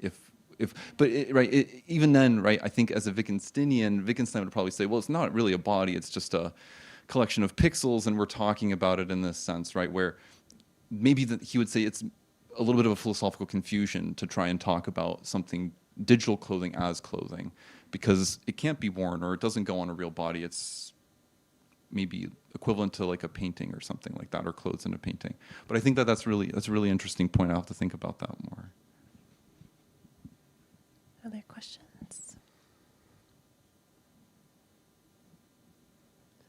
Well, I was wondering, so in your comment to Hector, you're talking about gender norms, and that seems like those are certainly hinges for a lot of people, and you didn't get into that in your talk, so I was just wondering what kind of thoughts you had about that, and maybe the way fashion can challenge those as well. Yeah, absolutely. Yeah, I think that I think I just chose to sort of stay in these more abstract kind of space. Not abstract, but I think that there are 100% are gendered hinges, right? There's a lot of work within kind of feminist Wittgensteinian scholars and feminist epistemologists that kind of, especially when it comes to testimony and things like that, right? But I think in terms of fashion, 100% that there probably definitely are gendered fashion hinges. So I think, for example, I think I was sort of maybe playing that a little bit at that with the example of the men with bare arms, right? I think 100%, right? We can imagine contexts where people are expected to dress a particular way. I think on that note, right, at the same time, those hinges do change, and I think that's an important thing to maybe address, right? So to say, for example, if we have this, maybe there's a hinge commitment in a certain period in history where maybe women are expected to dress a particular way.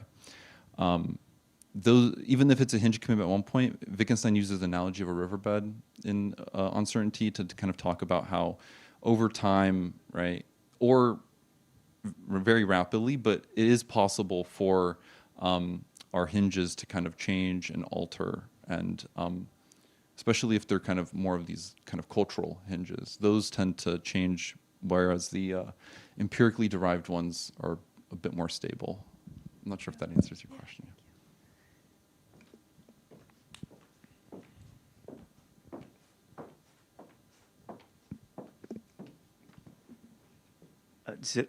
Thank you. So I guess I have a question about the connection you're making between hinges and nonsense. Mm-hmm. So the first one is it fair to say that your proposal is that there's a lot of value in taking hinges into non-hinge status, right? Like, so you recognize a hinge as an previously undubitable proposition, and then you, by pointing at it, now you make it a non-hinge proposition. Not quite. I mean, I think that for Wittgenstein, when you do that kind of act of pointing and identifying the hinge, it's like an academic philosophical exercise, right? It's Duncan Pritchard talks about epistemic vertigo as a concept, where when you encounter hinges, or when you're kind of engaging with them, you kind of experience a sense of anxiety. So it's for example, the notion like there is an external world, right? There's still a lot of people doubting that in philosophy, and there's a lot of discussion about it. I think just by identifying a hinge doesn't necessarily take it out of hinge status. I think there is, I guess with this slide and the connection that I'm trying to make, right, I think that it's more so that by identifying hinges, we can play adjacent to them, right? I don't think necessarily that, well, I mean, if someone manages to make a piece of clothing that's totally invisible, right, then that's like incredible, and we can update our commitments then, but that's a pretty radical change and kind of technological advancement. I don't know. I'm sorry. Does that answer your question, or because I'm not sure. Yeah, I mean, but it helps. The answer no helps. So sure. I mean, yeah, we can talk later. Yeah, absolutely. Yeah. Okay. Any other hands? Okay. With that, we'll thank our speaker. Thank you, Nikita.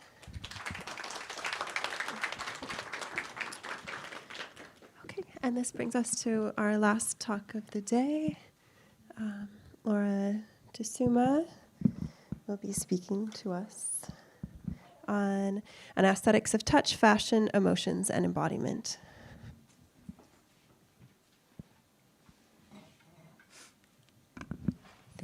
Thank you.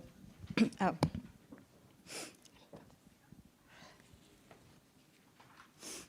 And up.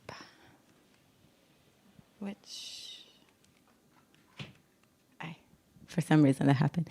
Okay, thank you for being here and thank you for staying until the end. So this talk is based on my last book, which is currently in progress. So as you will see, there are going to be some ideas that are trying to flesh out, but they're probably not completely developed. So, all right. Okay. I got it. Okay, so this is a conference on fashion and on language and on meaning, and I'll make just a very general consideration. Very often when you talk about fashion, when you talk about histories of fashion or accounts or definitions of fashion, one of the things that emerges is the presence of dichotomies or, broadly construed opposing categories. So something, enhances or erases or something, stresses or something, compresses. You have naked and dressed, of course, in ordinary language, but it's also one of the components that appear when you look at accounts of fashion and definitions of fashion in history. So this is going to be a very, very quick overview, but you have Walter Benjamin, and Walter Benjamin, in his always poetic and absolutely amazing language, who talks about fashion as a tiger's leap into the past. And part of his account of fashion is the comparison to surrealism and to alchemy, and so to the possibility of putting together elements so that are completely opposite to each other and create something that brings the past into the present and kind of it gives us with an expectation of the future. Dichotomies are present in Georg Simmel. This is a sociological account of fashion that has been mentioned before. There are a lot of dichotomies in Simmel's account, but one of them is, generality and individualism, and that's why I have, a sketch of a suit, because it's one of the examples that Simmel uses. So a suit is it's some kind of a symbol of uniformity, right? Like you wear it to go to work, but as we know from the history of tailoring and men's dresses, from Baudelaire to the Black Dandy to Tom Brown constructions, the suit is also a way of distinguishing yourself, or finding something that is absolutely unique, and so not general about your look. Svensson has been mentioned, is fundamentally a criticism of fashion, but also in the criticism, the dichotomy ends up being, fashion is trying to propose something new, and instead of just recycling things. So it's once again that's a contrast. And one more, but there are many others. So Richard Schusterman has a very cute essay on his experience as a fit model. So, medium size, and he has a very interesting conversation about the fact that is an opposing category in and of itself. What is medium? What is average body? How does that fit? What is the fit model? When you look at runaway models on the runway, they don't have a medium size. When you think about the global population, there is no medium size. So what does it mean to actually have that as a fit and so as a standard? So is the medium the most desirable thing to some extent? Okay, so these are all the dichotomies and opposing categories that are essentially based on an analysis of fashion that looks at the visual aspects of fashion. And there's absolutely nothing wrong with this. Of course, there is a huge visual component in fashion. It'd be ridiculous not to think about it. But my book is actually a book on fashion from the perspective of touch.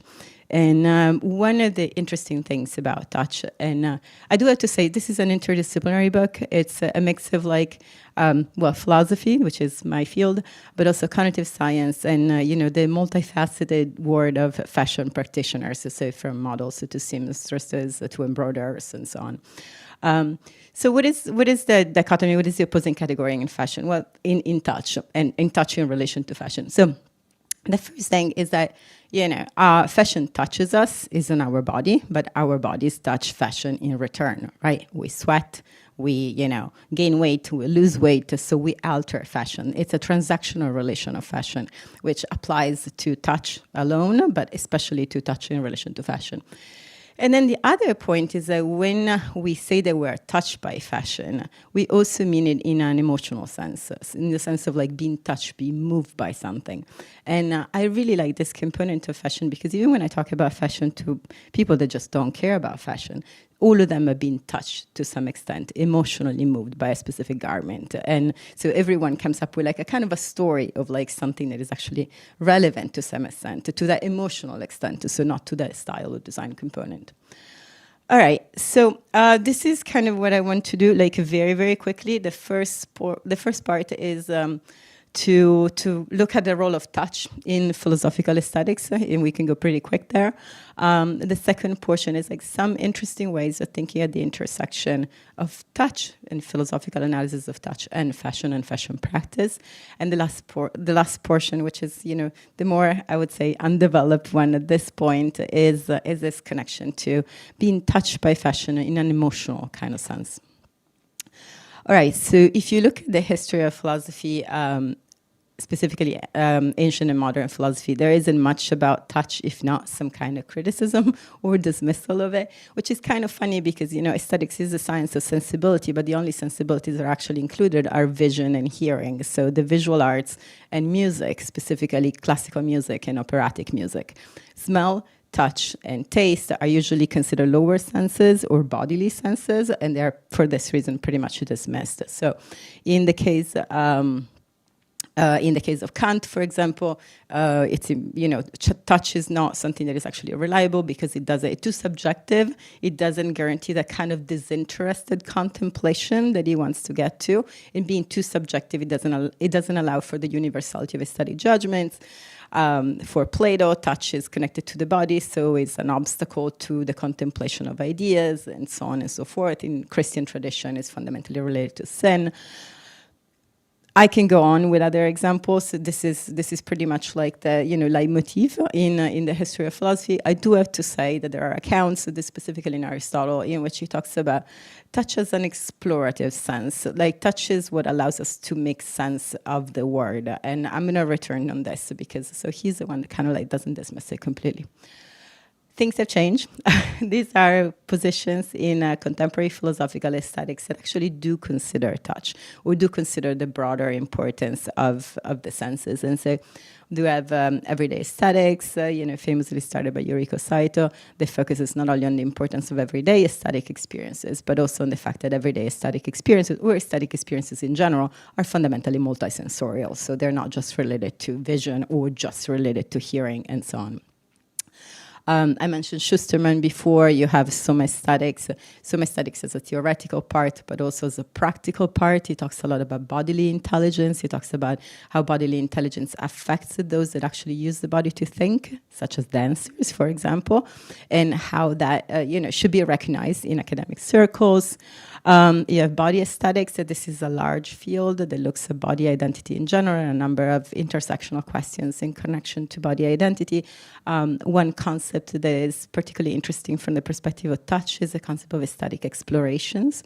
And so how something that is potentially disgusting and unappealing to you can actually change if you actually focus on the exploration of that very thing by finding things that actually can be appreciate it. See, I think, for example, of like looking at a scar and then actually touching it and noticing, like, you know, how soft the skin is, but also starting to notice that that very process is something that makes your body this magnificent thing that can kind of like reconstruct itself. And then lastly, and this is where I'm going to make a linchpin to fashion, there is Caroline Korsmeyer work in the aesthetics of ruins, and she talks about the experience of the genuine. Why do people go see the Acropolis in Athens and spend money to fly everywhere across the world? Because they want to be in front of it. It's not the same thing to look at it on a piece of paper. It's not the same thing than like opening a catalog or, you know, getting a postcard. You want that kind of experience. How does she justify that experience in terms of touch? And she talks specifically about actual touch, hypothetical touch, what is possible touch? Possible touch is, you know, when you go to a museum and you go to see an exhibition, you see please don't touch everywhere. And, you know, what I tell everyone is just, well, the reason is that the first thing you want to do is to actually go and touch. They wouldn't put it otherwise. But when you see a sculpture, that's kind of like your first, I mean, I have a 4-year-old, I can tell you, that's the first instinct. And you immediately go touch it. And so you could, but you're not doing it. And then you have the hypothetical touch. And this is the one that she connects to ruins and to the experience of the genuine. Maybe there is a way of being in touch with that. We talk about being a touch distance with the past. And of course, like, you're not touching it, you're not there, but there is some kind of cognitive penetrability about it. So there is the sense of actually potentially touching that thing. And touching that thing means be in the shoes maybe of the people that live there. This is like a little bit harder to explain, but it's really that kind of specific kind of connection. And you know, Caroline Korsmeyer talks about ruins specifically, but I, you know, think we have all, I think we all like have something from a distant relative, or, you know, I still have a lot of like item of clothing or jewelry from my great grandmother. And I'm in touch with our past when I use them. And I know I'm not the only person that kind of like cherishes something from the past. But there are people that do this for a living. I've enjoyed very much talking to fashion conservators, and fashion conservation is a branch of textile conservation, is the most modern branch. You actually don't have any kind of institute for fashion conservation until the 1960s, because people didn't think that clothes were something that needs to be conserved, also because it's fundamentally women. But fashion conservation is different from textile conservation in a number of ways. And someone like Sarah Scaturo, for example, talks about the fact that you need to preserve not just the clothes, but the body of the person that lived in those clothes, which in some cases might mean that the sweat stain needs to stay. In some cases means, and that's the example of a maternity corset from the Victorian period, that you need to be able to see, and you see this in Victorian corsets a lot, like for every pregnancy there is a little bit of an adjustment.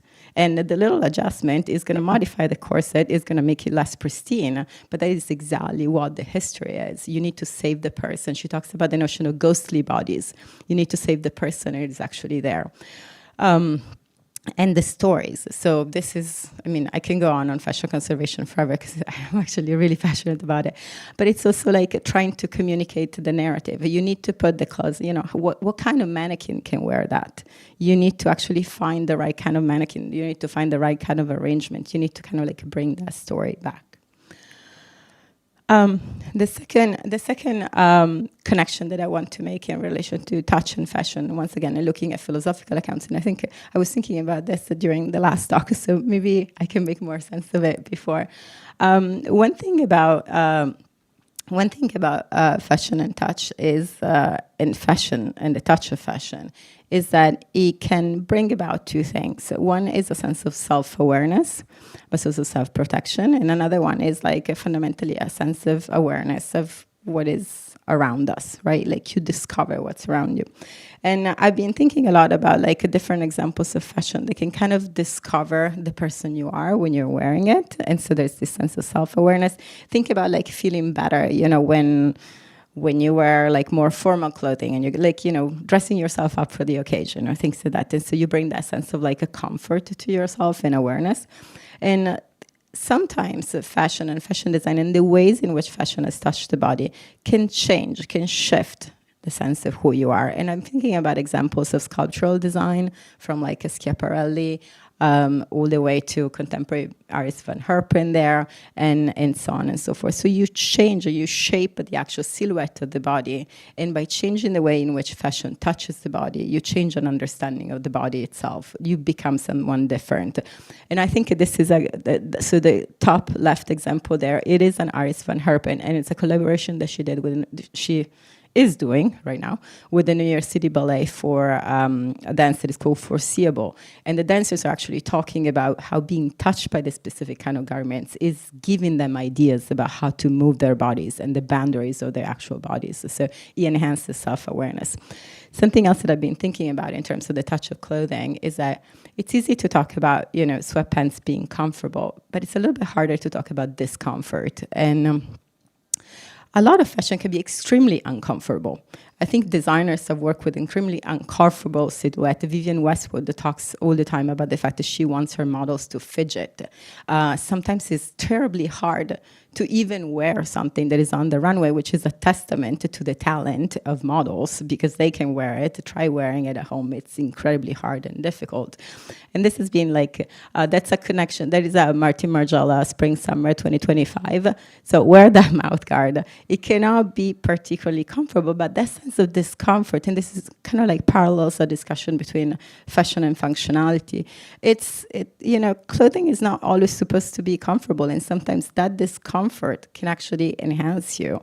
It's a very complex conversation, but think about discomfort as a protest, or discomfort in certain styles, or discomfort to achieve something else. And, you know, obviously there are like negative sides to it, and that's why I put, that is a 1962 mockumentary from William Klein that is called Who Are You, Polly Magoo? If you haven't seen it, you can find it on YouTube, and has this, you know, opening scene in which models are, it's a satire of the fashion industry, and in which you have models wearing this aluminum clothes that cuts through the skin, and so they have to kind of like run backstage where someone puts powder on the cuts so that you don't see the blood, and then they go back out, and it's a whole thing about like the discomfort of the runway.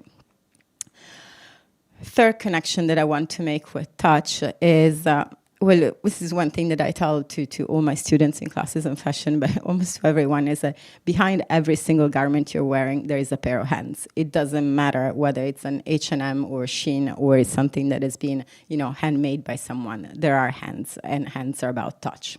And so there is that kind of construction. And one specific kind of touch is particularly interesting to me is the case of embroideries. The case of embroideries is specifically because we find them across the world, and the kind of knowledge that comes with embroidery is very specific, is very detailed, and in many cases is nonverbal. So you go to a number of places across the world where, you know, you have absolutely illiterate women. It's 99.9% the time it's women that at the same time can do this embroideries. They are like as intricate as the most intricate math problem, and they pass it on from generation to generation, and they're all embroidering at the same time in the same room. And it's literally the movement of the hands and the specific kind of touch. And if you have an interest in embroideries, you know that the first thing you want to do is to look at the back and touch it. And that is really where you have that kind of, that sense of a lot of things, of, you know, artistic achievement, but also connection to that specific community, because embroideries are also a way of, going back to Korsmeyer's case, of being in touch with the past. Through embroideries, you tell stories of traditions, of cultures, you tell religious stories, you tell community stories, family, and so on. This is Zardozi from Rajasthan. It's extremely expensive. It's usually like always like a gold filament. And then the other example is that a thread from Palestine, and I was hoping to. I have a student who has been working on her own family tetrets since the beginning of the semester, and I was hoping to show you that, but she's not done yet. It's not the end of the semester. Okay, so let me get to. Am I doing okay? Let me get to the last point. So, okay, we talked about philosophical accounts of fashion and touch. We talked about potential applications of these accounts in relation to fashion and fashion practice. And the last point is about emotions, and so this idea of being touched by fashion. So why do I want to talk about emotions? Well, I do come from philosophy and a little bit of cognitive science, and there is this theory that actually dates back to William James, so it's not a contemporary theory, that says that emotions are feelings in the body. And the theory has been criticized quite a bit, in part because, emotions are not feelings, feelings are not emotions, but it's also been kind of like revived recently, and with quite a bit of empirical evidence, And, for example, if you cannot feel a specific thing, very often you don't have the corresponding emotion or the expected emotion. And also because we have a lot more studies on embodiment, and we have a lot more like a crossover between phenomenological studies and cognitive studies. Interestingly, to that extent, and I'm not saying like if I completely like abide 100% to this theory, but I think there is something very interesting if you connect it to fashion. At the same time, in parallel, you have a number of accounts in fashion, from the idea of fashion as a second skin to the work of Elizabeth Wilson in Adorning Dreams. So they really look at fashion as some kind of a skin, and it's a skin that protects you, but it's also a skin that like emotionally makes you the person you are. It's literally your skin. It's something that you're wearing. It is something that is directly on your body. So how can we think about the kind of emotions that fashion touching our bodies can generate? What kind of emotions can fashion generate? And this is a complex question, and something that I began to investigate. At first, almost immediate response is that designers have thought about this for quite a bit of time, and you do have a number of designers that are working with technology to create haptic outfits or kinesthetic outfits that essentially connect a specific kind of touch, the specific reactions that your body has, that the clothing has, and your body has. So both internal, in terms of what your body can actually provoke. If you're nervous, you're going to be like shaking a little bit, and so your clothes are going to show that. But also external, in terms of like what touches the actual garment. And it's there are a lot of fantastic creations and interesting like experiments, but I just invite you to think of what the world would look like if your clothes, because of touching you, would show your emotions, at least your basic emotions. What would happen to like do the thought experiment in your head? What would happen to social relationship if my emotions would become visible on my body because of my clothes? We spend so much time, think about what Simo would say. We spend so much time, understanding society in light of what people are wearing, and I think that what people are wearing would actually show what people are feeling. That would be quite shocking, I believe. And lastly, the point that I want to mention is this idea of like being touched by fashion in the everyday, in relation to the everyday. And of course, I'm touched by specific clothing, like I'm attached, I was mentioning, like I'm attached to something that I inherited from my like great grandmother. And we also understand the touch of fashion, like, we are a safe distance from the pandemic, so I think I can mention it. But, in the pandemic, sweatpants and just staying at home is that specific kind of touch with a sense of comfort because you're working from home, but I'm also pretty sure comfort because of everything else that was happening outside of your home. So you needed something to actually make you feel better. I have specific kind of clothes that make me feel better, and I have other clothes that do exactly the opposite, but I can associate those clothes less with a look than with a specific kind of emotion.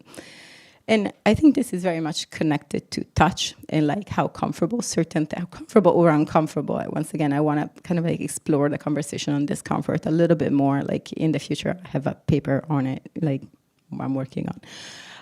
But a lot has to do with the durational and temporal nature of touch. Touch is a very interesting sense. In addition to be transactional, you cannot touch without being touched.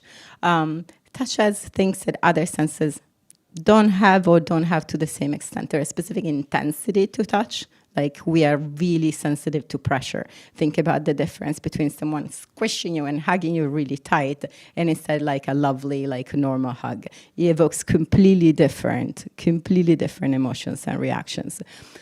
the second in which someone touches you, you have that sense of self-awareness, so you're immediately thinking about your position in the world, and you're doing the same thing by touching other things. So there are a lot of things to be said about active and passive touch. And there is a sense of duration that attaches to touch too. In a very basic idea is that you just wear the same clothes all day, right? Like you don't do the same thing all day, but clothes stay on your body all day and follow you all day. And sometimes that temporal, the quotidian, also stretches to periods of time. And the fact that clothes touch you for like such a long period of time or short period of time or the specific intervals that actually mean a lot. Being touched by a wedding dress, okay, for just that specific day, then leads to a specific series of emotions. So this is a way in which I'm trying to tackle the question of, yes, close touches, but how? What kind of emotions? And so I think the temporal dimension gives me a hook into understanding that. And this is why I want to introduce this very last concept, this idea of like touch as care, right? I talked about fashion conservation before. And fashion, and very often conservation is connected to fashion curation, and so how you organize specific things. And being a curator comes from the Latin cura, that means to take care of something. And I think this is a term that that should be very, very close, should be connected to the case of fashion. And I'm thinking about touch as care because, we get dressed every day, but there are also cases which are quite significant in which we share clothes. Maybe grown-ups, as my son would say, adults don't share clothes, but it's a ritual in life. If you have a brother and a sibling, you're actually exchanging that kind of touch through family. You have, maternity wear, and how I actually started working. I started having ideas about this book specifically during the pandemic when no one could touch anything. And while at the same time I was also pregnant. So like my body was feeling completely different in relation to my own clothes. But it's definitely something that leads to specific kind of emotions. And then dressing children. Children are probably the only creatures that we can touch and dress independently. And when we dress children, yes, of course, we might think about, how cute a specific kind of outfit can be. But the first thought that anyone has is that those clothes need to touch them well and need to take care of them. Merci beaucoup.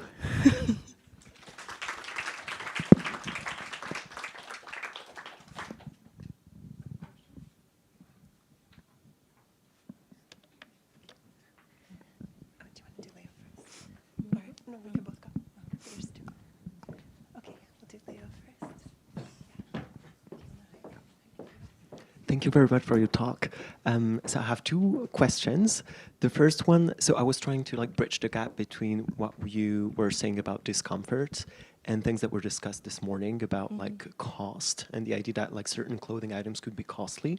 So the example that you showed, would you make sense for you to consider that, for instance, things that are uncomfortable from a touch perspective are things that are costly in the sense that when you see somebody wearing that's actually painful or hard to wear, you infer something about them being say powerful or that they can actually afford that, and so you're trying to make sense of discomfort, and you're trying to make sense of their relationship with touch. I think so. I think we, it's you find a certain power in discomfort. This is why maybe I can expand a little bit more. There's a whole discussion on is fashion functional? Yes, of course clothes are to some extent functional, right? There are seasons, so there is a specific way in which you want them to fit the body. But function is not necessarily what dictates the evolution of clothing. And comfort and discomfort works in a similar way. I think discomfort is particularly interesting in a sense of touch because quite basically you would say, why are you doing that to your body? And then you make sense. You need to make sense of it.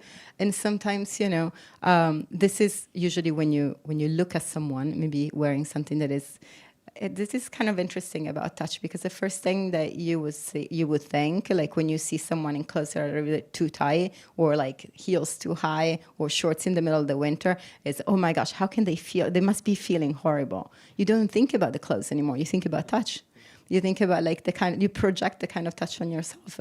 And so because that kind of experience, like immediate. Yeah, I would say absolutely. Like you have to make sense of it. I'm thinking about how designers actually make sense. Instead of making sense of it, they intentionally provoke discomfort so that it can lead to that specific conversation, which can be an act of protest, can be an extremely revolutionary kind of conversation. Yeah. Thank you. And just like a very short comment, because like that made me think about something. I was thinking about, okay, so do we have like any examples of like languages that do actually primarily rely on touch? And so I was thinking about like deaf-blind sign language, for instance, which uses like touch as, say, combined like with signs as a primary way of like actually like conveying meaning. And I was wondering whether that was too much of a stretch to extend what we know about how these signed and touch-based languages work with regards to what you have in mind. Do you have any idea about that? So in relation, so that's very interesting, like in relation to touch, and also like touch being like the external senses. So, you know, I got here yesterday and I'm staying in an Airbnb and I just don't know exactly like where the light switches are, and so it's all dark. And obviously, what do I trust? I trust the sense of touch, right? Like I'm putting my hands everywhere.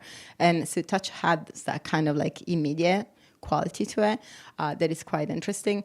I'm also thinking, like you talk about like languages that are connected to touch, but I'm thinking about how touch is becoming like an inherent component of how we understand ourselves. And so I'm thinking about wearable technologies. You know, I'm wearing one myself. And I have a chapter of the book. I mean, I'm writing a book on material culture when everyone is talking about AI. That's like typical me. But one connection is really the fact that, you know, to some extent, we're also bringing touch to that direction. So we're finding through touch a language to understand who we are, who our bodies are. And, you know, maybe we don't have the actual words to explain that. We cannot do that visually, but we can do it by wearing something constantly on ourselves. So it's definitely something I'm exploring. Thank you. Thanks. Hi, just likewise, just one quick comment and then a question. I thought, first of all, just thank you for the wonderful talk. Can't wait to read your book. This is very fascinating. I have to finish it. Of course. Well, whenever it's done and published and stuff. But the quick comment, I guess, is your point about wearing and seeing emotion on the body. I guess the very first thing that came to mind for me was my own childhood and like mood rings specifically, and how that was like a really big part of that. And I mean, I think there's modern day or like tech bro kind of equivalents now. Or my apologies if anyone's wearing one, but like my friend, you know, showed me how her brother's into these watches, and it's sort of like a, you know, fancy mood ring. But I thought that was just a really interesting point, and yeah, I don't know. That was just a quick comment. I guess my question is, thinking about your talk had a lot to do with touch and a lot to do with hands, and I thought especially your comments about like the way in which touching clothing, in some sense, connects us to the people that had made them. You talked a lot about different scholars that touch on touch or talk about it. I guess I was wondering if Merleau-Ponty kind of plays a role in that for you and how he might fit into that, because I think throughout your talk, all I could think about was like his discussions on phenomenology and specifically like hands touching each other and all of like the things making themselves kind of available in the visual or phenomenal field. So yeah, So the short answer is yes. I consider Merleau-Ponty, of course, like as one of the influences to talk about this, and I do have to say, I'm surprised by the number of cognitive scientists that really start. You know, there are studies that then are extremely scientific using phenomenology and Merleau-Ponty as a source of inspiration. Virtually anything of embodiment is recognizing that, and to me, like that is a good and positive crossover between like, you know, something that is usually, or at least when I started studying philosophy, was considered continental philosophy that you're not supposed to talk about, and you know, and contemporary analytic philosophy and neurosciences. So. Yes, I do have to say, like, another idea. While I want, like, the transactional nature of touch, this idea, like the word touches you as you walk through the world, right? And that is definitely something that I think Merleau-Ponty would agree with. In my previous book on fashion, I talk about. I like to say that, first of all, I'm talking about fashion, but I do have to say, like, I'm kind of like putting dress and a number of other notions like all together. So I'm using it in kind of like a a broad sense, but like I talk about fashion as the two fashions. So like it's always something that is a noun and is a verb at the same time, because fashion is fundamentally performative. Like if you just buy something and you leave it in a closet, you might just as well not have it. And the performance of fashion has a lot to do with touching it with your body and with allowing the rest of the world to touch it. And so maybe that is the basic performance of it. And then, of course, you can talk about, the actual performance of the runway. You can talk about, I talked about film costumes and how those actually perform to some extent. But yeah, I think all of this is very much connected to Merleau-Ponty's work and the being in the world that fashion does. Thank you. Okay, maybe, time for one last question if there is one.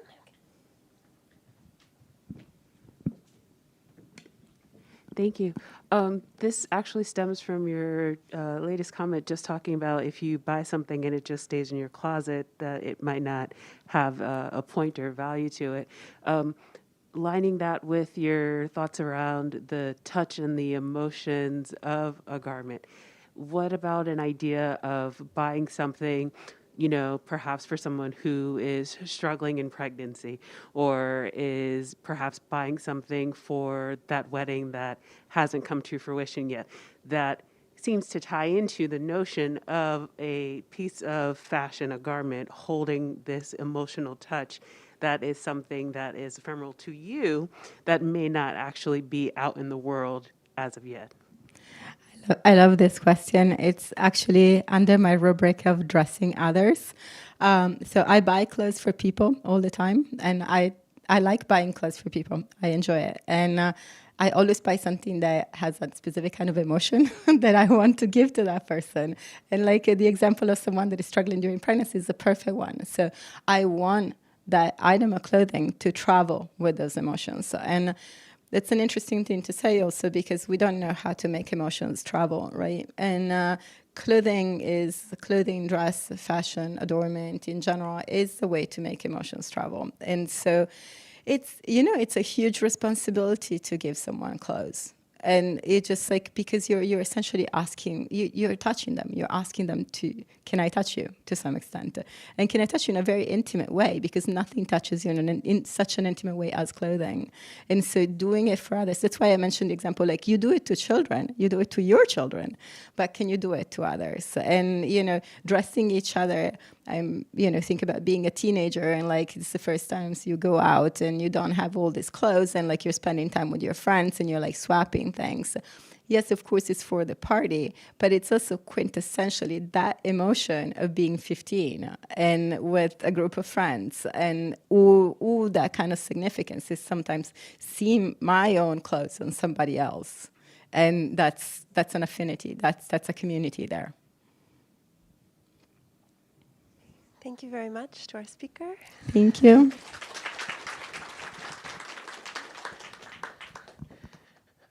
And we will see everyone tomorrow for day 2. If you were one of the speakers and you're joining us for dinner and you want a reminder about where to go, you can come up and see me. We'll be at Casa Bini, and I have the address written down here. So see you at dinner or see you tomorrow. Thank you.